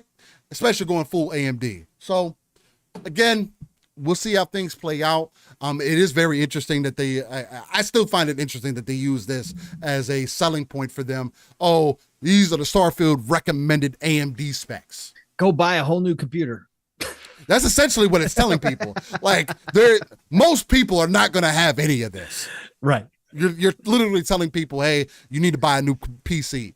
And I don't think that that's the way that you'd want to go. I don't like when corporations do that to try to get you to buy more hardware. So Yep. It's just really weird. Weird tactic. But it is what it is as far as that goes. Again, doesn't turn me off of Starfield anyway. I know a lot of people are kind of up in arms about this currently because, again, NVIDIA's kind of running the market as far as graphics card goes, right? Of course. The common consumer is using about a 3060, I believe, is up to. There's a lot of them are still using 1060, for an example. I mean, you guys got to upgrade at some point. But it's just interesting to see. You see this competition happening between Xbox, PlayStation, Nintendo, and that battle kind of going back and forth. And now AMD and NVIDIA are bringing their competition back to the forefront. And again, it helps. It's going to be a benefit to us overall as gamers, but you still got to be aware of those little scummy things that they'll try to do to get you in. So, Correct, sir. Another quick side note, this was an important part, and the Everspace 2 is coming to Game Pass August 15th, but that's not that's not the big point. The big point is that the developer for Everspace, which is Munfish? Yep, Munfish. Which is Munfish, actually came out this week and said that, hey, if it wasn't for Xbox Game Pass or PC Game Pass, because the game has been in early access for quite some time, that there wouldn't have been a PlayStation version. Yep. So take that for what you will. Yep. But I can attest more that than just Xbox. I can attest that Everspace 2 has gotten better because of Game Pass. Now, I've also come to the reality that I'm just not willing to put in the time that I put into the game originally to get acclimated to the game again, especially with August 15th. You think that I'm about to play Everspace 2 over Armored Core 6? Oh, you guys got quite a surprise on your hands. But I have played Everspace 2. I played it for 10 hours when it was in early access on PC. I had a good time with it. It is a great space game, at least in my opinion. A good way to look at it, it is the Diablo of space ship games, I guess I should say. You got different classes you can use. You can build up those classes and get them stronger and things of that nature. So there is that. Really interesting to hear, though, that Munfish was able to see some benefits from Game Pass for Everspace 2 and actually helped them build up some form of an audience. So.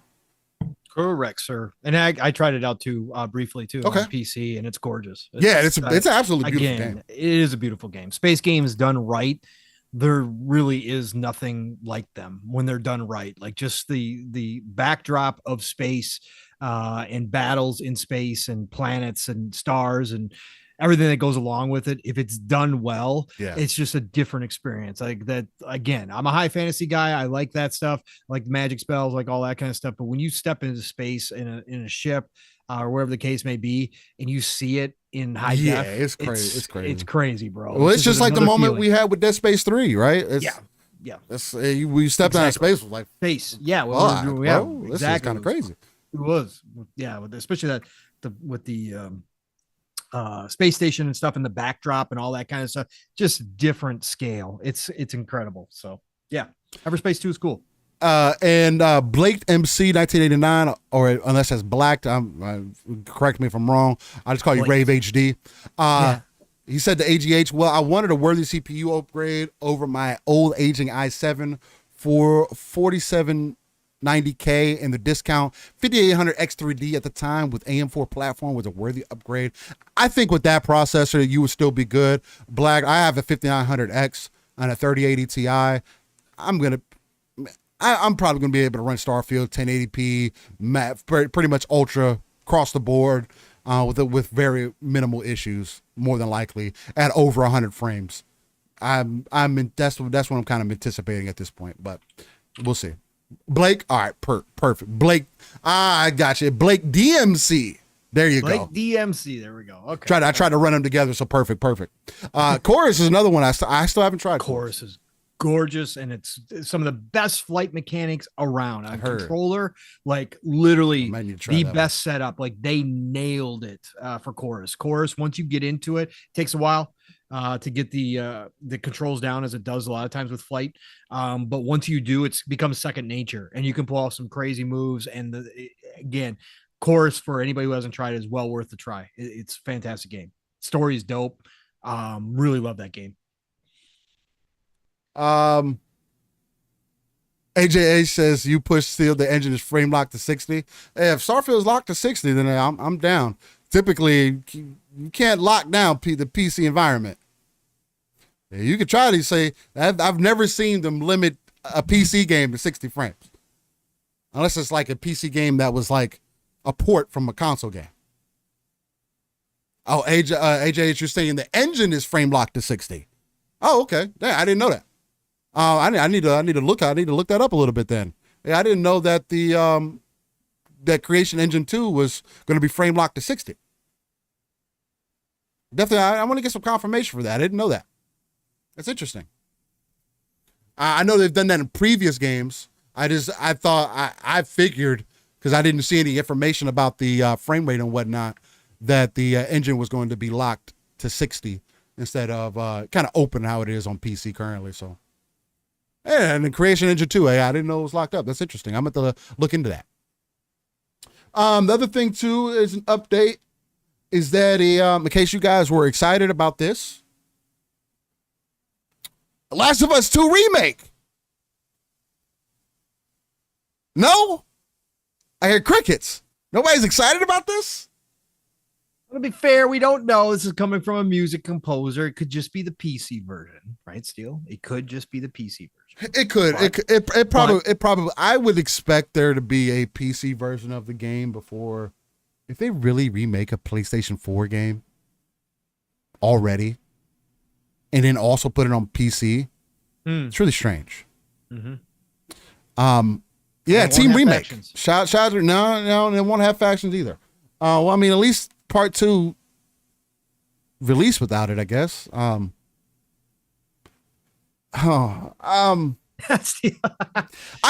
don't know how to feel about this or what to say, because it's like I want to play Last of Us 2. I do. Because of 1 and how I felt about that story. I do want to experience 2. I don't want to play that game without factions, though. I really don't. It just feels so disingenuous to the IP overall. And because I like to put myself, when I played the factions mode in the first game, I felt like I had to sit with that world after I beat the game. Like, damn, like, wow, like the way that it ended, the way that I felt, even after I watched the series, like it made me remember how I felt at the end of the game after the first Last of Us. And then playing the factions, I felt like it hit for me that much harder when I got into that multiplayer, and I was like, oh yeah, I got to make sure my survivors stay healthy. And so it's like, I really don't want to play that game without factions connected to it. So I might just wait and say, hey, I'll play it whenever you guys release factions, and I'll make a transition from playing Last of Us 2 into now playing factions. I may just do that. I may just continue to wait. I waited this long. Why not wait till now? I hope that it's a PC port more than anything. If this game comes out and says, oh, look at this remade version for PlayStation 5, taking advantage of every level. I hope that people don't support it. I hope. Because how else are they going to get the point? There's other games that you could probably remake. There's other games that you could bring to the forefront. That attention could be applied to factions, actually, instead of remaking a game that probably plays just fine, because you could play the PlayStation 4 version on the PlayStation 5. It's not my fault that they don't believe in up-resing their games or frame boosting their games. That's not you that shouldn't be your fault. Shout out to you, MG, and I appreciate you coming through. It's just crazy that they, if this is true, again, no actual information behind this. This is coming from a composer, as Pong said. So, but it's just, nonetheless, it did drive my gears a little bit, and grind them a little bit, because it's like, how disconnected can you be? You let Bungie come in out of nowhere and tell you how good your game is, and then now you say, oh, our game's not good enough, so we might as well just remake the last game that we felt was good. What? Am I lost in translation? Paul, did I wake up in the Twilight Zone? Did I wake up in the X-Files? No. Oh, okay. Can you walk me off this ledge, Paul? What ledge? Oh, okay. There's no ledge. Well, fuck it. Then. There's no freaking ledge here, man. Fuck it then. Fuck it. There's no ledge to walk you off of, because again, you have the certain perspective, which is valid for your time with that series, with that franchise, right? So it is what it is. Again, at the end of the day, if they are going to do a PC version, great. I mean, that's what they want to do. I will never play this game because I have zero interest. The story, destroyed any desire I had for this game, and I've watched it. I've watched the entire playthrough. I've watched everything about it. I just have zero interest. But from the standpoint, if they're going to do a PC version, great. This falls in line with, again, Sony's new business model, in which they are embracing PC for all their games, and obviously it's going to have some sales if it's done right. Again, we saw what happened with The Last of Us 1 PC. It came out in a terrible state, and it ruined. Again, you can't do that to the PC community. You can get that away. You can get away with some of that stuff. We've talked and ranted about that in the console space, but in the PC space, hell no. PC players aren't going to put up with that nonsense. So they've got to do it right. That's another aspect that Sony has to get done. So it makes sense they're going to bring The Last of Us 2, and I assume that's what the composer is talking about here. But it would not shock me, Steel, that PlayStation, because of the history that we've already seen, goes for another cash grab. Like, honestly, wouldn't surprise me if they say they updated the graphics a little bit, they added some more features or whatever the case they're going to do, and say, yes, now this is the definitive PlayStation 5 version of The Last of Us 2. It wouldn't shock me in the least if that is also a part of this. Like, it is Sony. It's their MO. It's what they've been doing with their games since this generation started, right? We've seen it time and time again. So it wouldn't shock me. Again, if people want to go buy it, they're going to continue to put this stuff out, and they'll continue to do remakes and remasters and definitive editions and game of the year editions and whatever else they want to call it, because why not? It's not as expensive it is making a whole new game. If you get, a million new people to buy it, great, fantastic. You probably made money on it. So it just wouldn't shock me if that's the case. But ultimately, I think this is the PC version, and because they had to continue to push in that space. But hopefully they learn their lesson from the first Last of Us, and they don't put out a version like that again. It seems like Nixus is the only one who's got this kind of figured out right now. So we'll see what happens with The Last of Us 2, but doesn't surprise me at all, Steel. Yeah, and Buzz brought up, he bring up a correction. He says Last of Us 2 is 60 frame patched on PS5. And then I wrote back to him. I was like, yeah, that makes it even fucking worse then. Like, then why would you do that? And then again, hopefully, like I mentioned in chat, hopefully this is just them trying to widen the audience. And again, they can do whatever they want with their IPs, but they're not going to get me by just remaking a game and not including, and still not having, like, I don't personally get the concept of remaking or remastering a game and you still have a mode for a game that isn't released yet, that needs help. But we're going to pull resources off because as a developer, as somebody who is in business, it makes sense for me to pull resources off of a project that needs help and make Sony money because Sony asked for it, instead of releasing and working harder on, like, what? I just don't get the concept. Like, I'm trying to work through it, and it's just I'm running into a roadblock, ladies and gentlemen. I'm sorry. I'm gonna leave it alone. Mr. Seven Digits said, yeah, that's a good question. Will factions have the player base to meet Sony's demands all these years later? Lots of hype about it, but is it viable? Which is another one of my concerns. Again, like, Seven Digit, you bring up such a magnificent point, because that is my biggest concern. You removed a game mode after you remade the game in Last of Us Part 1. Didn't include multiplayer. But you're creating a whole, and during that time, even the PlayStation community talked about how not enough people were playing the multiplayer for Last of Us. Then. So now you're going to take a multiplayer mode that didn't get the engagement that a lot of your base was expecting. You're going to make it more expansive than it ever was before. You're going to remove it completely. You're not going to. You removed it completely from your second game. And you expect for there just to be a huge audience of people waiting for this game to release? Just because I like the game doesn't mean that the other 90% of your base enjoyed what they played out of it. I heard nothing but this. Oh, who cares about factions? I want more Last of Us. Where's Last of Us 3? Get rid of factions and give us Last of Us 3. That's all I've been hearing. As someone who is a proponent of PvP and multiplayer gaming.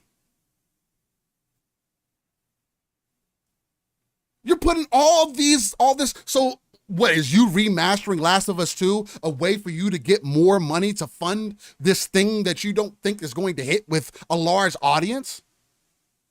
That you had a whole nother company come in and tell you that it wasn't in a good state? And you want me to have confidence in this brand? Shout out to Sony. The one thing that's going to get me isn't here yet. But you want me to pay $70 for a remake? For a remaster? Like, why aren't these things being talked about within the gaming community? These conversations being brought up to pass. This is what drives me up the wall.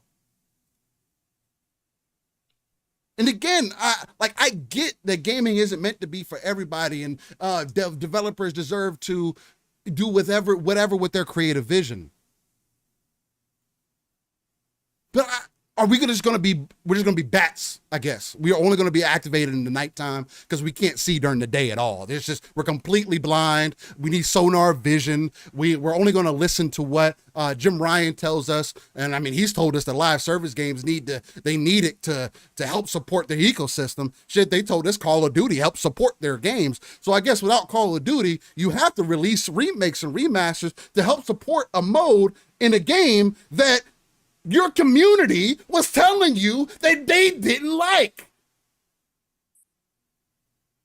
But live services for PlayStation are going to work well, huh? Foam Stars is going to be great for Square Enix, isn't it? Shout out to Babylon's Fall. Wow.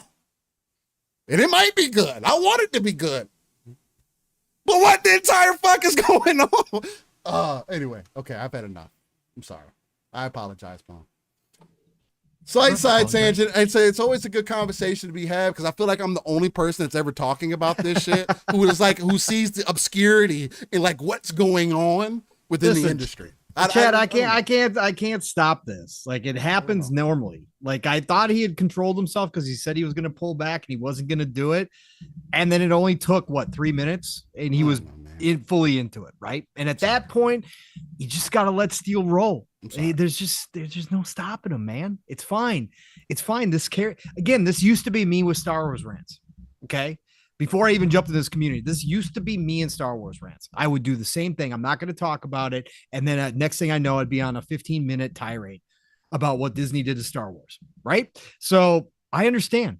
And sometimes you got to let Steel get it out because this stuff boils up during the week and the months and the weeks. It does. And then eventually you got to let it out. It's like a volcano, right? You got to let it out. And then he goes back and he's okay. Yeah. So we're just going to let him roll. It's the end of the show. We've been going for over 4 hours now. We had some big, wide ranging discussions here, big, deep discussions. I can let Steel rant a little bit, folks. It's just crazy, man. I want to see diversity in the industry. I want to see, success in the industry. And that's as a platform that's non-console centric and wants to be able to be invested in gaming across the board. It's just, we all have our desires. You gotta call out some of the weirdness that you see behind the scenes. Right. Again, we've learned a lot of weirdness over this past year and a half from ABK. Yeah, exactly. We all have our desires. We all have the things we want to see, and there's nothing wrong with the fact. It just so happens to be one of your most passionate topics, and it comes up because here we are talking about The Last of Us again, right? Sony's doing its thing, and Bungie obviously killed off the opportunity so far. Told them it's not good enough, so we'll see. Right. I know $3 billion Bungie's a whole different fucking conversation. $3 billion quality control that is having problems with their own games right now, right? So it is, again, that's part of this industry, right? So what are you gonna do right now? Guess we'll find out. Get the game he really wants to play, but thank goodness there's lots of other stuff. But that's true. It still is fine. Still, you are obviously extremely passionate about it, and that's great. So you got to do it, man. You got to get it off your chest. Just trying to be real. And a lot of the chat appreciates it at this point. I appreciate the chat. I just want to give my truth out there, Nope, I understand, brother. Well, ladies and gentlemen, Pong, was there anything additionally that you would like to add on before we get into this day in gaming segment? No, sir. I think we've covered most of it. Again, it was a small week. There's, small things like, rumors of Need for Speed Underground coming back, or not Underground, but what you most wanted coming back, stuff like that. But again, overall, I think we covered the main topics. I got stuff to do this afternoon too before the shop, so we can definitely get into this day in gaming. It's been a fantastic show. I think record shows still. I think yeah, it's definitely a record show. Like, ladies and gentlemen, much appreciation to everybody who came and tuned in. This is definitely I think we got close to like 150 at one point. Yep. Again, like, I know that sounds like a small number. Anytime that we see even 50 people, like, to think about the concept of me walking into a room and I got 50 people sitting down and just listening to me and Pong chop it up. It's such a beautiful thing to me to see. It's heartfelt. It's warming. Again, hopefully I'll be able to get our short situated this week. Looks like there will be.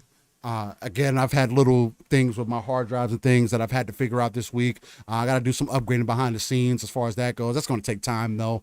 So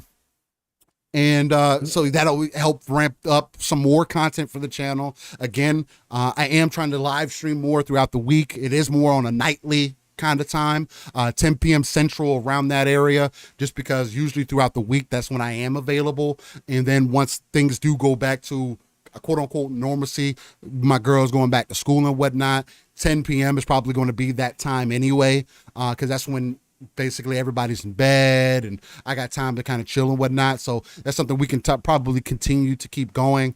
And yeah, baby, we're on that road to 1K. Steel, we're at 949. 949, bro. One away from 950. That's like a gain of like 35 subs today. That's crazy. That's absolutely incredible. Again, thank you all. Just nothing but love and respect for coming out and appreciating what Steel and I are trying to do here. Again, hope you enjoyed yourselves. Hope you had a great time here today on Living Split Screen. That's all Steel and I want, man. This is what we're here for. Again, whether there's one person in chat or whether there's freaking 3,000, it does not going to matter. Steel and I are going to continue to do what we do. Again, just love you for coming out, supporting, sharing it out, telling people about us. You all have been a part of it. You guys that have been here from the beginning, for the first couple of years, you guys are the reason why we're still growing. Again, just do this because we want to do it this way. That's how we do it. So thank you all. Appreciate you. Greatly appreciate everybody tuning in today. And audio listeners, again, you are also part of that journey. Again, I know not everybody gets to tune in live, but when you do, it's nothing but greatly appreciated. And you guys have started leaving some reviews too, so that has been helping seemingly. So please, definitely, if you can, leave us a comment below after the YouTube, or even if you don't get a chance, drop us a comment in the live show or after the fact. And then also, please, if you get a chance on the audio side of things, everybody that's listening, Spotify, Google, Apple, every audio platform that you could think of, Living Splitscreen is there. Leave us a review on those platforms also. Doesn't matter what stars that you give it. Again, I'm gonna leave that up to you. It doesn't have to be 5 stars. I would like for it to be, but we want to know how to improve this thing too. Where can we grow? What do you like? What don't you like? But the honest feedback is honestly how we grow, and the more engagement that we get, the more eyes we get brought in. And again, that is our overall goal for sure. And yeah, definitely shout out to Boom for being one of the bigger proponents for sure, constantly making sure that he's pushing us out there. And shout out to our Gaming Circle podcast brothers for also doing this in tandem. Because again, it is a tough time this Saturday morning. There's quite a few shows that are up here, and the fact that you guys come rock with us is I'm forever and will forever be grateful for. So I appreciate you. Midweek Mix-Up Collective and Fun Speculation Network for sharing us out all the time. All the brothers and sisters. Yes. It's just absolutely incredible. The support in this community is nonstop, and it's one of the greatest aspects of this community. And why I love it so much is, again, when we support each other, everybody rises, right? That's how it works. Whether it's slow, whether it's fast, it doesn't matter. When everybody supports, everybody does better, and there's plenty of room. Again, you'll never hear Steele and I complain about a damn person showing up with a new show anytime around us. It don't matter to us. We ain't fighting over no 50, 100 people. Who cares? Who cares? 3 billion gamers out there. I'm not fighting. Yeah, over the more 5, comment, the more and better content that's out there every day, it grows this community naturally, which gives everybody more opportunity. That's how it always works and always will. Shout out to the Iron Lord. Shout out to Xbox 2. Shout out to everybody who has influenced Steele and I to even jump in this game and how we do things here. Y'all are just special people to both of us, and greatly respect everything that everybody's done to earn their way here. That's what it's all about at the end of the day. Absolutely. All right, ladies and gentlemen. Well, I gotta end it off in the best way that we know how. And it's something unique that, nobody really does, but we do it right here on Living Splitscreen. Well, one, because gaming as art should be treated as such. Shout out to Everboard Saga, and he hasn't ever used that since. He said it that one time, but I've been running with the ball, and that's fine. I'll pick it up and I'll run as many touchdowns as I need to. But we also like to go back in 30 years plus years of history, of gaming history, because things have changed and things have become dynamic. And it's always interesting to see, because there's always games on this list where you go back and think like, damn, I thought that was the peak of gaming, and look at where we're at right now, playing games like Exoprimal, having the type of graphics that we could have only imagined back in those days. So let's get to it. This day in gaming. Ooh. I'm a little off kilter here, but whatever, it'll be fine.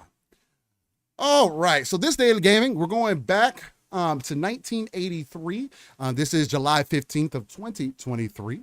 So we're going back with the NES releasing the NES in 1983 in Japan.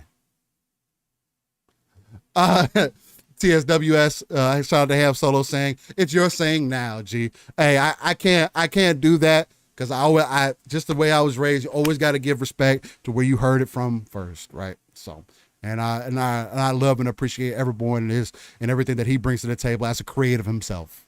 So, then 1983, you had in Japan, you had the SG-1000. I have no clue what that is. This I was assuming that it was a Sega Genesis 1000, but obviously that's not what that was. The SG 1000 was a fun pack console designed for simple operation. This computer video game with its distinct images allows you to enjoy the maximum playing satisfaction. Its colorful gameplay is sure to test your skills, sharpen your reflexes, and greatly enlarge your imagination. Oh wow, fucking goddamn. Yeah, Sega. Goddamn, I never even heard of that. Yeah, we got Pong on mute there. Sorry, Pong was saying that it's selling for $500 on eBay. Oh, once again, Chad, here we go again. On mute. Just randomly on mute. Still just canceling me out of the show. It's fine. Yeah, that's a good point. That's a good point. Yeah. Then in 1983 in Japan, the SG 1000 released a game, and it was called Starjacker. Cool. Interesting. Cool. Starjacker, huh? Sweet. Then in 97, PlayStation released a game called Herc's Adventures. Okay.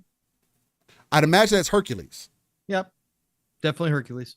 So Herc's Adventures. You guys should be able to hear him now. Yes, they do hear me now. Okay, perfect. I think.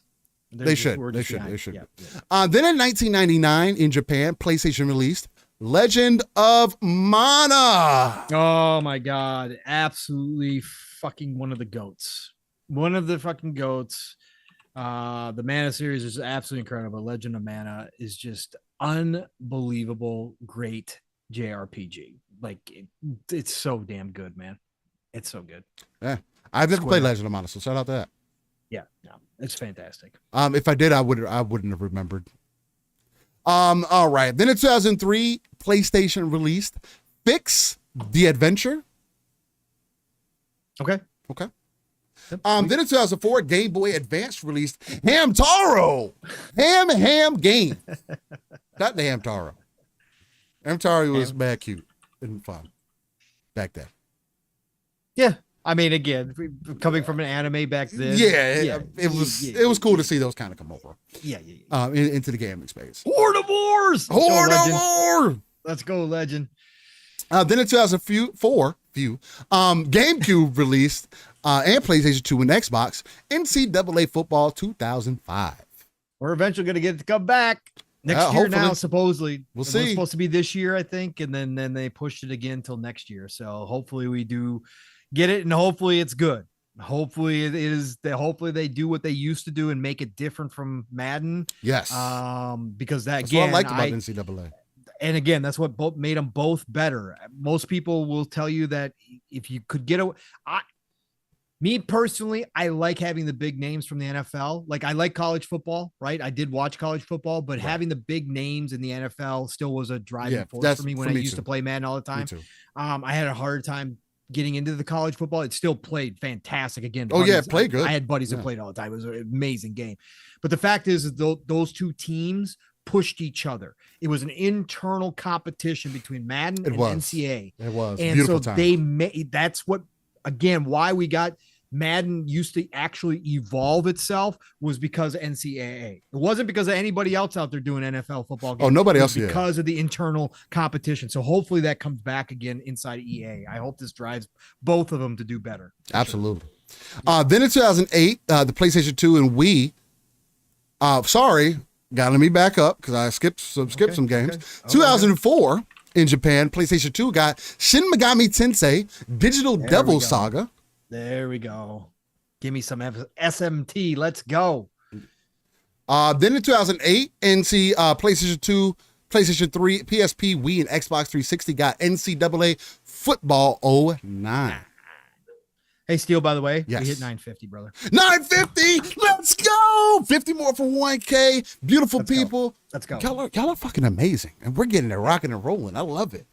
Hopefully we can hit 1K this week. That'll be such a beautiful thing. We start next episode at 1K. Celebrating 1K. Yeah, let's go. Then we'll have to decide live what we're gonna do, what we're gonna play. And again, that'll be our first day monetizing. So hopefully, I mean, maybe we'll be able to do it before then because they've been poo-pooing on us. They don't want us to get that action at all. I'll have to look into that too. Nonetheless, still weird, man. But whatever. We're almost there. Yeah, nonetheless. Natural 1000. Let's go. Oh, natty. Natty. Shout out to Ken. in the Lord for that. But in 2008 on PlayStation 2 and the Wii, you got Rock Band Track Pack Volume 1. Shout out to all you musicians and wannabe musicians who can actually do it. I can't do it. Guitar Hero was a lot of fun. I used to get love obsessed music, with but that. I can't do it. Can't do it. It's Toto dope. What's going on? I used to love Guitar Hero. Getting on that guitar, Appreciate bro, that, I can Toto still. I can still get in there.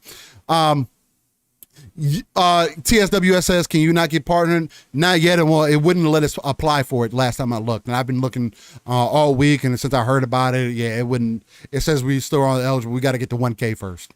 So, hey, anyway, no big deal. When it comes, it comes. Again, I'll check on that stuff in the background. We'll go from there. It's no big deal. Then in 2008, the Wii released We Love Golf. Love golf games. Let's go. Shout out to golf games. Again, those games on that Wii were quite unique at that time. Then in 2010, Japan released on the Wii Dragon Quest Monsters Battle Road Victory. Let's go, Dragon Quest. And all their spin-offs. Yeah. Then in 2010, Japan released on the DS Fire Emblem Shin Monshu no Nazo Hikari no Tokage no EU. Yes. We got a long one, folks. We got a Steel so special. One more time, Steel. So one more time. In 2010, Japan on the DS released Fire Emblem Shin Monshu no Nazo Hikari Tokage no EU. Nice. At least that's how I would say it. I could be wrong. Hey, but please, correct me if I can. Correct me if you can. But I try to say things properly. Got a long one this week. I love it. All right. Then in 2010, Japan released on the PSP Last Ranker. Sounds familiar. Don't remember that at all. Interesting. Then in 2010, in Japan, BSP released Naruto Shippuden Kazuna Drive. Okay. Let me make sure you guys can see that. Then in 2014, PC and PlayStation 3 released Abyss Odyssey. Okay. Don't remember that. Then in 2014, PlayStation Vita released Chain Chronicle. No? Nope. Okay. Then in 2016, the 3DS released Monster Hunter Generations. This was actually a big one. I remember this. Yes, it was. Then in 2016, Linux, Macintosh, and PC released RimWorld. Shout out to RimWorld. You know what? Still, just real quickly, yeah. I just looked up that Last Raker game. It was done by a company called Imageepoch. Okay. Imageepoch, and they actually did the original. Well, Luminous Arc, if people remember Luminous Arc on DS way back in the day, but they actually did Fate Extra on PSP back in 2010. They also did what else did they do? Soul Trigger, which I do remember. And they did they had a bunch of RPGs that they did through the years going all the way back to the DS. Yeah. They're no longer in business, but they closed their doors and reopened as Mickage LLC. So I don't know what they've been doing. Interesting. Yeah, just interesting to go back and look at the history. But they were definitely a Japanese company, but did a lot of RPG stuff. So and that's really dope. Was an RPG. Yeah, that's really dope. Again, sometimes you hear games that you don't remember hearing of or don't recall, and then to look them up and see that they've had some kind of influence and been around for some time. Oh God, it's kind of crazy. What is this title coming up here, Steel? Oh my God. Well, we'll get there. What the 2019 hell? PC released Kill Squad. Yeah. Okay. Then in 2020, PC released Fairy Tail. I don't know what that was, but okay. Then in 2021, Japan released on the Nintendo Switch. This is a Switch game. This is a story. This is not a title. This is a story. Oh, okay. I have no. The name of this game is Monyu. Defeat monsters and gain strong weapons and armor. You may be defeated, but don't give up. Become stronger. I believe there will be a day when the heroes defeat the Devil King. Please tell me that they accidentally took a part of the description and just threw it in there. Please tell me that wasn't the actual title. No, this game is also known as Monster wo Tayoshite Suyo Kenya Yoroi wo ti ni shinasai yusha taiga mayu wo taishu sono hi wo shanji tamisu or tamasu. So that is the full name of the game. Legit was the actual title. That was the full name of the game. To English translation: defeat monsters and gain strong weapons and armor. What was the rest of it? You may be defeated, but don't give up. Become stronger. I believe there will be a day when the heroes defeat the Devil King. Holy shit. That's got to be the longest we've had yet. And the Japanese version was incredible. Shout out to that game. I know I fucked up on that translation. Psycho, of course, Pete Hines and Phil Spencer are playing Starfield. They've been playing since November. Of course, they have been.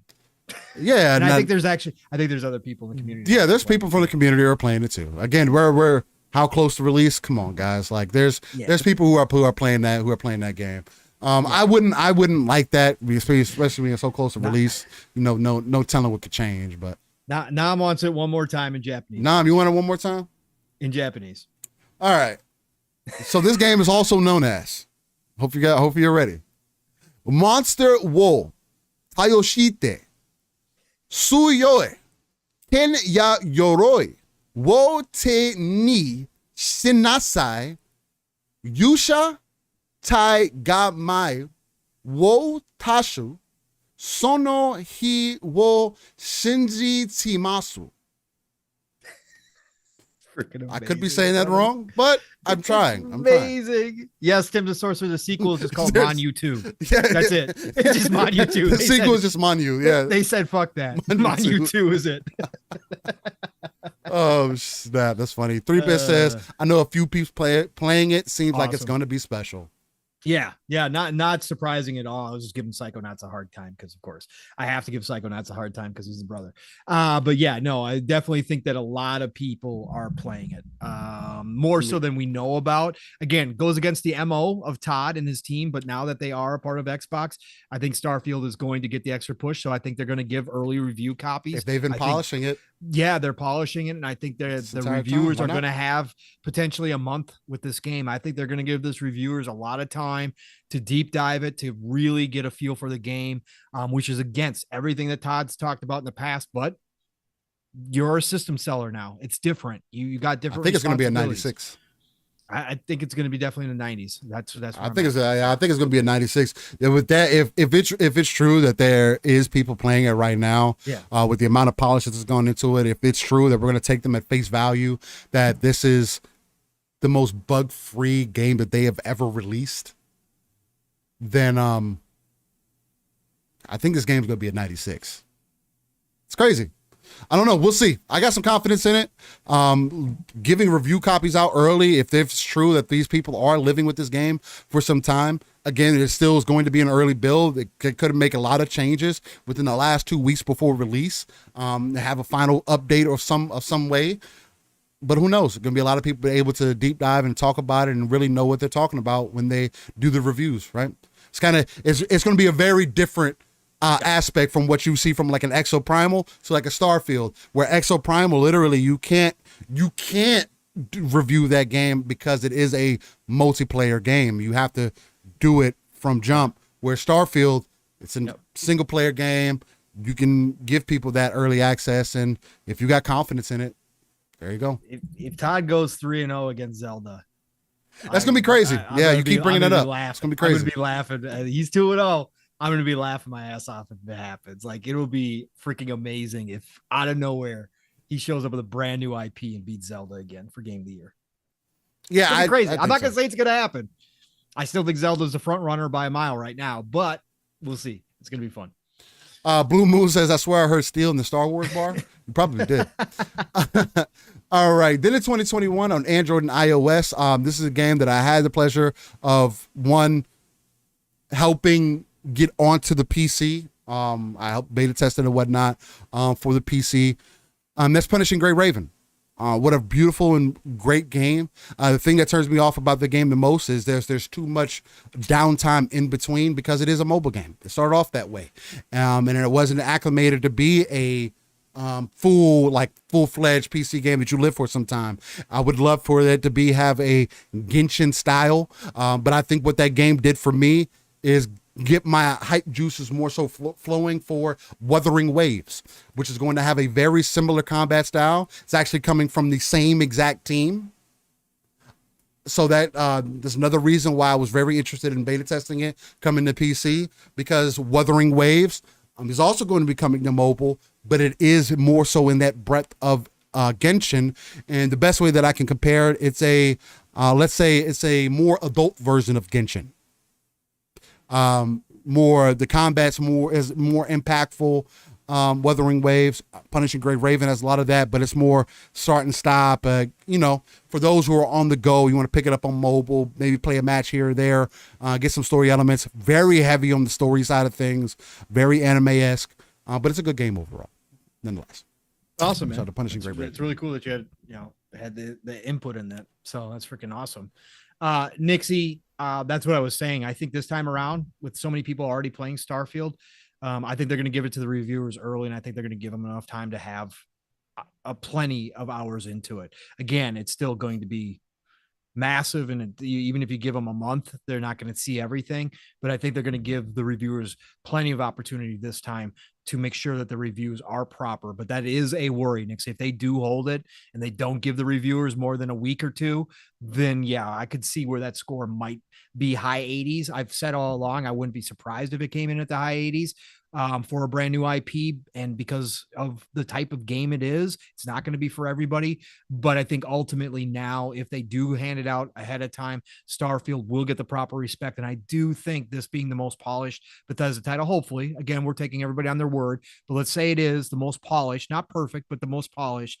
I think that the overall scope of the game and what they're trying to do, if that all mix comes together like previous Bethesda titles, I can see 90s. I said 93 in the chat. I could see it easily going to mid 90s if it is one of those generational type games. Truly, that surprise people. I think it could hit mid 90s as well. But yeah. Yeah, we'll see. The fact that we're even anticipating high 80s, 90s, and low 90s is again, history dictates that. Still, it should be. Yeah, again, I mean, that's barring something terrible, right? It should be. Yeah. And Decado, I agree with you. That's another one I'm excited for, is Zenless Zone Zero, 100%. When the first time I saw that trailer, I was like, I need to play that game.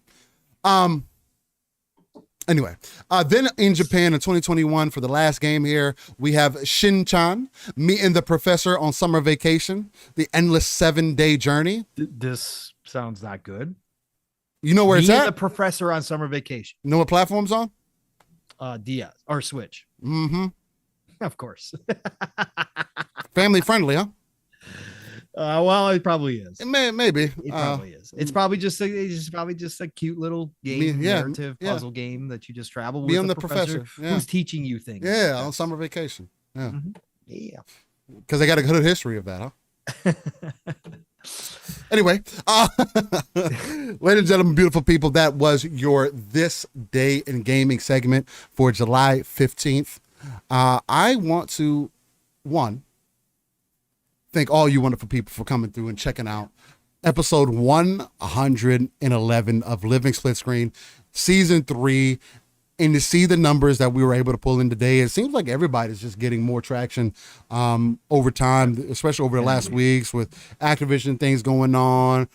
Seems like more people are just getting in and checking out the gaming industry overall. They're getting interested, want to hear people talking about it. And the fact that you guys found your place right here on a non-console centric platform that believes in that ECP, that educated consumer perspective, because we don't work for any of these companies. We're only using our professional work experience and our gaming experience to have a conversation, to come together and overall open up a conversation about the gaming industry. And it's a beautiful thing that we're getting to 1,000 people that are willing to deal with our nonsense. No, I'm just playing. Not with that nonsense, because obviously you guys have enjoyed it. Again, especially for as long shows that we've had. Again, this is also another record-breaking show as far as time goes, so that's going to be interesting to see. But again, we typically do have the timestamps. Also put that on the audio side of things, so no matter where you're tuning in at, you have the option. I want to thank Pong for being able to do that in the background while I work the things here and make sure everything is working. It's the least I can do, sir, for all you do. But again, it helps. It helps all of our listeners and helps the viewers, right? Because maybe everybody doesn't have all the time in the world and they want to tune into a certain part as much as we would like for you to turn into the entire show. Again, if it's only a certain part, that means more than enough to me. So, El Nini says Steel Armor Core needs to come out with an official showcase. You know what, El Nini, and if they do, I'm a live stream it. I'm a live stream. Still be live streaming. I'm a live streamer. But nonetheless, ladies and gentlemen, boys and girls, again, thank you for joining us in episode 111 of Living Split Screen.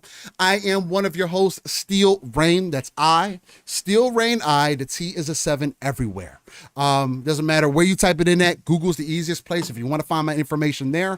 I do frequent the streets of Twitter and the Xbox ecosystem because it goes so well in tandem with PC and Xbox and whatnot. Though I will say Exoprimal doesn't let me use Game Bar for whatever reason, so that's fucking frustrating. But I got other ways to get access to the information that I need. Makes it difficult to record gameplay though, because I use Game Bar a lot for capturing my gameplay segments. But nonetheless, that's neither here or there. It's Game Bar's not working now either, so I updated it and now it's broken. Of course it is. Anyway, much love to everybody. You can check us out every Saturday morning, 9 a.m. Central, 10 a.m. Eastern, and 3 p.m. UK time right here on the Living Split Screen channel. Again, I am doing some live streams throughout the week. It's going to be more so in the evening, 10 p.m. Central. So stay tuned in for that if you guys want to come kick it. But Pong, you have to lead the people to victory and let them know where they can find you. And brother, man, I want to say once again, I greatly appreciate you for being on this journey with me. You've been a beautiful soul to be able to chop it up with, to talk to, and just overall cover this industry and this passion, this hobby that we share together, man. So much love. Oh man, what an incredible show. Again, to see the numbers, again, just more people showing up and enjoying our content, and obviously, creating more conversation and discussion within the chat itself is absolutely incredible. And real quick, Steel, off topic, 3-bit, you have to post that picture and ask Sarah Bond how she feels about what you just did to her. Okay. You have to. Oh my God, Steel. Oh my God. Oh, he did something to her? Well, yeah, because he's creating his short, right? His console war short, and he's creating Sarah. Oh my, you should see the Jim Ryan. Oh my. Anyway, Sarah Bond is especially, wow. Anyways, I got to give 3-bit a hard time on this stuff. Listen, everybody, thank you again for all joining us. It's been an absolutely amazing run here. Episode 111 episodes. Very few missed times that Steel and I have had through this run. Just talking about the ABK for the last 18 months, a major portion of this, you all coming here and week after week, hearing our rants, hearing our, passion for this industry, our love for gaming and what we've been doing and the growth here. Again, nothing short of phenomenal, and it's all due to you guys coming out here each and every Saturday and joining us. And if you're new here, again, welcome and thank you for showing up. It's special. Content creators, I don't know how many people talk about it as a content creator. Mav and I talk about it all the time too. Steel and I talk about this. Seeing new faces just brings a little extra smile to our face, right? Somebody showing up for the first time. Even if you show up here and you got some off the wall takes, or you show up here thinking you're going to join a console war narrative or whatever the case, and you find out that we're not like that. But it's just awesome to see new faces join in and find out what we're all about and then stick around. So many of you have been that way through the years. Just again, incredible time to be here, and Steel, for everything you've done and behind the scenes, it's all love and respect, brothers. So thank you all for joining us. You can find me on Xbox and Twitter as Pong Soul. You'll find me tonight on the Shop Podcast, PTK Blam, Fuzzy Belvedere, myself, and it's on PTK Blam's channel. The Shop has been seeing awesome growth as well. PTK Blam, one of the best hosts in the business. Be there tonight. We got 3-bit and we've got Fun Speculation, aka Mav, is going to be there. So it's going to be a family affair tonight over on the Shop Podcast. Be there 9 p.m. Eastern, 8 o'clock Central Time. And And then next week, it starts all over again. Obviously, Tuesdays, I continue to promote Boom. Boom promotes everybody else, even though he just hit, again, congratulations, Boom, 13,000 this week subscribers. Boom, putting in all the work. Again, he supports everybody else.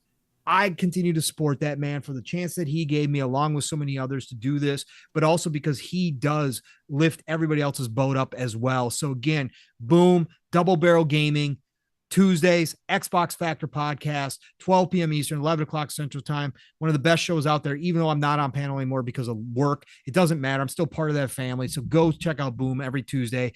Thursdays, PM in the PM, Pong and Mav in the PM, Fun Speculations channel. Every Thursday night, 7 p.m. Eastern, 6 o'clock Central night. We had a record show on Thursday as well. Yes, again, like Steele said, the energy in this community is amazing right now. It's freaking fun. Go check out PM in the PM every Thursday night, 7 p.m. Eastern, 6 o'clock Central Time. And then Xbox Ultimate Friday nights, 9 p.m. Eastern, 8 o'clock Central Time. Golden Ages Gaming is here, folks. Golden Age is here. I can't say it enough. I will continue to say it. Maybe someday I'll have t-shirts made, whatever else the case. But right now, it's just the golden age. So please get out there, enjoy your weekend, play what you love what you play.